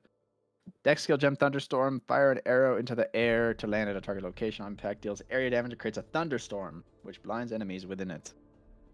Entering the thunderstorm will cause it to gain stages, and leaving again will cause it to dissipate, leaving the storm, while the maximum stages will cause it to explode, dealing damage and triggering thunder bursts. You must use the skill yourself. It cannot be used by totems, traps, or mines.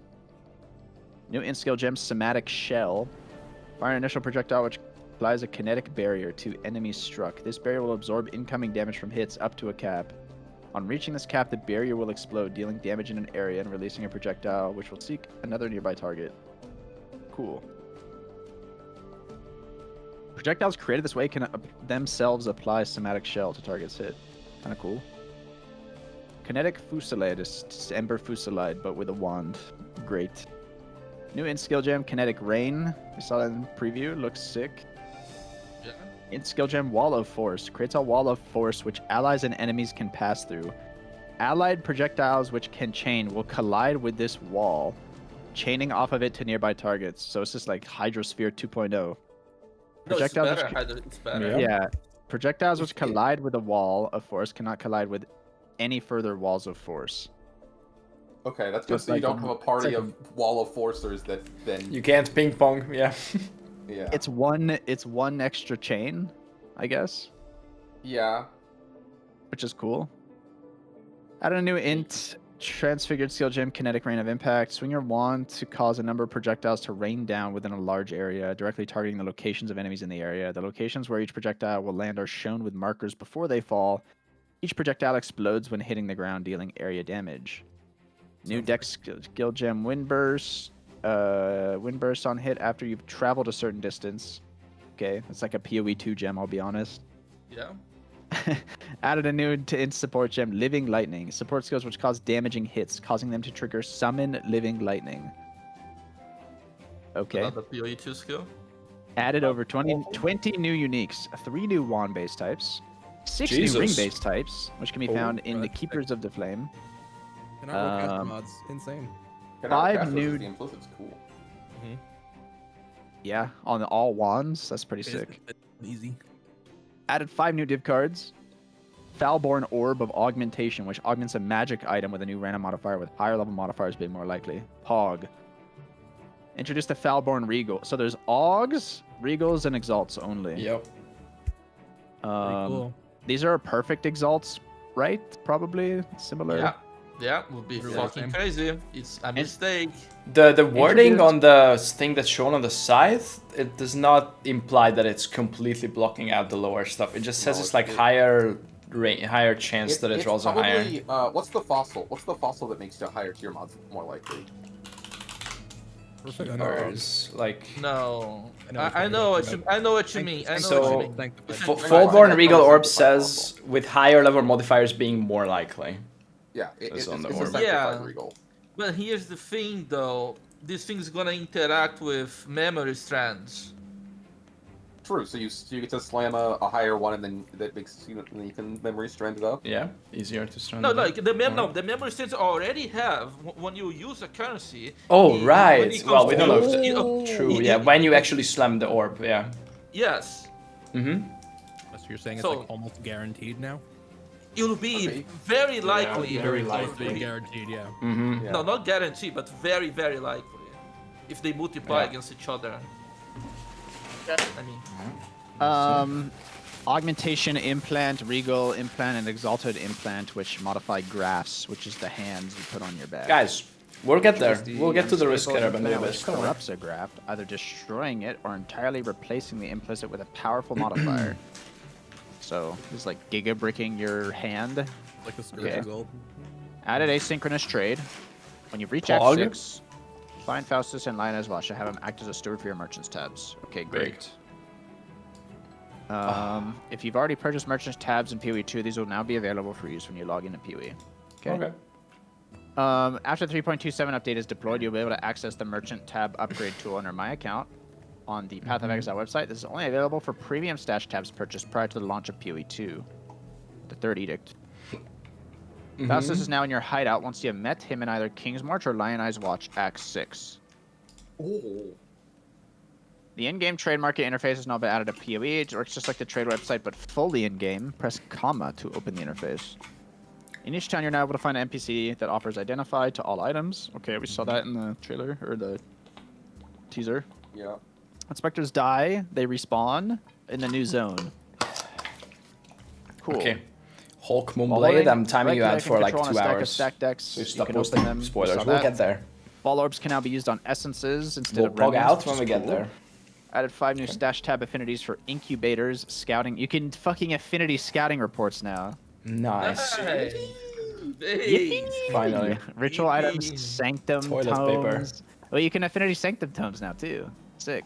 What about the coins? The fucking. What about sand? I mean, you can already do that. You can already do that. Oh, you can? Oh. Yeah. Yeah, you have to tick the thing in your heist locker to do that, I think. Added a new tab in the fragments special tab for betrayal fragments, which houses the syndicate medallion and the all flame embers. You're now able to fully refund your passive tree with one click. Refunding the others' passives can now be done with gold. Added native Apple Silicon support for macOS. Continue to incrementally improve the sound art, effects, and environments. Added Bloodline classes to the base game as a new means of character customization. These are secondary ascendencies which are unlocked on a character-by-character basis through defeating specific endgame bosses. Bloodline classes can be paired with any ascendancy classes and are allocated with your normal ascendancy passive skill points. You can decide how many points to allocate to your original ascendancy and how many to allocate to your bloodline. There are 10. To unlock your bloodline, hunt down the endgame boss whose power you desire, defeat them, and claim your power for yourself. Jesus. Endgame changes. They only shown 3 of these. Reverent traumatic fragments, which can be used to access new Uber versions of the bosses that were added in the Echoes expansion. These new fragments can be obtained from tier 17 map bosses. The total number of Uber fragments that drop from these bosses has been increased, such that the total number of old Uber fragments you are getting remains unchanged. Feared Maven Invitation now requires Cyrus and the Incarnation of Dread to be witnessed instead of Chiyula and Adziri. Oh. What's Incarnation of Dread again? Wait. That's one of the new ones. You don't get Chiyula items anymore from doing Feared Rotas. That's actually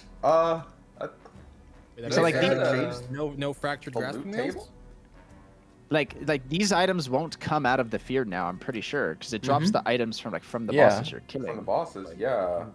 So you'll Which be means getting... there's gonna be more Cyrus items and more orbs. Hopefully the new memory orbs, right? All the 3 new bosses drop the new memory orbs, so this is a new source of memory orbs because those were really rare, even in this league. And then that means all the grasping nail mods are fucking gone then, right? Because that was the main Probably. source of getting the fracture. How are you getting high the whole? I mean, you can do T17 breaches, I guess. Yeah.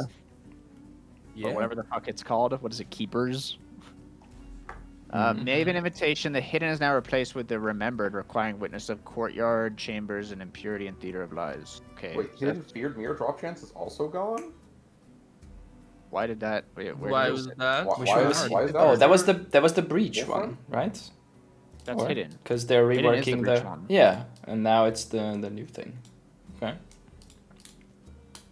Tier 17 map modifiers now grant item rarity quantity and pack size at values similar to red map modifiers, except in cases where the item rarity, item quantity, or pack size have been specifically augmented to be higher. What does that mean? That's a nerf. Okay. Currency and shit is gone, man. I don't think. I don't think so. I think they're just like normalizing the T17s to be more closer to T16.5s.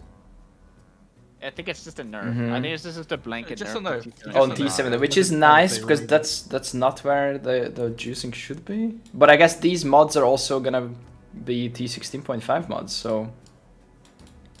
I have to see the specifics on this one, but this is like a pretty substantial change. I'll be completely honest. Yeah, I'll reserve judgment until I see the numbers, but that seems like a pretty crazy change. Yeah. T17 maps can now sometimes be corrupted to have 8 modifiers. That's fucking W. That's an F. No, that's an F. This is an F. This isn't It's an L. Imagine rolling your fucking T17 map, you volley, it turns into a bunch of garbage, and it's like you have fucking cock and ball torture for the next like 20 minutes. Bricked. Like, it's just bricked.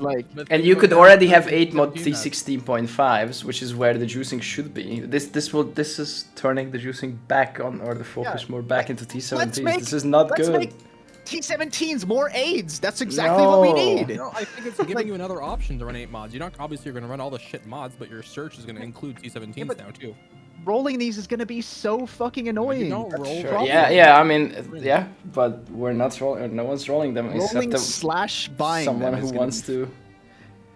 Don't worry. No, buying them is Omega lol. Buying them is Omega lol. You put in the fucking filter, you click the button, you warp there, and you take the map out of the thing. Exactly. Like buying them is really easy. It's T17s as well. Like you're not just buying T16.5s anymore, which is fine. It is increasing the pool of maps you can that's run, like 8 more juicy maps. Yeah, I guess so.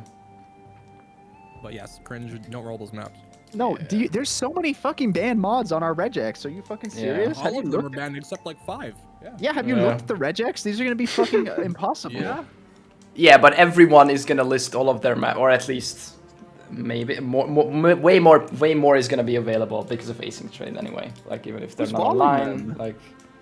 But this is the same type of people who do the sextant trollers or whatever. They're gonna roll 4 quad tabs of maps and then list them. They can drop corrupted too, bro. Don't forget true. that. That's true, Bazooka. The scarab of corruption is probably what's the map. A lot of these. Yeah, the map farming strat where you like just put in only Carto scarabs, like all the combos of Carto scarabs, and then you just print a bunch of 8 mods. Yeah.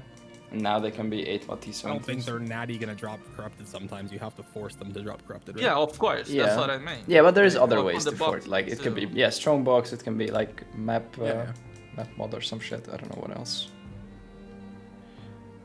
Scarab Edifice no longer causes abysses in an area to spawn hordes as they try. It's just no longer does that. And instead now causes abyss pits in an area that do not lead into abyss depths to spawn an abyssal trove that will spawn a minor Stygian. Oh my god. That's just sad. What the That's fuck? just sad. Oh my god.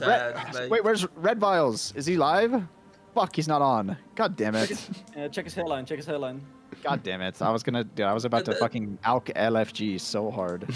That is so sad, man.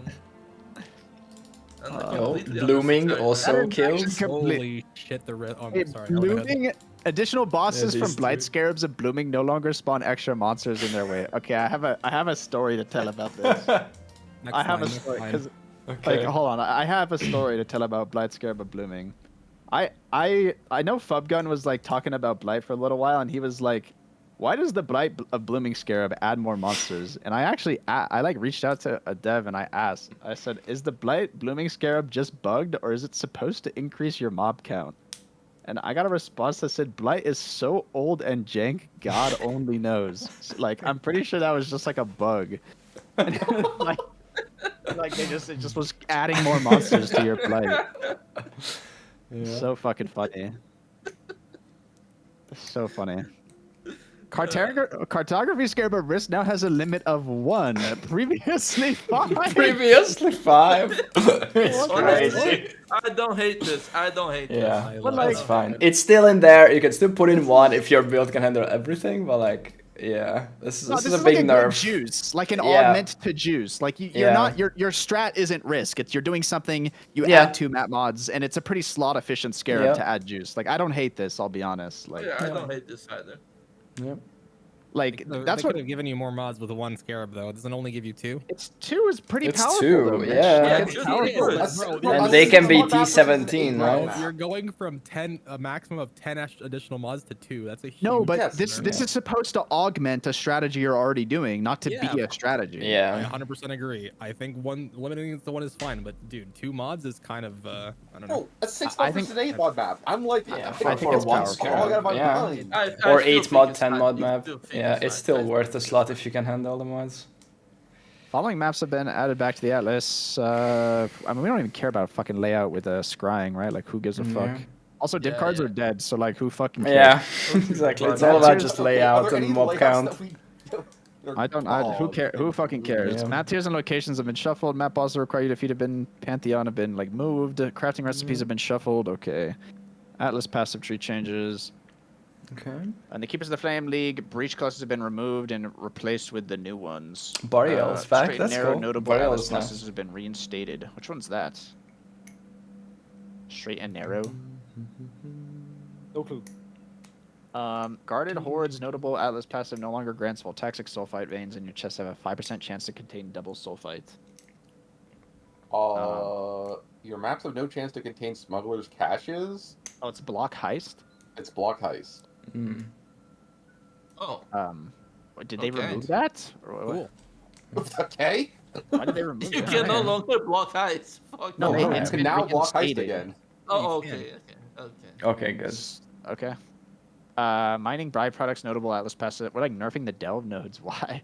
No longer grants sulfite veins to your chest have a 10% chance to contain an equal amount of azurite. Now instead grants voltaxic sulfite veins and chests in your maps have a 15% chance to Oh, contain come double on, sulfite. man. Resonators goodbye, bro. That's literally what it was, yeah. Oh. Oh my god, it's so Free resonator sad. currency. No. Small passives in the mounting modifiers cluster now grants 5% increase rare monsters in your maps. Okay, previously 3% Whoa. increased effect. Which one? I don't know the names of these clusters, so I'll have to like. Was it PB Atlas? I'm online. PB Planner. Hold on. Which one was this one called? Mining byproducts. Let's look. Wait, which one is this? Mounting modifiers. What was it? Is it not Visual here? Perfection mounting modifiers. Weren't those the increased effective mods on the like the bottom of the towards the start of the tree, left and Is right it side? here? Yeah, this one. Yeah, it was those two. Oh no, per explicit. Yeah. Ah, That's actually huge that they removed that. Jesus. 3%. Oh, it's 3%. 9 for the wheel. Is it? Or... Yeah, It was it's 9 for the 3, wheel. 3, and then it's 2% per map Per- mod. So if you're running a 6 mod, I mean, you know, scales with map mods, right? Chiseled Perfection was the quality one up here. And this is. Wait, so this one is 333, and that Magic one goes from. monsters, So you're no, losing that's what, dead. 15 mod effect or something? Mm-hmm. Just straight off the bat, right? Yeah. That's pretty shitty. Losing 5 nodes of 3%. The small passes and invasive adversaries cluster now grant 1% pack size. I mean, this one is also a map effect, but at least it's replacing it with something useful like pack size. Yeah, pack size is okay. This is You're good. losing how much? You're losing. How many nodes is It's that? just the smalls. It's not the actual. Yeah, but it's 3% per, and you're losing. Yeah, 6, top you 8. have You're 3 losing- smalls, so 9. You're losing 24 because it's 8 nodes of 3. One of them is 3% for 5 quality. That's a notable. The notable's unchanged. I'm pretty sure. Doesn't it say replace the wheel? No, it's the small passives in the yes. wheel. Oh, Drill me, bro. okay. So we're Always losing enjoying 24% based mod on effect range. THX total, for making just them. on the passive tree. Yeah. That's kind of That's big. pretty big. That's pretty fucking That's pretty big. big. That's You're pretty getting fucking what? big. Increased rare monsters? More rares, more magic, and increased pack size, which is like a little bit better. Which is a buff to. The four small. We're not done yet. The four small passes on the interior of your Atlas tree now grant 2% rarity instead of explicit modifiers. Wait, these? Okay, the ones that go up to the hat, I guess, from the rarity wheel in the middle, probably the ones 4. that connect the hat. Yeah. Wait, So so you're I losing read that as even the hat more? entirely got replaced. I was gonna freak Okay, out. wait. So we've lost those 4. That's 8. So we lost 32 map effect already. Jesus. 32% is gone so far. Okay. Small passives that granted 5% increased rarity of items found and 1% increased quant now instead grant 3% rarity and 1% quant. Okay, Just so like the middle rarities. small whale nerfed a bit. Okay. It's minus 3 6 points. rarity. It's -9 or anything. They better Or give no, us some 6, legendary sorry. fucking scarabs to compensate for this. Holy shit.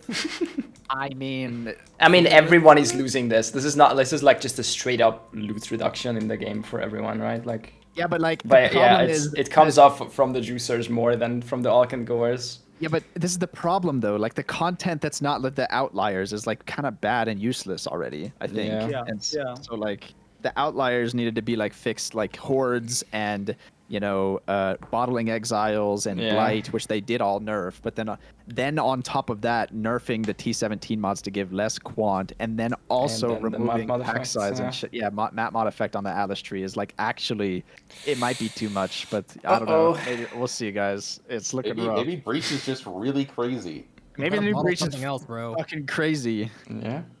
Is Alba Well, nerfed? It would be in the Scarab changes, I think, if they nerfed the Alba Scarab. So maybe it's we'll like get later there. down. We'll have to see if there's No any spoilers. evolution changes as well, because that was like the raw currency mirror farm strat. Oh, wait, there's no currency. There's no currency fucking on T17 map mods now. There is. There is. I think they're just nerfing the numerical of quant rarity pack size. I think the T17 mods will still have their special like scarab currency. I stuff. agree. I agree. I think they would have mentioned that if they they're removing removed that. They're stuff. removing 50% of the party bonus that we had in Merc 2. Like goodbye. True. That is actually everyone. Everyone's gonna Didn't lose. they vaporize the pedal ability like loot as well? I thought they yes, fucking they cooked did. it. Yeah, they cooked the pedal ability. Yes, but they are they are making mechanics that work in party now. So now, like gold, everyone gets gold. Here, everyone's gonna get the new breach material, and everyone can grow currency on their tree. So hopefully that at least scales linearly, like 5 people. That's 5 trees and 5 growing currencies. So hopefully that at least works. Dude. Abortion League is gonna pop off. Alright. Breach League uniques are no longer upgraded from Breach Blessings. Blessings now only upgrade Breach Stones. Breach is no longer a reward outcome from other content. The All Flame Ember of Kulamak is unable to substitute It That Fled in Keepers of the Flame Leagues. Valdo's puzzle box cannot produce outcomes containing breaches or breach lords during Keepers of the Flame League. Okay. Heist, which previously could spawn breach reward rooms, can only spawn gold reward rooms with a sizable amount of gold. Oh shit! Oh, Heist there's the gold. There's it. Oh my god. Heist. Log in. I fucking love Heist, guys. Pre-existing breach reward rooms on blueprints will be converted to gold reward rooms. Ball breach will be Invest unobtainable now. during Keepers of the Flame League. What the hell? No! Why? Wait, what's the point? Okay. Rogues in the Rogue Card will now start at max level. Troth and gems will now be found as gems, side chests, and heist. Opening a blight chest now opens other blight chests within 1.5 meters. Characters are now required to enter Highgate in Act 9 in order to open safe houses at June, or enter safe house portals at a map device. That's cool. They killed it. They killed the leveling thing. Oh no. You know what's funny and stuff? I had a plan. I had a plan with Havoc to do a level 1 to 100 doing this without ever entering. Yeah, without ever entering the campaign. Just do Q, Hillock, and then you just do this to 100. It was actually a project we are gonna do, but they killed it. Syndicate medallions are now more common from high-level betrayal safe houses. Okay. You are now less likely to get high rarity divination cards from chests in the betrayal transportation safe houses. Why? Why are they nerfing div cards? The only last place you can get good div cards, and they this is like the last place that we can get div cards. What? Why? That's like literally the only place you can get div cards, and they're like, no, like no way, bro. I'll go hit a boss, so end boss on the map. Next 20 minutes for one. Harvest Reforged crafts, which guarantee a certain modifier type, such as Reforge a rare item with random modifiers, including a lightning, will now respect modifiers on items which restrict modifier types, such as cannot roll attack mods. That's big. That's a big change. That's insane. Yo, that's crazy. Damn. That's crazy. That's crazy. Okay. When re-rolling recruits at Ralph in King's March, workers with expertise in mapping, disenchanting, and farming will have less chance to have expertise in other job types. Okay, Good. that's Multi-job, multi-show NPCs are fucking stupid. Good. The reroll with high quality recruits option at Ralph now costs 16,000 gold instead of 20k. Okay. Pog. Abandoning a commandeered shipment in King's March now warns you about the loss of crew members. Okay. Rogue Exiles drop fewer regular items. God fucking damn it. Okay. So the quant and rarity bonus from Exiles is probably getting reduced. That's what this reads to me. This does not affect their bonus additional drops. So like the flat drops are still there, but keep going. Gigantic Rogue Exiles are revived in rituals as regular Rogue Exiles. I mean, so that's not. Yeah. No, what I'm saying, like even just normal gigantification Exile strats, I think those are gonna like drop way less loot. I think like it was fun while it lasted. Keep going. Shut the fuck up, Orion. Or Oraniad. You're no longer required to purchase bestiary orbs to itemize beasts. Bestiary orbs can no longer be purchased. The voice and whispers during delirium encounters is now considered ambient sound volume. Nice. I don't get the stupid fucking sounds. God. Nice. The slaps are gone. The slaps. No, that might still be there. I think it's the voices, like the whispers.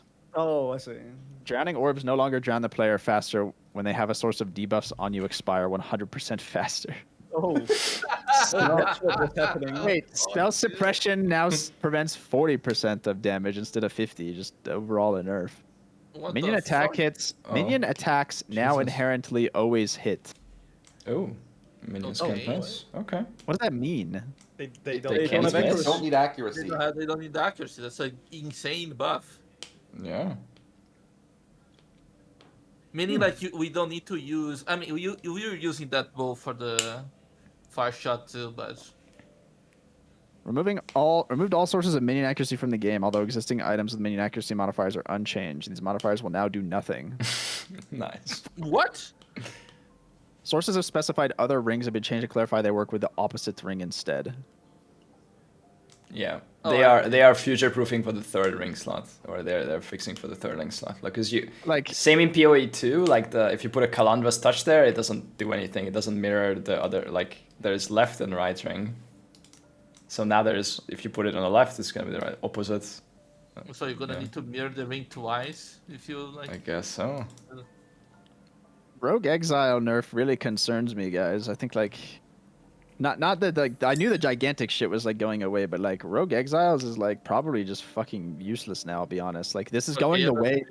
No, I'm saying like I think this is just going the way of fucking tormented spirits. Like they probably looked at the bonus. They're like, why does this have a 10,000% rarity bonus on it? And now it's like 200% or something. Like you already know that's what they did, right? Like you can already fucking tell. There was a historic They forgot to loot modifier Calandra, last. and they're like, oh, Like shit. they forgot to Calandra this fucking bonus. Seriously. Fuck. Like, okay, guys, I knew Pyroclast was probably getting deleted. We knew, like, the stupid Rogue Exile bottling's probably gone. Stuff like fucking, Evolution Abyss. Shrine, Abyss Hordes, Blight Blooming, like, all Wait, of this shit is probably, is like, Evolution Shrine coming up, or? Untouched besides the map effect nerf. maybe, yeah. But, like, all this stuff is, like, fair game for a nerf. Yeah, absolutely. Yeah. Chain Hook of Trouthus now chains enemies up to 8 targets in range instead of 6. Max 16 chains. Now deals 25% more damage at all gem levels. Okay, Pog. Okay. Cyclone now deals 20% more damage at all gem levels. Damn. Cyclone of Tumult now deals 20% more damage at all gem levels. Bladefall now has a base crit strike chance of 10, previously 6. That's insane. Bladefall of Impaling now has a base crit chance of 15, previously 10. That's really high. Okay. Bladefall of Trouthus. Damage has been increased by 50% at all gem levels. Has a base crit of 10, previously 6. Wow. Okay. That's a crazy buff. This is what I expect to That's see some with numbers, fucking... So, like, when I read the fucking skill balance changes, I expect to see this. Like, And it's like 50% cleave more. increased by 1.4%, and it's like, okay, is that really doing anything? And This it's like is the this most is some useless mod numbers. shit. Yeah. You know, like... Okay, why are we buffing?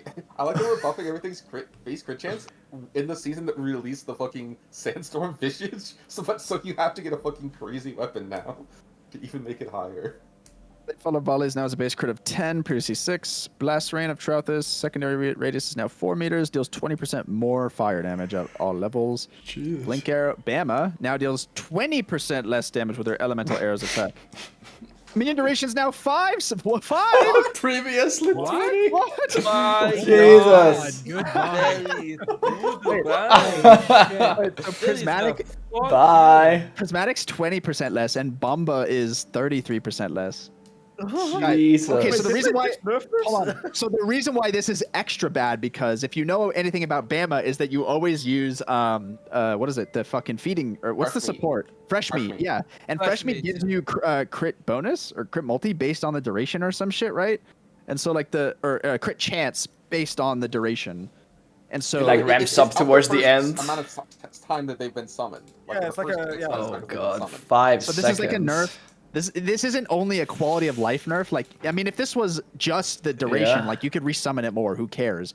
But like, fresh meat is a really big interaction here that really depends on the duration being long. And so it's like, 10% of their duration, and so going from 2 seconds to half a second is a massive nerf. Yeah. You need accuracy with Bama? No, but like you had accuracy on minions was extremely easy with the mastery before, and like 1 jewel. You like 1 jewel and the mastery, and you were set. It wasn't that bad. I don't know. No. Bone Shatter now deals. Oh. Or yeah, Lion Eyes would work too. Now deals 3 to 6% more damage per trauma at all gem levels. Previously 2 to 4. So it's 50% damage buff.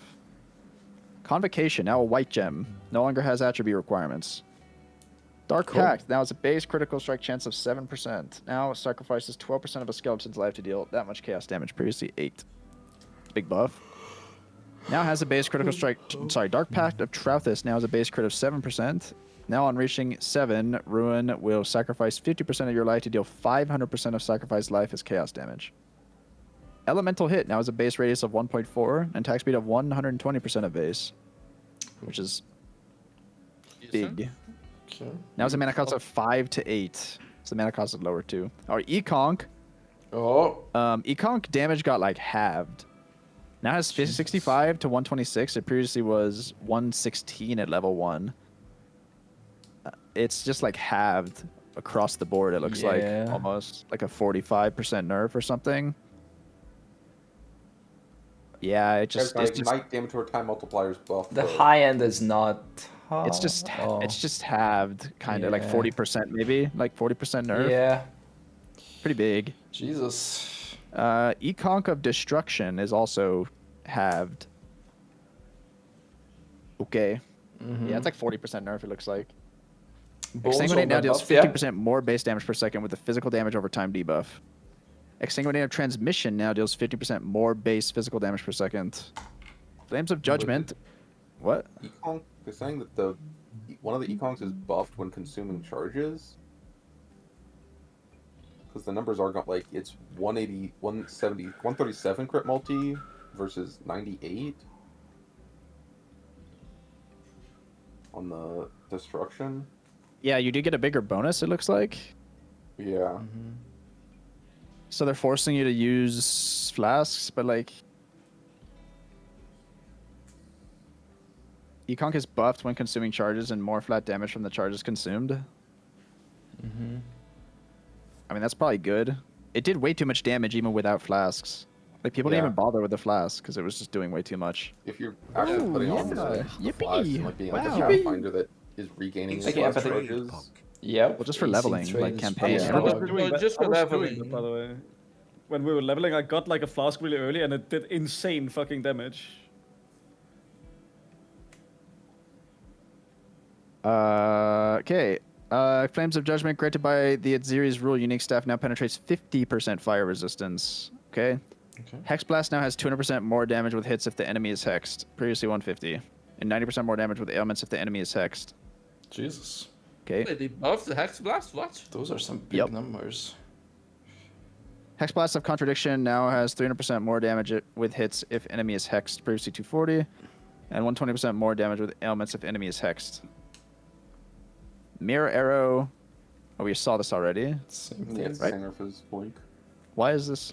It's like the same one as earlier? Okay. It was Bummer. It was Blink Arrow. They did the same to Mirror Arrow. Oh.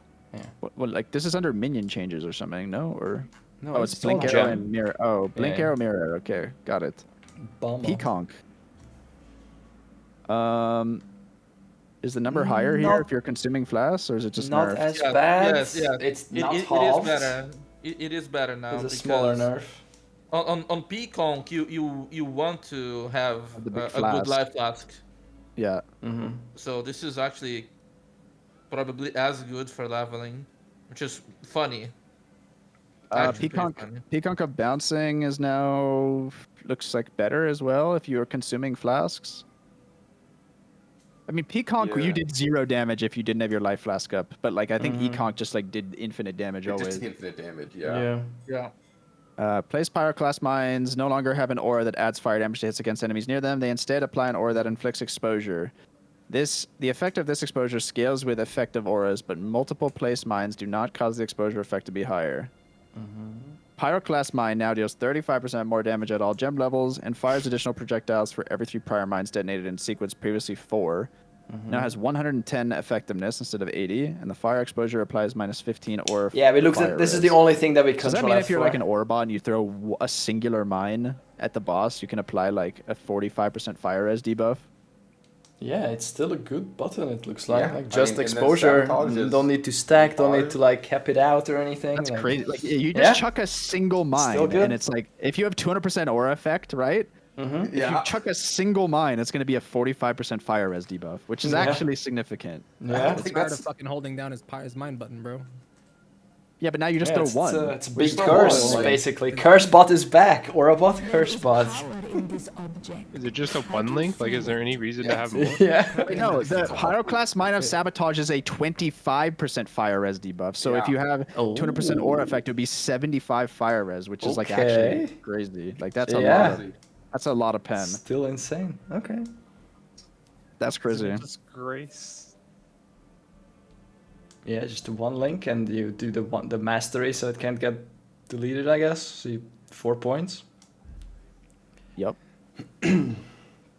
Reap now deals 15% more base physical damage per second with physical damage over time debuff. Shield Crush of the Chieftain. That's crazy. Now costs less mana. Okay. This note was previously included in 326, but the change was not applied correctly. Siege Ballista of Trouthus now deals 35% more attack damage at all levels. Spectral Helix now does 120 of base instead of 110. Quality now provides projectiles that pierce the target deals 0 to 20% more damage. So like a small buff, little small buff. Spectral Helix of Trouthus now does 120 of base, now does 10% more damage at all gem levels. Quality now provides 20% damage on pierced. 20% more. Spectral Throw attack speed is now 120 of base. Quality now provides projectiles that have pierced deal 20% more damage. Spectral Throw material, that's pretty good, yeah. Spectral Throw materializing is now 120 of base. Quality now provides projectiles deal 20% more damage if they've pierced. Storm Call of Trouthus now does 15% more base physical damage per second with a physical damage over time debuff. Storm of Judgment, granted by the Aziri's Rule unique staff, now penetrates 50% lightning res and has a 100% chance to shock enemies, previously 50. Marker radius is now 2 meters and markers are placed on a 6 meter radius. Cool. Previously 5. Storm metri. Rain of Defense now fires beams every 0.15 seconds, and each arrow can fire 20 beams. Previously 14. Cool. Storm Rain of the Conduit, 6 beams per arrow, and now fires beams every 0.3. This was already like a pretty good skill. This is Yeah, like a this pretty. sounds pretty good. And Storm Rain of Conduit is like pretty good. And this was already a very, very good skill for like early league, I think. There's a lot of damage. Time to league start Flicker for the Sunder of 10th Trouthus time. Hell yeah. Wave can now restart up Go to for 3 it. times, previously 2. Winter Orb now fires projectiles every 1.2 seconds. Now has 80% more projectile frequency while channeling. So you don't have to channel, but it's like firing faster. But like that's a pretty substantial change. 1.6 to 1.2. I think if you do the math, it's still probably equal when you're standing still and channeling, and then just better if you're just like running around. If you're running around. Yeah, better coverage. Volatile Dead Orb explosions now deal 25% more damage at all gem levels. Now it's 210 effectiveness of ADA instead of 170. Holy shit. That's pretty good. That's a big buff. Jesus. Volatile Dead of Seething. Orb explosions now deal 25% more damage at all gem levels. Now it's 210 effectiveness instead of 170. Volatile Dead of Confinement. Yeah. Base explosion radius is now 2 meters. bigger numbers. Volcanic Fissure of Snaking. Volcanic Fissure of Snaking no longer has 50% more AoE. Fissures will not automatically target enemies hit by the explosion of the previous fissure in the chain. What does that mean? Sounds like it's dead. Sounds like it can't hit the same target multiple times, or at least it will try to chain to another target that it hasn't yet hit, which might So it literally is like clear. It's literally like that you can't chain. So if you're a single target, for instance, you cast one Volcanic Fissure of Snaking, it will not hit only the hit same one boss like target. That's That's what made the whole thing good on single target. Yeah. But can you still combine it with the new wall and then force it to, or no? Make it hit That's the wall. twice, I guess, but from That's 5 to 2, that's pretty bad. That skill was clunky to begin with. I don't know. Yeah. I think it's bad now. Yeah. I think it's bad now too, I'll be honest. Yep. Well, Toxic Burst now has a base radius of 2.6 and a cast time of 0.4. Now has a mana cost of 5 to 13. Pog. Vortex Sub Projection now unable to explode from frost bolts that will explode from the cast of the Vortex Sub Projection. What? Okay. Cool. Wait, what? I don't even know what this skill does. I'll be fucking real with you. I have no clue what this skill does. It's that you can cast your vortex on your frost bolts. Pog. That sounds like a Mathel build. No, it's unable. Yeah, you cannot do that anymore. Yeah. It's a nerf. Wasn't doing it to begin with. Moving on. No. It's saying you can't. If the frost bolt already has one on it, you can't have multiple like procs Explode. frost. Yeah. Mm-hmm. Okay. So it can't chain on itself is what it's doing. Vol Cyclone now deals 20% more damage at all levels. Vol Reap now deals 50% more base physical damage per second from all levels. Vol Spectral Throw is now 120 a base and 150% of attack damage instead of 135. Quality now is 20% more damage. So like small buffs, Awakened Hex Touch is now 23% less curse duration. Useless. Corrupting Cry is now 15% more. Yeah, it's less versus reduced, and I think that's a change for the ring, because that way you can't hit 100% because it's less instead of reduced. Coiling Whispers. Yes. Mm-hmm. I see. Already read about map explicits? It's not map that big of a deal. explicits? No. Is it? What is your curse duration now, though, with this? We have read about map You mod can effects. wear a Calandra ring now instead of The being tree able to changes. do, a Delve ring plus Hex Touch support. I mean, I was doing without Hex Touch anyway, so.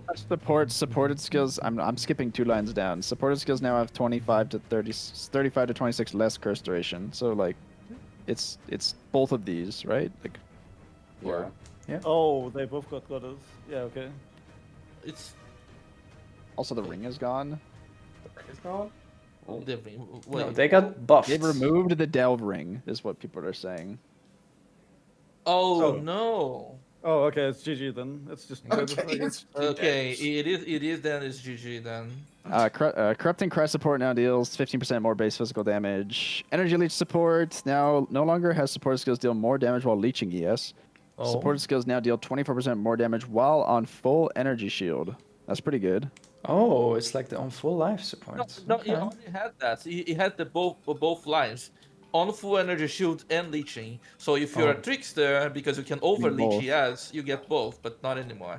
Quality now grants supported skills deal 20% increased damage. So this is just a trickster nerf, basically, right? Mm-hmm. Yeah. Yeah. Okay. Actually, they buffed the damage that you get from quality, and then they also increased the more multiplier from 14 to 24. More is not even close. Actually, wait, 10% more? It's 10% more, and 10% increased. Yeah, but there were discrete multipliers before, and now it's one multiplier, which is a big deal. Yeah. Rupture debuff can now stack up to 4 times instead of 3. Pog. Sadism, damaging elements inflicted with supported skills now deal 98% faster instead of 79. Now has 70% less duration and previously 80%. Spellslinger support skills now deal 30 to 20% less damage instead of 31. Spellslinger VD, let's go. 11% damage buff. Holy That's fuck. pretty good. Big. Jesus. It's like over 50%. Yeah. That's a lot. Nagama Who Flames Advanced Notable Ascendancy Passive skill now has non-unique jewels cause small and notable passive skills in large radius to also grant +4 strength, previously +3. Yo, they're buffing strength stackers. Wow. The worthy cause notable ascendancy on champion now grants banner skills have 100% increase. already went past that, previously Vicky. 50. Yo, we're buffing champion? Like, what the fuck? Oh my, what the fuck? Why are we buffing champion? GGG. What the hell? Banner? Assassin. Banner, We already saw assassin, so we'll skip over this. Yeah, fuck assassin. Okay, Trickster, here we go. Trickster, the Heartstopper notable ascendancy passive skill now grants every 10 seconds take 50% less damage from hits for 5 seconds, previously 40.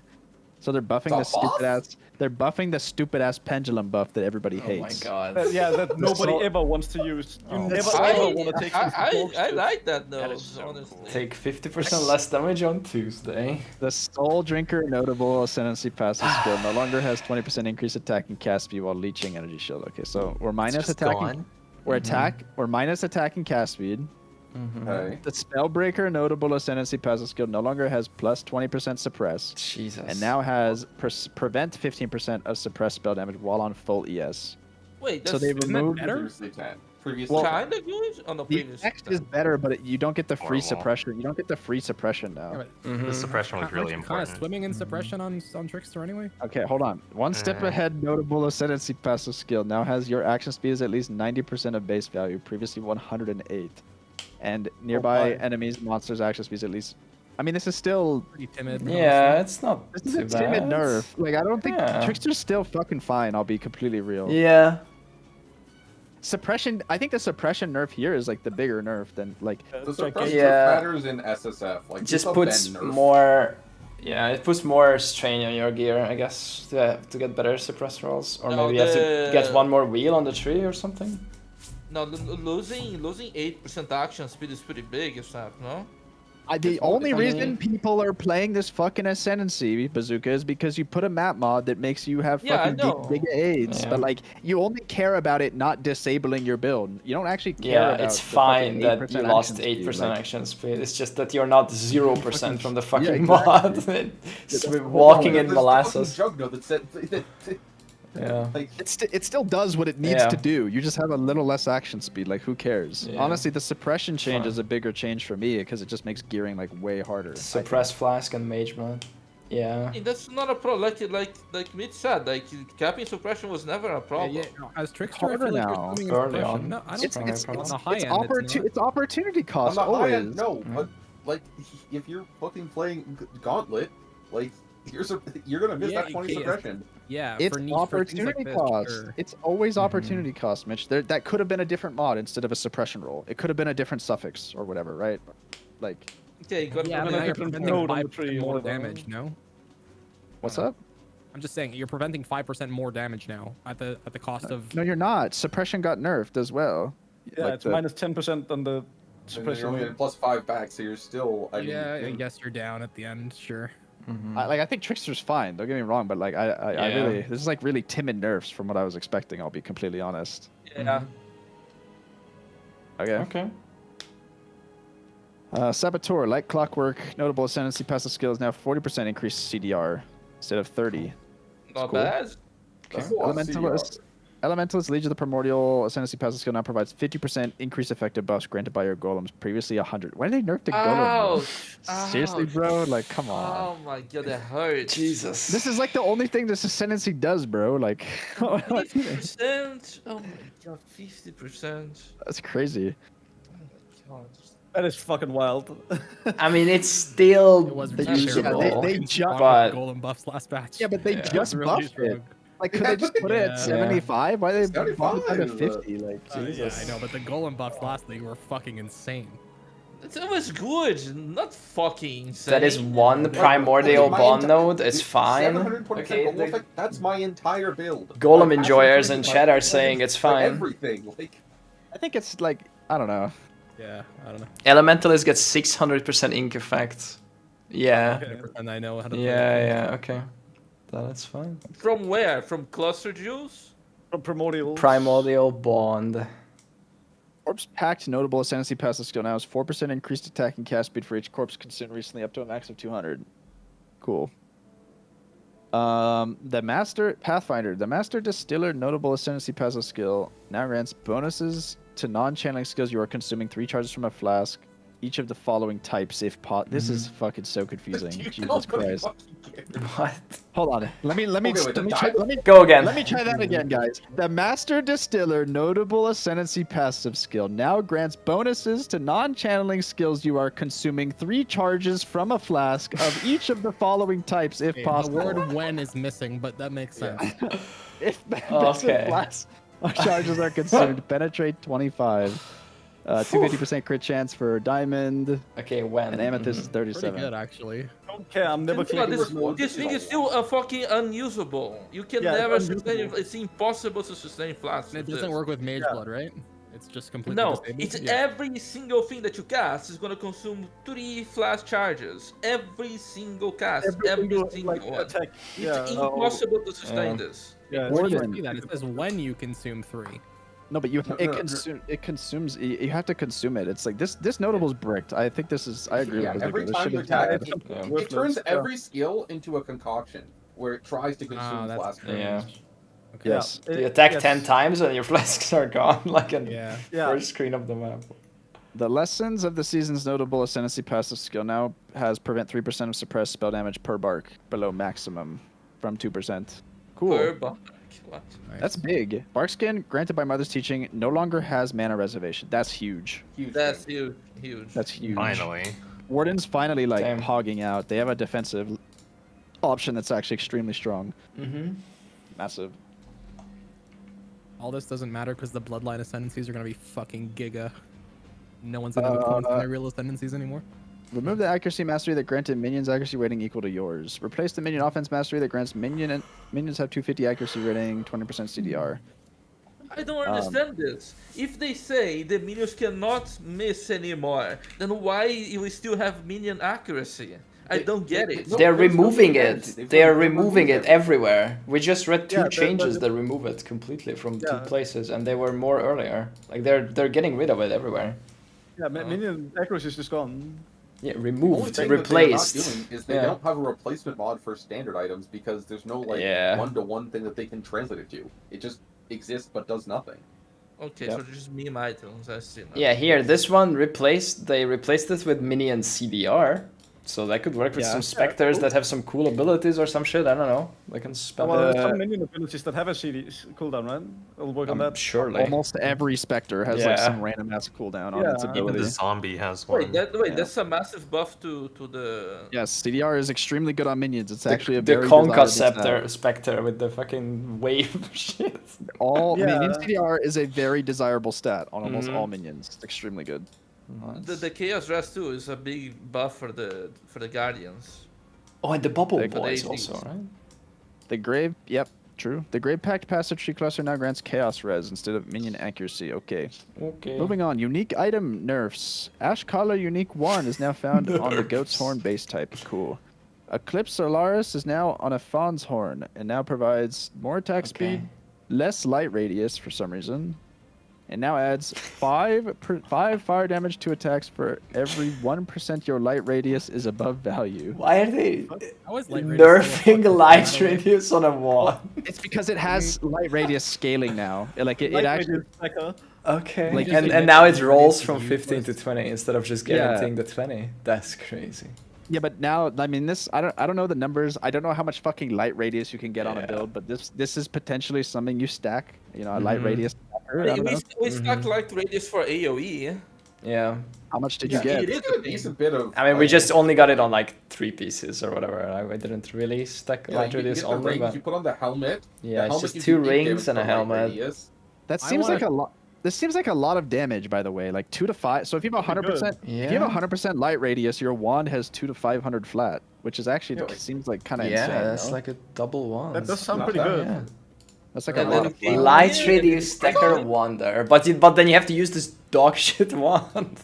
I don't know what the Jim Bob that plays with light radius, bro. I need to speak to him. But I don't know what the attack speed. I don't know what the attack speed and crit is on this wand. Yeah, Phone's Horn. That sounds like a bad one. I think that's That one of sounds like one of the base. base. It's wait, it's 1.4 actually. It's not 1.5, but 1.4 is good. Yeah. Yeah, this sounds kind of cool, honestly. No, it's better. Wait, did they remove the attack speed base or no? It's on a Fawn's Horn base now. It's on a Fawn's Horn, and they increase the attack speed that's local to the wand. Oh, okay. I mean, that's pretty damn good then. Yeah, it should be This more might be than early 1.6. build. You put on the 2 rings, you put on the helmet, you put on this, like. And you use that new skill they added. That sounds kind of OP. Yeah, you bang off the walls and open KB, maps. Even KB. Or even KB, yeah. Even KB. Yeah, KB with the wall is really good. Like they all blow up, right? Like on the wall. Yeah, all of it, like that should feel sick. Yeah. Maybe I should play once early on. You can actually overlap with that. Maybe this is a wand for the. What's the name of the thing that people get XP? I forgot. Yeah, and then you can put on the shield.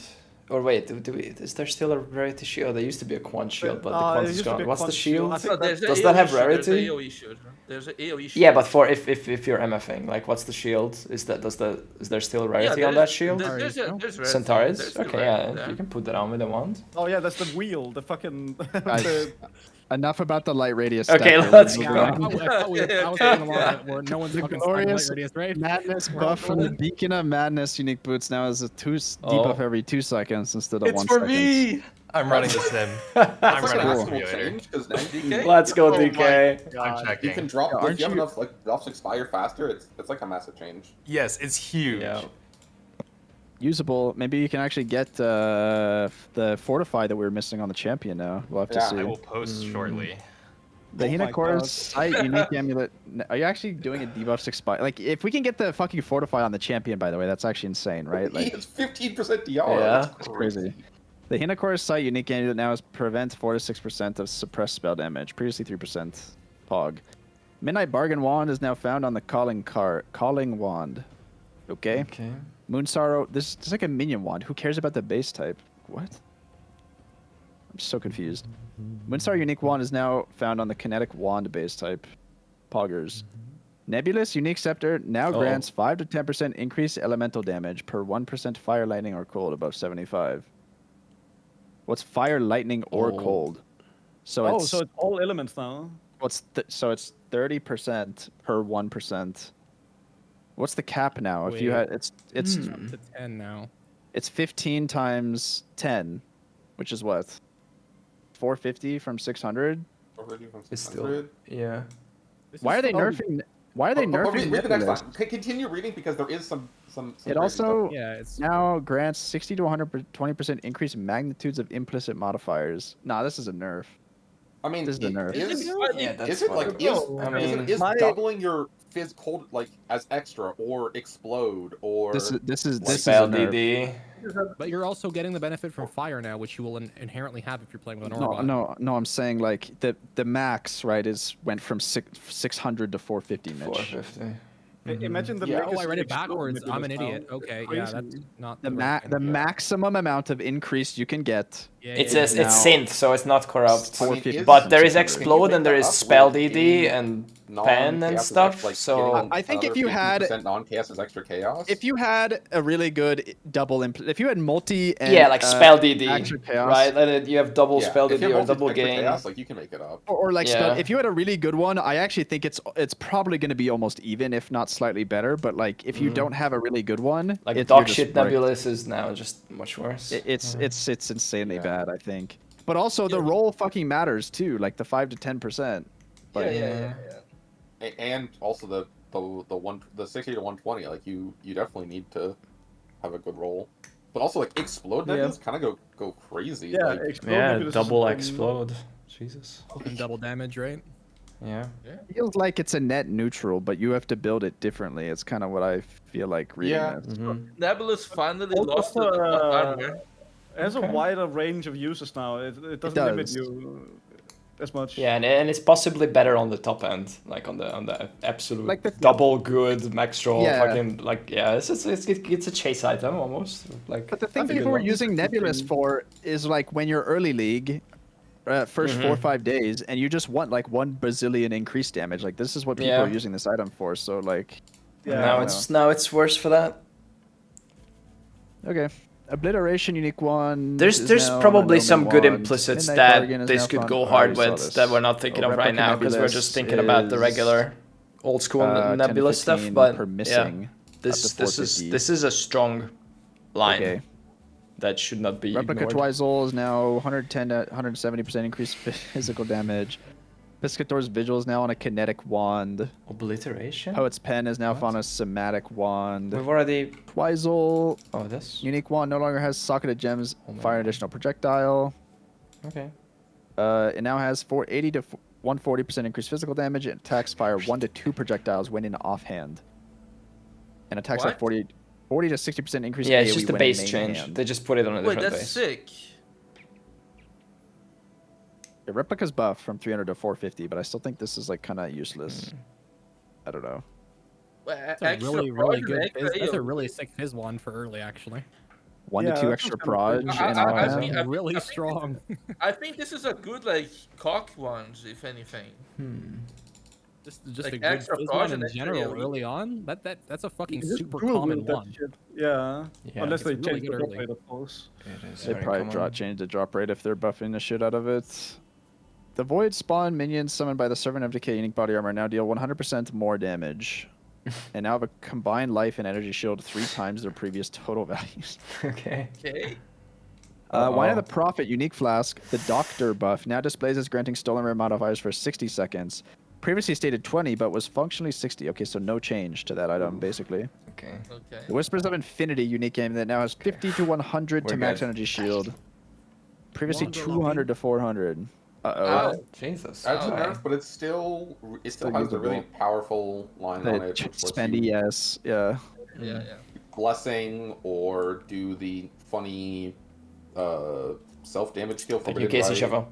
Yeah. Yeah, it's Wonder good. seems good. Item changes. Essence of Fear now grants minion damage instead of minion accuracy. Runegraft of Recompense has been renamed to Runegraft of Refraction. No longer grants 10% of skill mana cost per unspent Can be chain. made worse. Yeah. Up to 50. And now instead grants fire at most 1 projectile, skills chain +1 times, and projectiles fork. Okay. Cool. Redeem your amulets now roll. Prevent 3 to 5% of suppressed spell damage, previously 2%. Okay, you can no longer obtain rings in Delve that have the cursed skills have increased skill effect duration modifier. Lucky. Goodbye. Okay, the carved wand, engraved wand, and imbued wand base types can no longer be obtained. Existing items are not affected by this change. What? Oh, Accumulate imbued new ones. That's crazy. They made new ones, I think. Okay. Accumulator wand, assembler wand, and congregator wand now have a base crit of 8.5, previously 9. Calling, Covening, Imbued Convoking wand, have my a base beloved. crit chance of 8, previously 8.3. Coiled Crystal, Goat, Opal, Quartz, Spiraled Wand have a base crit of 8. Demon's Horn has a base crit of 8. Found's Horn, Pagan, Profane have a base crit of 8. Omen, Sage, Prophecy have a base crit of 8.7, and now have an APS of 1.5. Okay. Flaying Knife, Glass Okay, Shank, so these are the 1.5s now. ones. Omen, Sage, Prophecy. Omen, Sage, and Prophecy. Okay. Flaying, Glass, and Skinny Knife have a base crit of 8. Ambusher, Point Guard, and Stiletto now have a base crit of 8.3. Prong Dagger and Sai have a base crit of 8.5. Hollow Point Dagger, Pneumatic, Pressurized have a base crit of 8.8, previously 8.3. Yeah, I like the imbued Gutting one, Doc. and Classic. Trizula now have a base crit of 9 instead of 8.5. Boot, Blade, Boot Knife, Butcher, Carving, Ezomite, Dagger, Flash, blah, blah. All of these have 8.5 crit instead of 8. So they're buffing a lot of Dagger crit across the board. Modifiers on Heist Rogue gear that granted increased experience gain for the equipped rogue no longer can roll. Ruthless specific changes. Don't care. Monster changes. Refactored on monsters with physical damage converted to elemental damage scale with the monster modifiers and map modifiers that grant physical damage gained as extra element. In general, these modifiers will have far less effect on high-level monsters that converted most / all of their physical damage to a specific element. What does that mean? The monsters do less damage. Yeah. I mean, that's how I read it, but like specifically, like I wish I knew what that meant. Like, what does refactoring mean? Refactored. Like, I know it means less damage, but like before, if a mob converted, like if a mob had 5,000 physical damage, and it converted 100% to fire, and you put a gain mod on the map, it would just like gain all of that Gain damage. that 5,000 before, and then it would convert it to fire, and you would get fucking one-shotted, or yeah, do a lot more damage. This reads like a nerf to Calm's belt, like the negative fire convert belt. I mean, no, Calm's belt would like take any unconverted portion of damage and convert it into elemental, which you can then resist with your Ellie res. This is the interaction between the map mods. Some monsters had 400% more fizz damage to account for resistances if they had 100% convert, so it's normalized now. Oh, okay. That makes more sense. So you're not gonna have like these random monsters that just like fucking destroy you? Because they have a random like more physical damage modifier on them that then gets gained? Yeah, okay, that makes more sense. Okay. I'm like always wondering why if you roll gain as extra, there's just some mobs that just hit you for like 1 bajillion, and I think that makes more sense actually. Yeah, like getting the gains with another damage mod was like crazy. Like even just an ink damage, and then they had the gain, or like pen if you're T17ing, it was like so painful. Who died to cannibals one time? 60 quadrillion years. Let's see. Adjusted the incarnation of dread, fear, and neglect, generally resulting in less life but more damage or diva potency. Detonation speed of most monster volatile cores can no longer scale with attack or cast speed. Additionally, the ability for some sources of volatile cores to ignore block, evasion, spell suppression been removed. Oh, thank fucking God. Oh my God. I Holy told fuck. you not to block this. This was not a pen. I always knew this was true. Dude, that's like, there you go. Volatile cores from the T17 map mod and specific ritual monsters have also had their damage reduced. Okay, this is Pog. Okay, because like this map mod was fucking cancer, guys. Like, dude, volatile cores is one of those that like if they made it not one shot everyone, it would be actually like a skill format. Like you can play around volatile cores. You can like let them. It's like old volatile. They touch you, you flame dash away, and they blow up, and it's fine. Of course, if it lags or whatever, then you're dead anyway. But they did so much fucking damage. I hated playing against my feet with that shit. Good change. Malachi. That's awesome. Malachi the Nightmare should now more reliably remove the invulnerable visuals from his life bar when he becomes targetable between phases.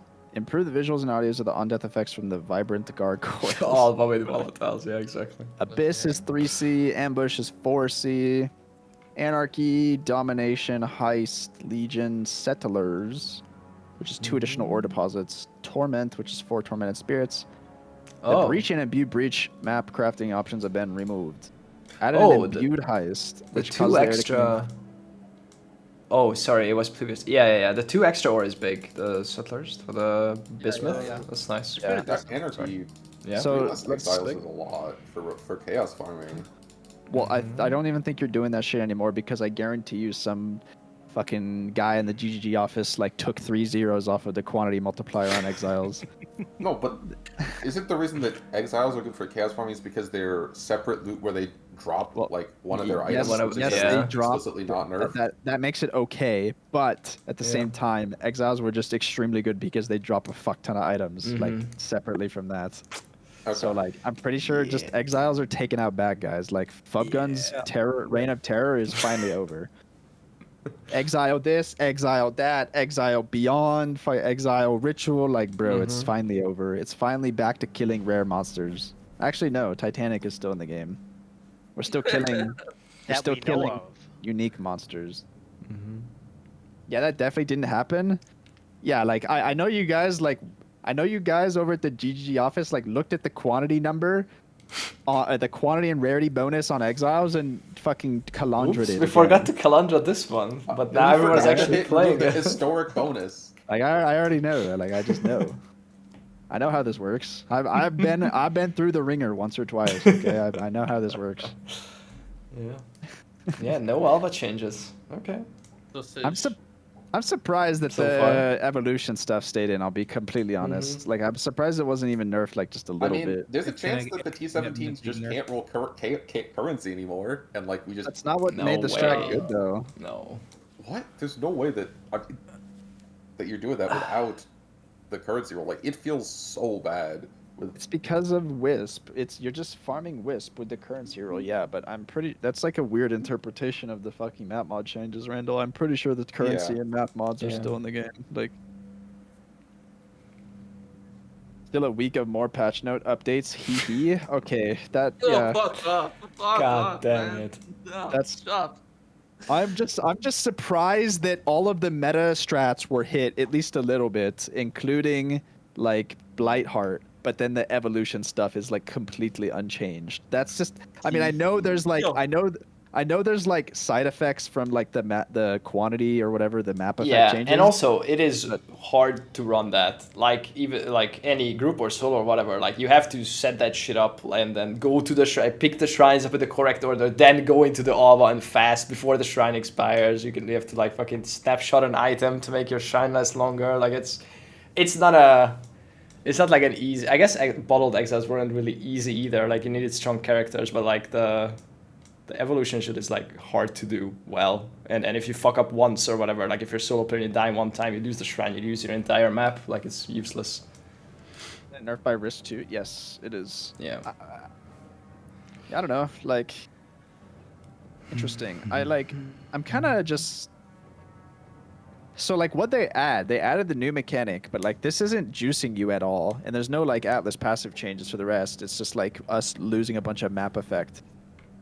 So like I really do feel like we had Mercs, right? And we did what was it? Pandemonium MP, remember? And it felt kind of not great. Yeah. So like imagine losing 30% map effect and 50% player quant from the rogues on top of that. I just feel like it's also impossible to put in context because everyone is losing the mercs and everyone is losing the map effect, and we get asynchronous trades. So the economy is going to be super different. Like again, like every league, like we have no idea how to put this in context. This is a async trade is a massive shakeup for sure. But the dopamine economy is down bad. Like even if you're making relatively good money, your dopamine, if you just like don't drop anything for 10 maps. I mean, your dopamine is fried from Necropolis anyway. Like the fucking Fool Nemesis and Mage Blood's dropping in cards every screen is like fried your dopamine. I'm fried from last league, bro. We dropped 15 T0s. The B-notes on one screen. 6 like fucking maces, yeah. Where's the fucking... They also didn't nerf the boxes, right? The box Which boxes? The box strats. The card box strat is untouched. The FUB gun pyramid scheme? The FUB gun pyramid scheme strategy? The like look at this. Yeah. Look at this. Like, look at this. What happens, First of what all, happens when you play the game too long. There's nowhere to go. First of all, belt only. Look at the belts, first of all, and then look at the T0s that pop out. It doesn't get better than that. Was the flashback. Only around from here. You can hear my voice. Look at my face. Like, seriously, Elliot's small ambush. You guys had the fun. It's over now. I got Jesus Christ. Like what? I don't know. But for real though, like it's happening exactly what I said last league. They're just gonna not rebuff quants and gonna nerf even more shit. So fuck you.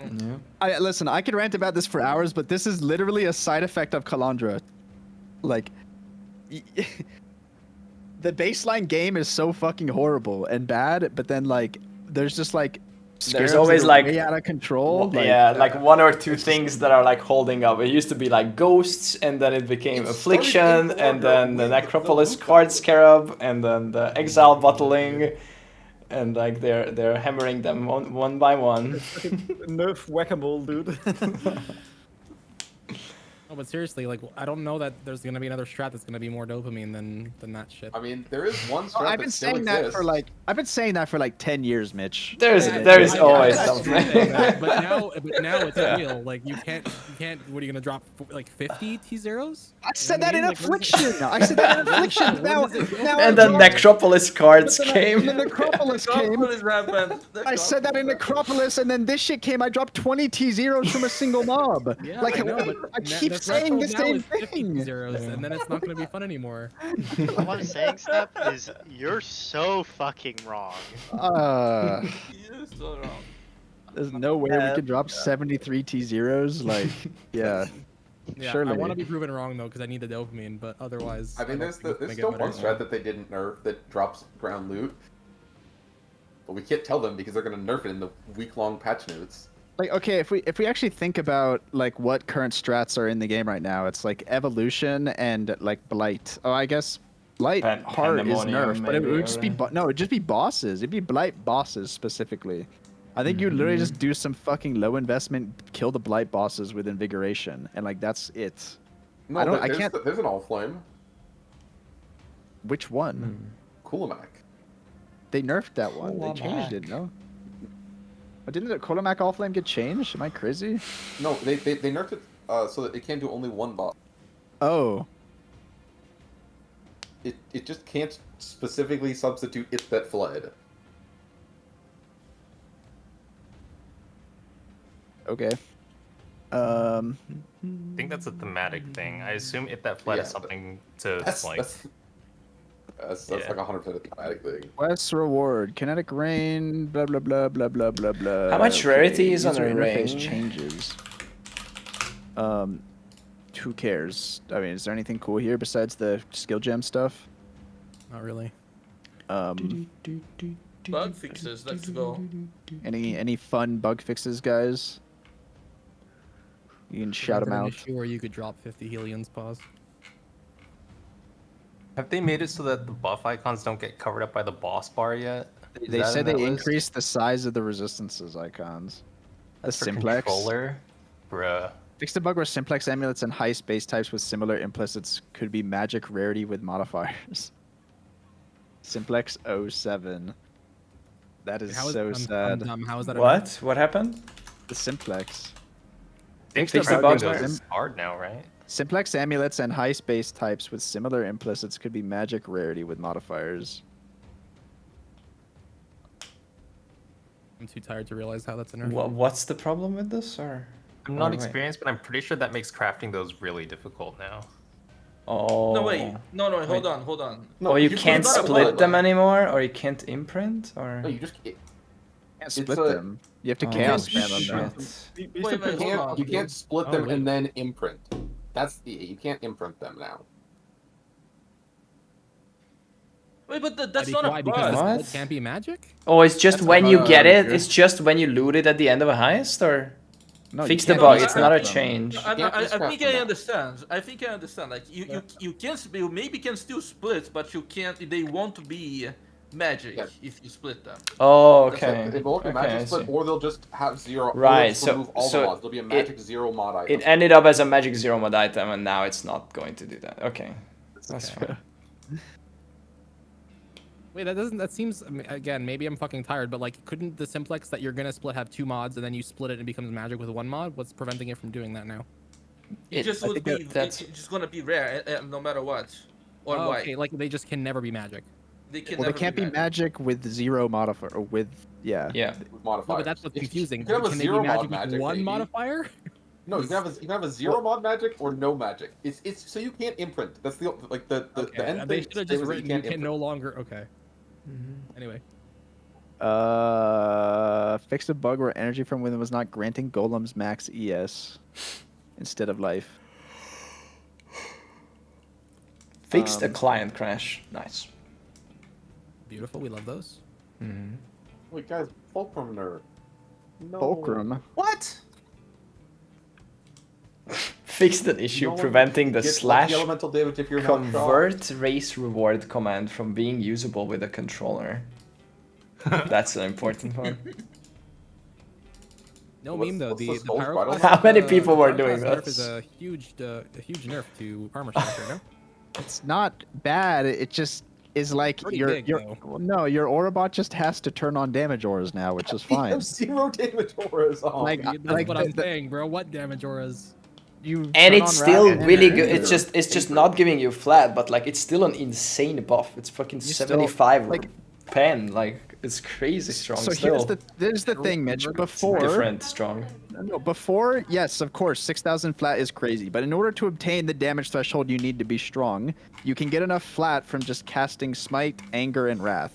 But before with Pyroclast, I wasn't even bothering, right? Like I literally turned off Wrath and Anger, and I wasn't smiting because I fucking CBA. Like it just didn't. It's probably it didn't fucking matter. But like now you just have to smite, and you have to turn on Wrath and Anger, which means you need more RMR. Play. You need more RMR, which is fine. It's doable. It's no big deal. But like, I don't think it's that big of a change. It just means you have to use damage ores again. Like before, you definitely feel worse early. Yeah, But it's gonna feel horrible early. I doubt it's gonna change much, honestly. Like when we have our builds up and running like that, we're just gonna fucking stomp the content anyways. So I don't think it matters. What content? You are right. The only reason Pyroclast got nerfed is because Jungrun started using it, because me and Rue were using it for like 2 leagues now. And like, Honestly, I think it's the merc. Nobody gave a fuck about fucking Pyroclast before Jungrun started using it. Like me and Rue. I think it's because mercs were so fucking strong they didn't realize that all that flat damage was Who's fucking Jungrun? Was Ben using it? Who was using it in Gauntlet? It was Jung with his merc. Oh my fucking god, man. Fucking Jung, man. Somebody stop that man. Please. The fucking terrorist. He's a terrorist. I'm surprised there's I don't know, like what you farm, I'll be completely honest. Like I thought there'd be more shakeups to like what people are juicing. But it feels like we need to test if we can bottle the entirety of the new breach ship. That's the strat. We bottled the entire fucking thing. Put it into a different map. More bottle abuse. That's our strat. Just more bottling. What else can we bottle? What else can we stick in a fucking bottle? Pull feared into the ritual. Bottle it up. Put it in the bridge. Yo, Mitch, can I grab you for a sec? Yeah, sorry, I just saw it. I'm coming. Yeah, you're right. Was that Death Wave? No, that was reality. That was reality. XFF. Okay, DK, tell me the good news about Beacon of Madness. You need very little faster debuff expiration to get less than 10 stacks on average of a buff, which is very good. I pasted the data.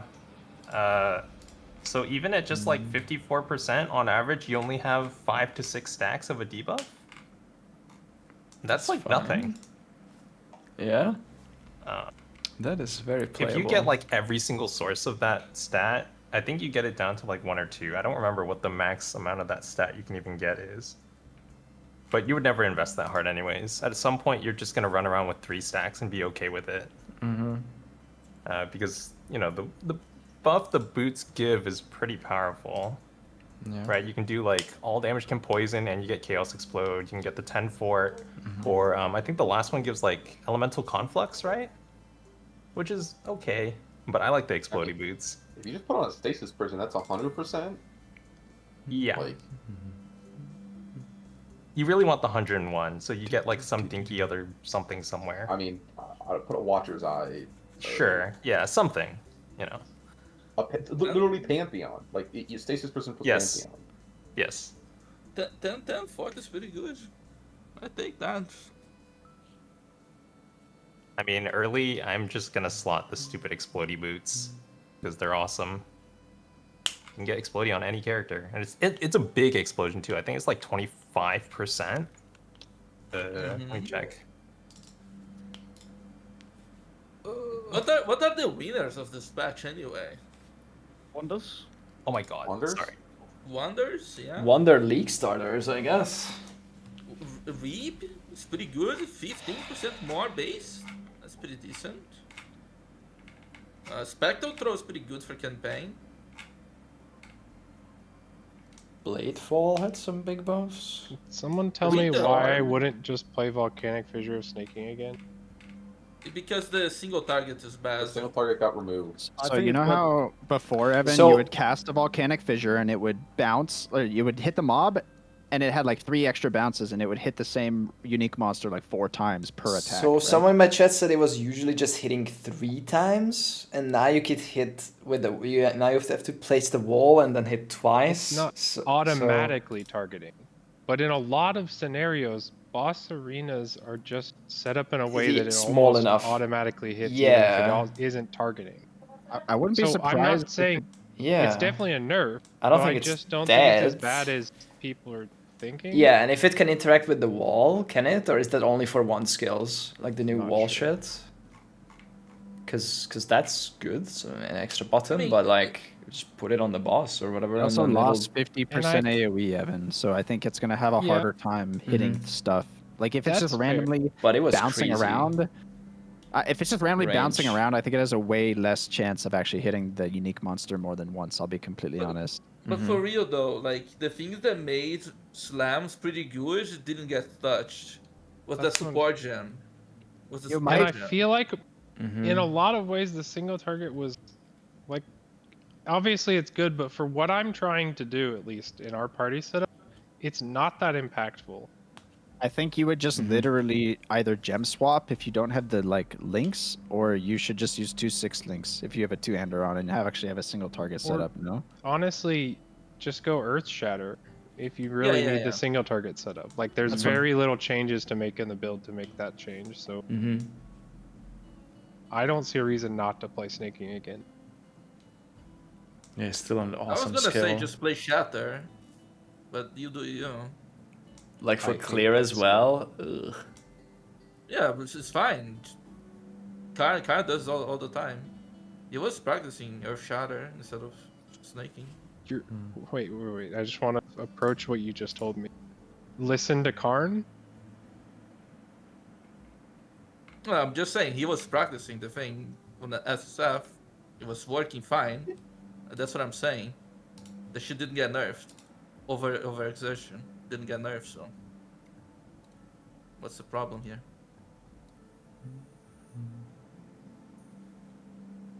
So you're going Slayer? I mean, it depends on what the fuck we're doing. I mean, you don't need to go Slayer. I'll be honest, there's like no reason not to play Armor Stacker again, because it's like, I don't actually think, I'm trying to think, there's not a single change to any There's of the builds nothing besides here that the minor. impacts. Yeah. Actually, the real question is like, okay, if you don't have a minor support that's giving you Pyroclast, what is that guy doing exactly? And I think you might need to split the druggery to be doing some other utility that's not just throwing mines. And I'm pretty sure there's some other... Doriani support, and we figure out how to make it live. And it's just minus 200 reds for the enemies. Res is really easy. It's not, I mean, like, I think you could have your Orobot toss the one fucking mine, like one Pyroclast mine, and you have 75 pen. Are we converting to fire? Is Randall in a fishbowl? A little bit. Not really. Speak, It Randall. sounds fine for me. Okay, I Sounds guess it's fine me. for me. I think that's just how Randall sounds for the most part. Sorry, That's Randall. his voice, That's bro. just, he just lives in a fishbowl. No, Discord has been weird to me as well in the past few weeks. Yeah, but you live in Brazil, like your internet and your connection to all of us is. I've terrible. seen some pretty big tweets where Discord was using someone's like 90% CPU and shit like that, and that was the only thing. Like they uninstalled it and their CPU went back down to 10%, and like the client has been doing some crazy shit for the last few days, but Bitcoin mining. I don't know. Not for me, at least. I checked, although I haven't updated in a few days. But... So wait, ephemeral edge and energy blade like didn't get touched at all? Oh yeah, that too. Why didn't these? That's why so didn't fucking funny. Why didn't energy blade or fucking ephemeral edge get changed at all? What is going on? They even talked about it in the interview. Like, did they just not? Is this going to be like a midweek, like next week? Yeah, there's. I mean, there's one more week. They're still working on the patch. Like they said, there's gonna be new breach ring base types. Like they literally mentioned that there's max res. There's no way. That's not real. Is it caught? Evolving shrines from the domination scare of evolution now reduce the chance for monsters to upgrade rarity. Every time a monster upgrades rarity now is a base chance to evolve of 25, previously 10. What the fuck, Greylock, man? What? Where? Where? It's true! It just got refreshed the patch notes. Fuck off, man! If you're listening, add the ephemeral edge line in like 5 minutes. Yeah. Nerf ephemeral edge. Nerf ephemeral. Nerf all bow skills. Fuck What? Gun. Nerf the box tattoo. He was doing nerf that shit, please. What else? Like I hate to say this, guys, but I'm thinking of all of the good strats that are in the game because they didn't add a ton, right? There's not like a fuck ton of new scarabs. Like there's no new league mechanic, of course, which is unknown. But like the best thing right now is like blight. Low investment. Stop saying things. I'm not. It's blight bosses, and you run to the blight. And you just kill the bosses and leave. Speedrun blight. Yeah. I don't know, but I literally don't think there's like another good strat right now. Pandemonium, but that's Pandemonium is too worse. expensive. It's like you pay the like you get the same kind of loot MP, like maybe a little less, but you're paying But the scarab peanuts is for giga doing blight. expensive. Yeah, like it's just, and they're all in one spot. You don't have to like sprint around the map and shit. Like.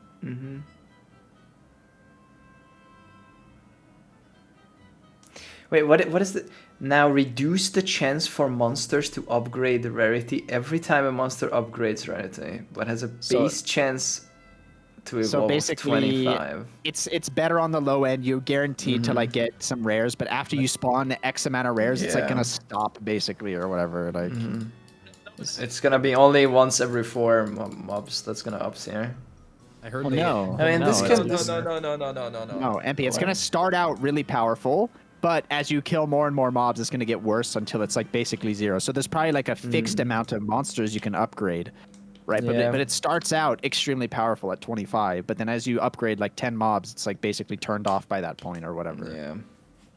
So yeah, I mean, depends how they scaled it. Like, yeah. Wait, if they can do changes this fast, like there's something wrong here. Then like Mark was saying, like, oh, how like. Shit like takes a long time to do. There's a process people need to talk about, and like, what the fuck? Yeah, I mean, they might have had this like ready. It just didn't make it to them. They're also all in the office right now talking about patch notes. Like, they can have these discussions in minutes. Like they're all crowded around one computer. They have 10 people watching 10 different streams. Like you know they're listening to Junggrown stream, Snap stream. They're all listening to my stream, and I complained about it literally 20 minutes ago, and then they decided to nerf it. That's how that went down. Surely. That's exactly how that went down. That was ready a while ago. I mean, I assume. Can we complain about there not being another strat to do now, and they can just give us one? It's just blight. It's blight, and like I don't know what else you do. I'll be honest. Like we have to see how good the breach is. Yeah, because there's gonna be a breach in every map now, right? Because it's breach league, so surely you don't have to scare up that. Yeah, it's just guaranteed, probably. We're gonna be growing hands to scratch our asses, bro. That's what's gonna happen. Listen, we're gonna be picking up so many fucking rares and listing them for sale. Yep. Think about it. Yes. Yeah, I just figured out what the minor character has to be now. It's a movement speed character to scout the map for the blight and the breach. Runs in, opens a portal for everyone. But I mean, if you're running good layout maps, you don't need to. If you're running Canyon or Dunes or whatever, you just go down the middle. It's fine. What about Vol skill usage abuse? Well, we can have this is gonna be, it seems like, mostly a stationary strat. So circles like rejuve totem, damage reduction, banners, whatever. So here's the thing. Split it out. I'm pretty sure you guys with the new. I didn't see any Reeve of Refraction nerfs, so I'm pretty sure you're gonna be able to all stand on the pump and like one-shot the blight without moving. No, even with the most fucked up layouts.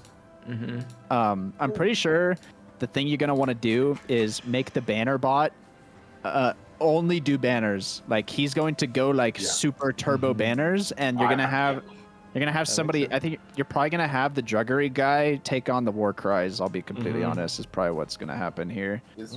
Yeah. You just giga banner. You can do so much disgusting things if you actually just go full banners. Yeah, if you don't have to move, that's crazy. The druggery is actually just exclusively vengeful cry. Wait, it's been so long since I played PoE 1. They didn't ever nerf the banner thing, like the Defiance banner movement speed, all res. No.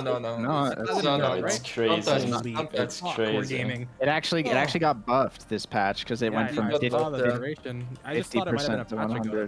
Yeah, wait. Do you have my stream up, Mitch? Yeah. The chest plate, you get like. Are you ready? all your things back. Oh no, my secret banner bot. I don't think that was a secret, bro. I'm pretty sure. Look at our speed when like Typhoon praises his banner. Yeah, yeah. We like go into a T16 map. Crack. That's our. It's a 0 movement speed character. I don't have a Quicksilver flask. How did they not? And look, it expired. We're like walking now, and then boom, it's back. That's so stupid. That's just banner. It's not just that. It's just like the block too. The Yeah. block, Everything. That's It's like so good. So good. So Exactly, so stupid. good. Yeah. And then you put the Pyroclast mine on the Orobot snap. What about the double damage mine? So surely somebody just randomly throws it even without much investment. The Orobot can still. I mean, that was the Meta Guardian, right? He just has to throw one Pyroclast. You don't even need it when you're mapping, honestly. Like, you're never Can you throwing fit both of those? They don't Wait, cost but- anything. So Wait, hold the on. When you're mapping, sockets, there's no it's- point. hold Wait, on. hold on. Passes, Mitch like- is right. Mitch is Pyroclast right. is just a Like, one link. If we're off-screen everything with the Reeve, then Bro, what's the there point of ain't the no mine? way you're throwing portal mines when you're mapping, unless you're like at a fucking. There's gigamob. no Mitch. There's no What? mapping. What else are you Get gonna that do? out of your head. There's We're no mapping. we're standing There's still. running to a light and standing still. There's no mapping. That's the game. Well, Get maybe that maybe out the of your breach, head. maybe a little bit of Yeah. breach. That's a fucking Have you met my aware friend moment. Razor Synapse? What do you mean Oh, mapping? I don't know what that is. I literally don't know what that is Mapping. anymore. Like, Because I Oh, open my yeah. blight map, my blight ravaged map. I walk to the portal, the pump, and then I sit there for 5 minutes. We want to be able to clear like affliction and stuff like that. Like if we get an affliction, of course we want to be able to do that. But like for the actual hard stuff that we're killing, I guess it's just gonna be the stationary blight. You want a space and a blight. And maybe breach, maybe a tiny bit of circling the breach. Dude, the banners can I'm pretty cover, like, sure- the whole screen though. I'm pretty sure Orobot is gonna be going fucking Necromancer, by the way. For like the first time ever, because you actually have useful ascendancy points to click. Like before, you had the new Bloodline stuff. Well, yeah, I'm pretty You sure go you take witch and then or like you take necro. so and the... you click the one useful node on Necromancer, which is the attack speed, and then you click all the Vol skill shit, and then you have Yeah. like 1 bazillion attack speed. Dude, there's 10 Bloodline ascendancies and they showed 3. I mean, I don't Like, disagree, what but else? do you need the But there's the more. reservation or aura? Yes. Yeah. There's 7 There's more. 10 classes and they've only shown 3. So we have no Oh, idea what the shit. fuck else they have. Like Basically, they're still every building them. in-game boss Crazy has a tree. Imperium style stuff. I see. So we have the I'll be extra. honest. How much rarity can you have on a ring? Like how much is it better than the belt? Because like String like- of Servitude is. You're like 110. 180. or That's like more. a- It's like 180 if you like invert the thing. You have a Oh, perfect okay. ring, like it's a shit Yeah. ton. So like it's like 100 more rarity than before, going from belt to another ring, I guess. Yeah. That's pretty good. I also love to see the new 1 bases, like the stats on them, the attack speed, the crit chance, and all that, because we have no clue. Yeah. All we know is Alright. we have 3 like 1.5s. I just realized the Kohler is also gonna need to be using Reeve somehow, because like I don't think any other skill gets that much AoE, and he needs to match the AoE of the carry. Not really. I think with Brand it should be good No, enough. they don't go anywhere close to as far as Reeve, man. With attachment range, of course it does. What do you mean? What's easier to invest in though, like the stationary Reeve stuff or like 1 billion fucking brand attachment I cluster? mean, I don't know how the Reeve stuff works, so Thank I you, can't answer Luis. that. Why You not just volcanic visual snaking? you have Bad. no idea how far no this. idea how You far have it no clue how far this Reeve goes, Evan. It's like 5 screens have no away. clue. You can hit mobs. Listen, I put it. Let's watch the video together, Evan. Okay, hold on. You're talking about crazy attack speed. No, And if you not just attack have- range. No, like watch my stream, please. Can you pull up my stream? Let's And we'll watch it together, so you can see how fucking stupid this is. Like there's a limit to how far Or your thing can don't show, hit. or 'cause- don't show, so GG doesn't fucking nerf it. Do you have my stream open, Yeah. Evan? So look, he's on the blight pump here. Look at the mob spawning down there. He's Yeah, killing I them. mean, that's like a screen and a half, 2 screens away. No, yeah. it's like 3 screens away. What He's the so fuck far is away. that? How does he have 21 stacks of What is all read? that? Don't worry about that. Don't worry. That's what I'm worried. That's the whole thing. Don't worry about that. I have to ask the questions, man. Don't listen. Any warriors? We'll talk about that later when I'm not streaming. You tell me to look at something that I ask a Greylock, question. didn't this get fixed ages ago? No.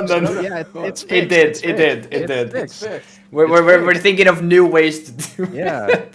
it's fixed. That's fine. How do I instantly identify the issue? It's right there on the screen. It's fine.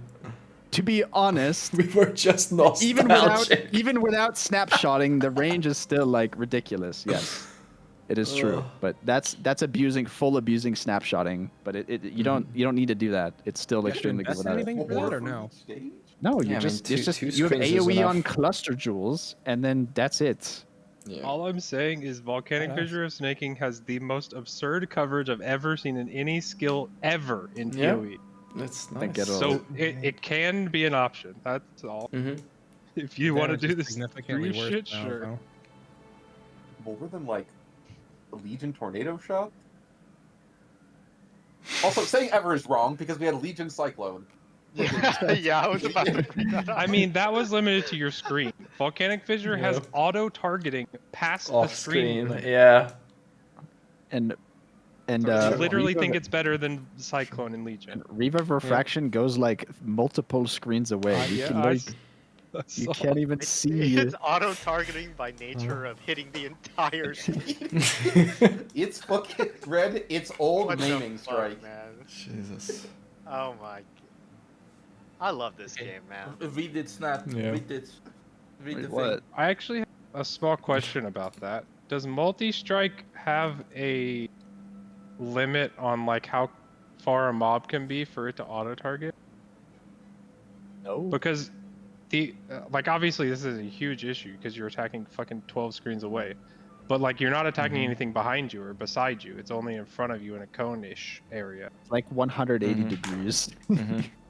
You just flip around and it just hits stuff. Doesn't the backward cone also get scaled with that? There's no backward. There's no back. I mean, you're just holding right click and then like doing circles around your. If it's a blight that's like every direction, you just like do circles, right? You're And shooting at like a everything will projectile. die on You're shooting spawn. at you're shooting a 180 degrees projectile is basically what you're doing. It's like what it. I'm just saying if multi-strike worked like at a longer range than I expect, that would be for sure the play. This isn't something new, Evan. This is like something people were playing in last league. Like it's not. This isn't something new. So. But yeah, I'm surprised. Like the memes. But it's literally blight. Like the thing is, like you wouldn't be doing stuff like this if the other strategies were better. But like I see them nerfing like everything except for blight bosses, which is just like what the fuck. Why did they do that? You're gonna want somebody that can like go and build turrets, by the way, like empowering towers. But, like, yeah. Yeah, our designated scouter. Yeah, so what would be the team comp? Damage guy, MF guy, Aura bot. Banner guy, and then a Warcry? separate Warcry druggery? Or is that too much on one? You're like definitely going to want somebody vengeful crying if you're stationary. Like surely this is possible. Yeah. Have we? I mean, did we ever? Also, figure out is the best Warcry way to guy put the them Fortify guy or Banner guy the Fortify guy? I guess Banner that's guy, Yeah, I think Banner guy can be the Banner Fortify guy's guy. easy. No.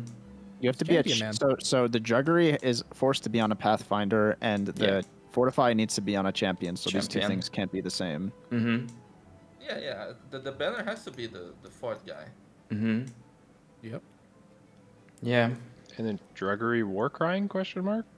I'm pretty sure you can shove Warcry I mean, if it's on the druggery. just the vengeful, I yeah, have but you POC can't after you Druggery can't do Warcry. like 7 Warcries on the Wait, but druggery. we're missing one character though. I was gonna no? say that was only 5, right? Yeah, there was only 5. Right. So then does druggery need to Warcry? Or is there a different There's a archetype? carry, an Aurabot, a Crybot, a Mana Guardian, a Kohler. Oh, Mana and a Guardian. Druggery. We did not mention the Mana Guardian. Forgot about Red. Wait, do we need a Mana Guardian? I mean, it would be Mana Guardian / Mine or Shock or something. Yeah, right? Mana usually throws mines. Yeah. And Link. He used to have like the Voltaxic Shock stuff. The no? Link is huge on Mana Guardian. Yeah, Are you actually all inning for the stationary setup and choosing to like only do Blight, or do you want to like leave your options open? Is the question? Because like I mean, there I could be think some- not doing I mean, it's breach nice is to- ignorant, and Yeah. you have to move for breach. Yeah. Yeah. Can we just go with the we're not gonna do Blight unless we absolutely fucking I mean, have to thing? Do we have to move that much for breach if you have that much AoE? Like, so you can stand in the middle of the breach and hit everything. yeah. You wouldn't have to move. Yeah. You could- Or like do like I question a small circle like around the one screen. Like it's not gonna be PoE2 breach where you're like going all the way up and down the map because it's like so slow. You're like, okay, wait. Right. Actually, have the five wayers caught up on this tech? Like, I'm pretty sure like you could stand in the middle of a 5-way and hit everything without moving. I'm not even joking. Does it Oh ignore shit! LOS? New 5-way. Then 5 would be yes, because you wouldn't be crashing. No, it doesn't ignore LOS. You can't attack through walls. There's no way. Haven't kept up on the 5-way meta. Are people using Reeve now instead of KB in 5-ways? Or like what's I'm pretty sure it last- gets blocked by the middle pillar. Yeah, the middle pillar is the problem. Yeah, so you can't attack up, whereas like KB but you or can like, just, like, you can like go chain around. around it. It's not Yeah, like but they you don't can want to go be around. running around. Like they want to be stationary and hold down the button or macro or whatever, right? I mean, as long as The last class 5-way I've is been to stationary, was it's still fine. KB at least. That's for sure. But I don't know if that's like still meta. Probably. see people saying KB still? I know, like I don't know if the Reeve shit is like Fobby tech. I don't know how many people are fucking doing Reeve. Like this is a Fobby original, I think. Fabian. So I don't know how widespread it is. I mean, honestly, How many bro, buttons is the Reeve thing? Do you have to just literally hold down Reeve and You that's just it? hold down the button. If you want to snapshot, you weapon swap and cast Vol Reeve, and then switch back, and then it's snapshotted until you like stop hitting things, which is good for Blight. But if you don't want to snapshot, you just literally hold the button down. Okay. Wait, honestly though, like, what's the point of having mines if you're just hitting like 3 screens away? You can't toss those mines 3 screens away. There's You like don't- proc you don't shields need to, right? that like the mobs have, and like you have to wait. It's just for, single target situations. Yeah, You it's need literally Yeah, bosses coming in, random bosses, It's random not map you're not boss, building random around it, Bazooka. breach I boss. just think I have one socket with pyroclast mine, and I like if I need it, I have it. Like otherwise, it's just like Yeah, whatever. but you're doing the DD mines too, no? no Mana If Guardians throwing my portal mines. If I Yeah, like that's DD it, mines. if you don't need them, then take them out. But if you're like just putting your gear together, your damage is probably like a little shit, and you probably need every single damage buff you can get. But There's it's also also just no reason not to have them. Like you're not.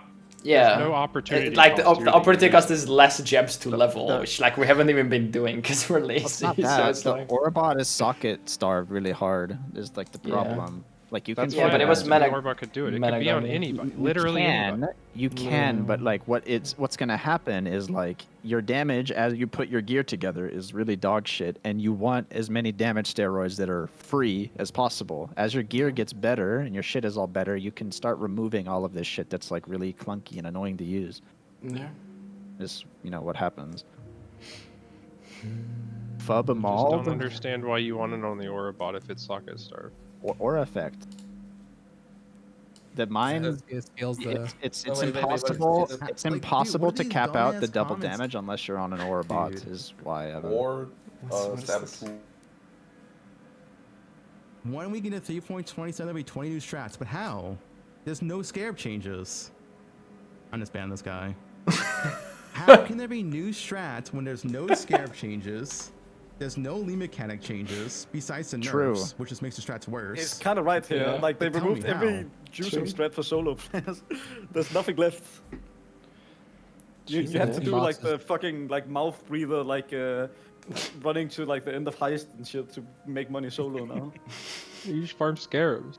Yeah, you farm scarabs. The, But the they MLM removed strat, hordes. yeah. You just farm They removed scarabs. hordes. Like No, you the can scarab- you can farm maps. You farm can do maps. box scarabs, and you can also do the card strat. The card strat was really strong last league. I thought they Still, made and they buffed Oh, yeah, it you can- with you can farm with things. T16.5s because you can now have insane Those high bosses quant are, like, pack size. Unkillable though, no? You can farm stack backs better now too. They're hard. They're not unkillable though. Yeah, they are hard. You need a very strong strong single I mean, target that, for no, that. Yeah. that strategy's kind of fucking the trash. Not gonna lie. The good one is the stack deck one, because like you get more pack size now. There's more pack size on the tree. And stack deck's gonna be pog. Everyone's pogging out of the pack. You also lost some pack size with the changes and also risk. Actually, no, you don't care about the risk because for stack decks you stack the same scarab. But yeah, stack decks is a strong strat still. That's how you farm cards nowadays. So stupid. You just farm the stack decks.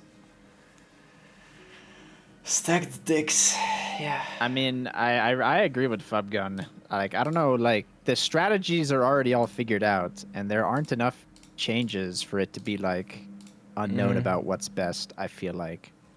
Yeah. Because there was nothing new introduced. It's just we have all the old strategies, and the best ones were, like, chopped down, and so, like, the real question is, what's the next best?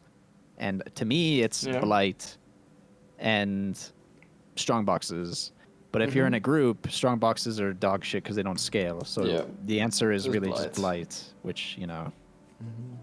It's gonna be Blight until we can bottle a breach, and then it's bottled breach. Bottled the breach.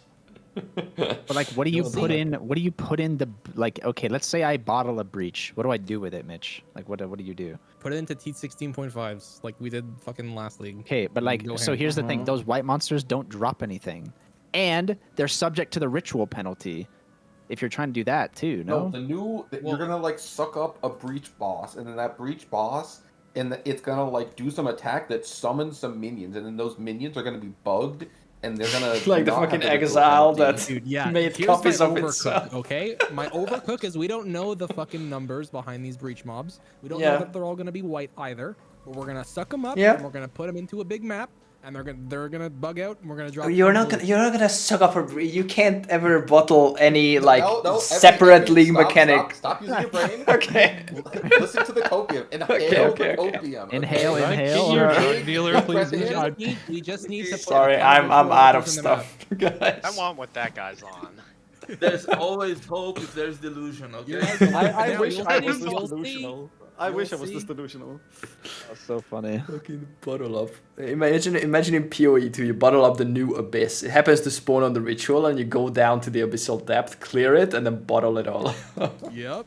Put it in the next one. Give it to the next person. One random gym bob's gonna fucking run a breach overlapping with a ritual altar. You're gonna suck it up, and you're gonna discover the strat, and you're all gonna be like, "Yo, that's so cool." Yeah. I'll be sitting here saying, "I told you." Yeah, I mean you can bottle up feared in a fucking Valdo map, so like I don't know, anything is possible, man. Yep, anything is possible. Nothing is possible. Fully bottled feared. Ritual vessel stonks. All right. Well, guys, listen. We have deliberated. It's been interesting. There's some cool stuff from Breach and the async trade and stuff, but the strats are kind of up in the air. The top strats have been nerfed a lot, and so now it's the race to what's the next best thing to do. But yeah, thanks for hanging out, guys. It was a nice reveal, some patch notes and stuff. Hope you guys had a good evening. We'll be back next time, whenever that is. Have a good rest of your evening / night. Goodbye. Bye.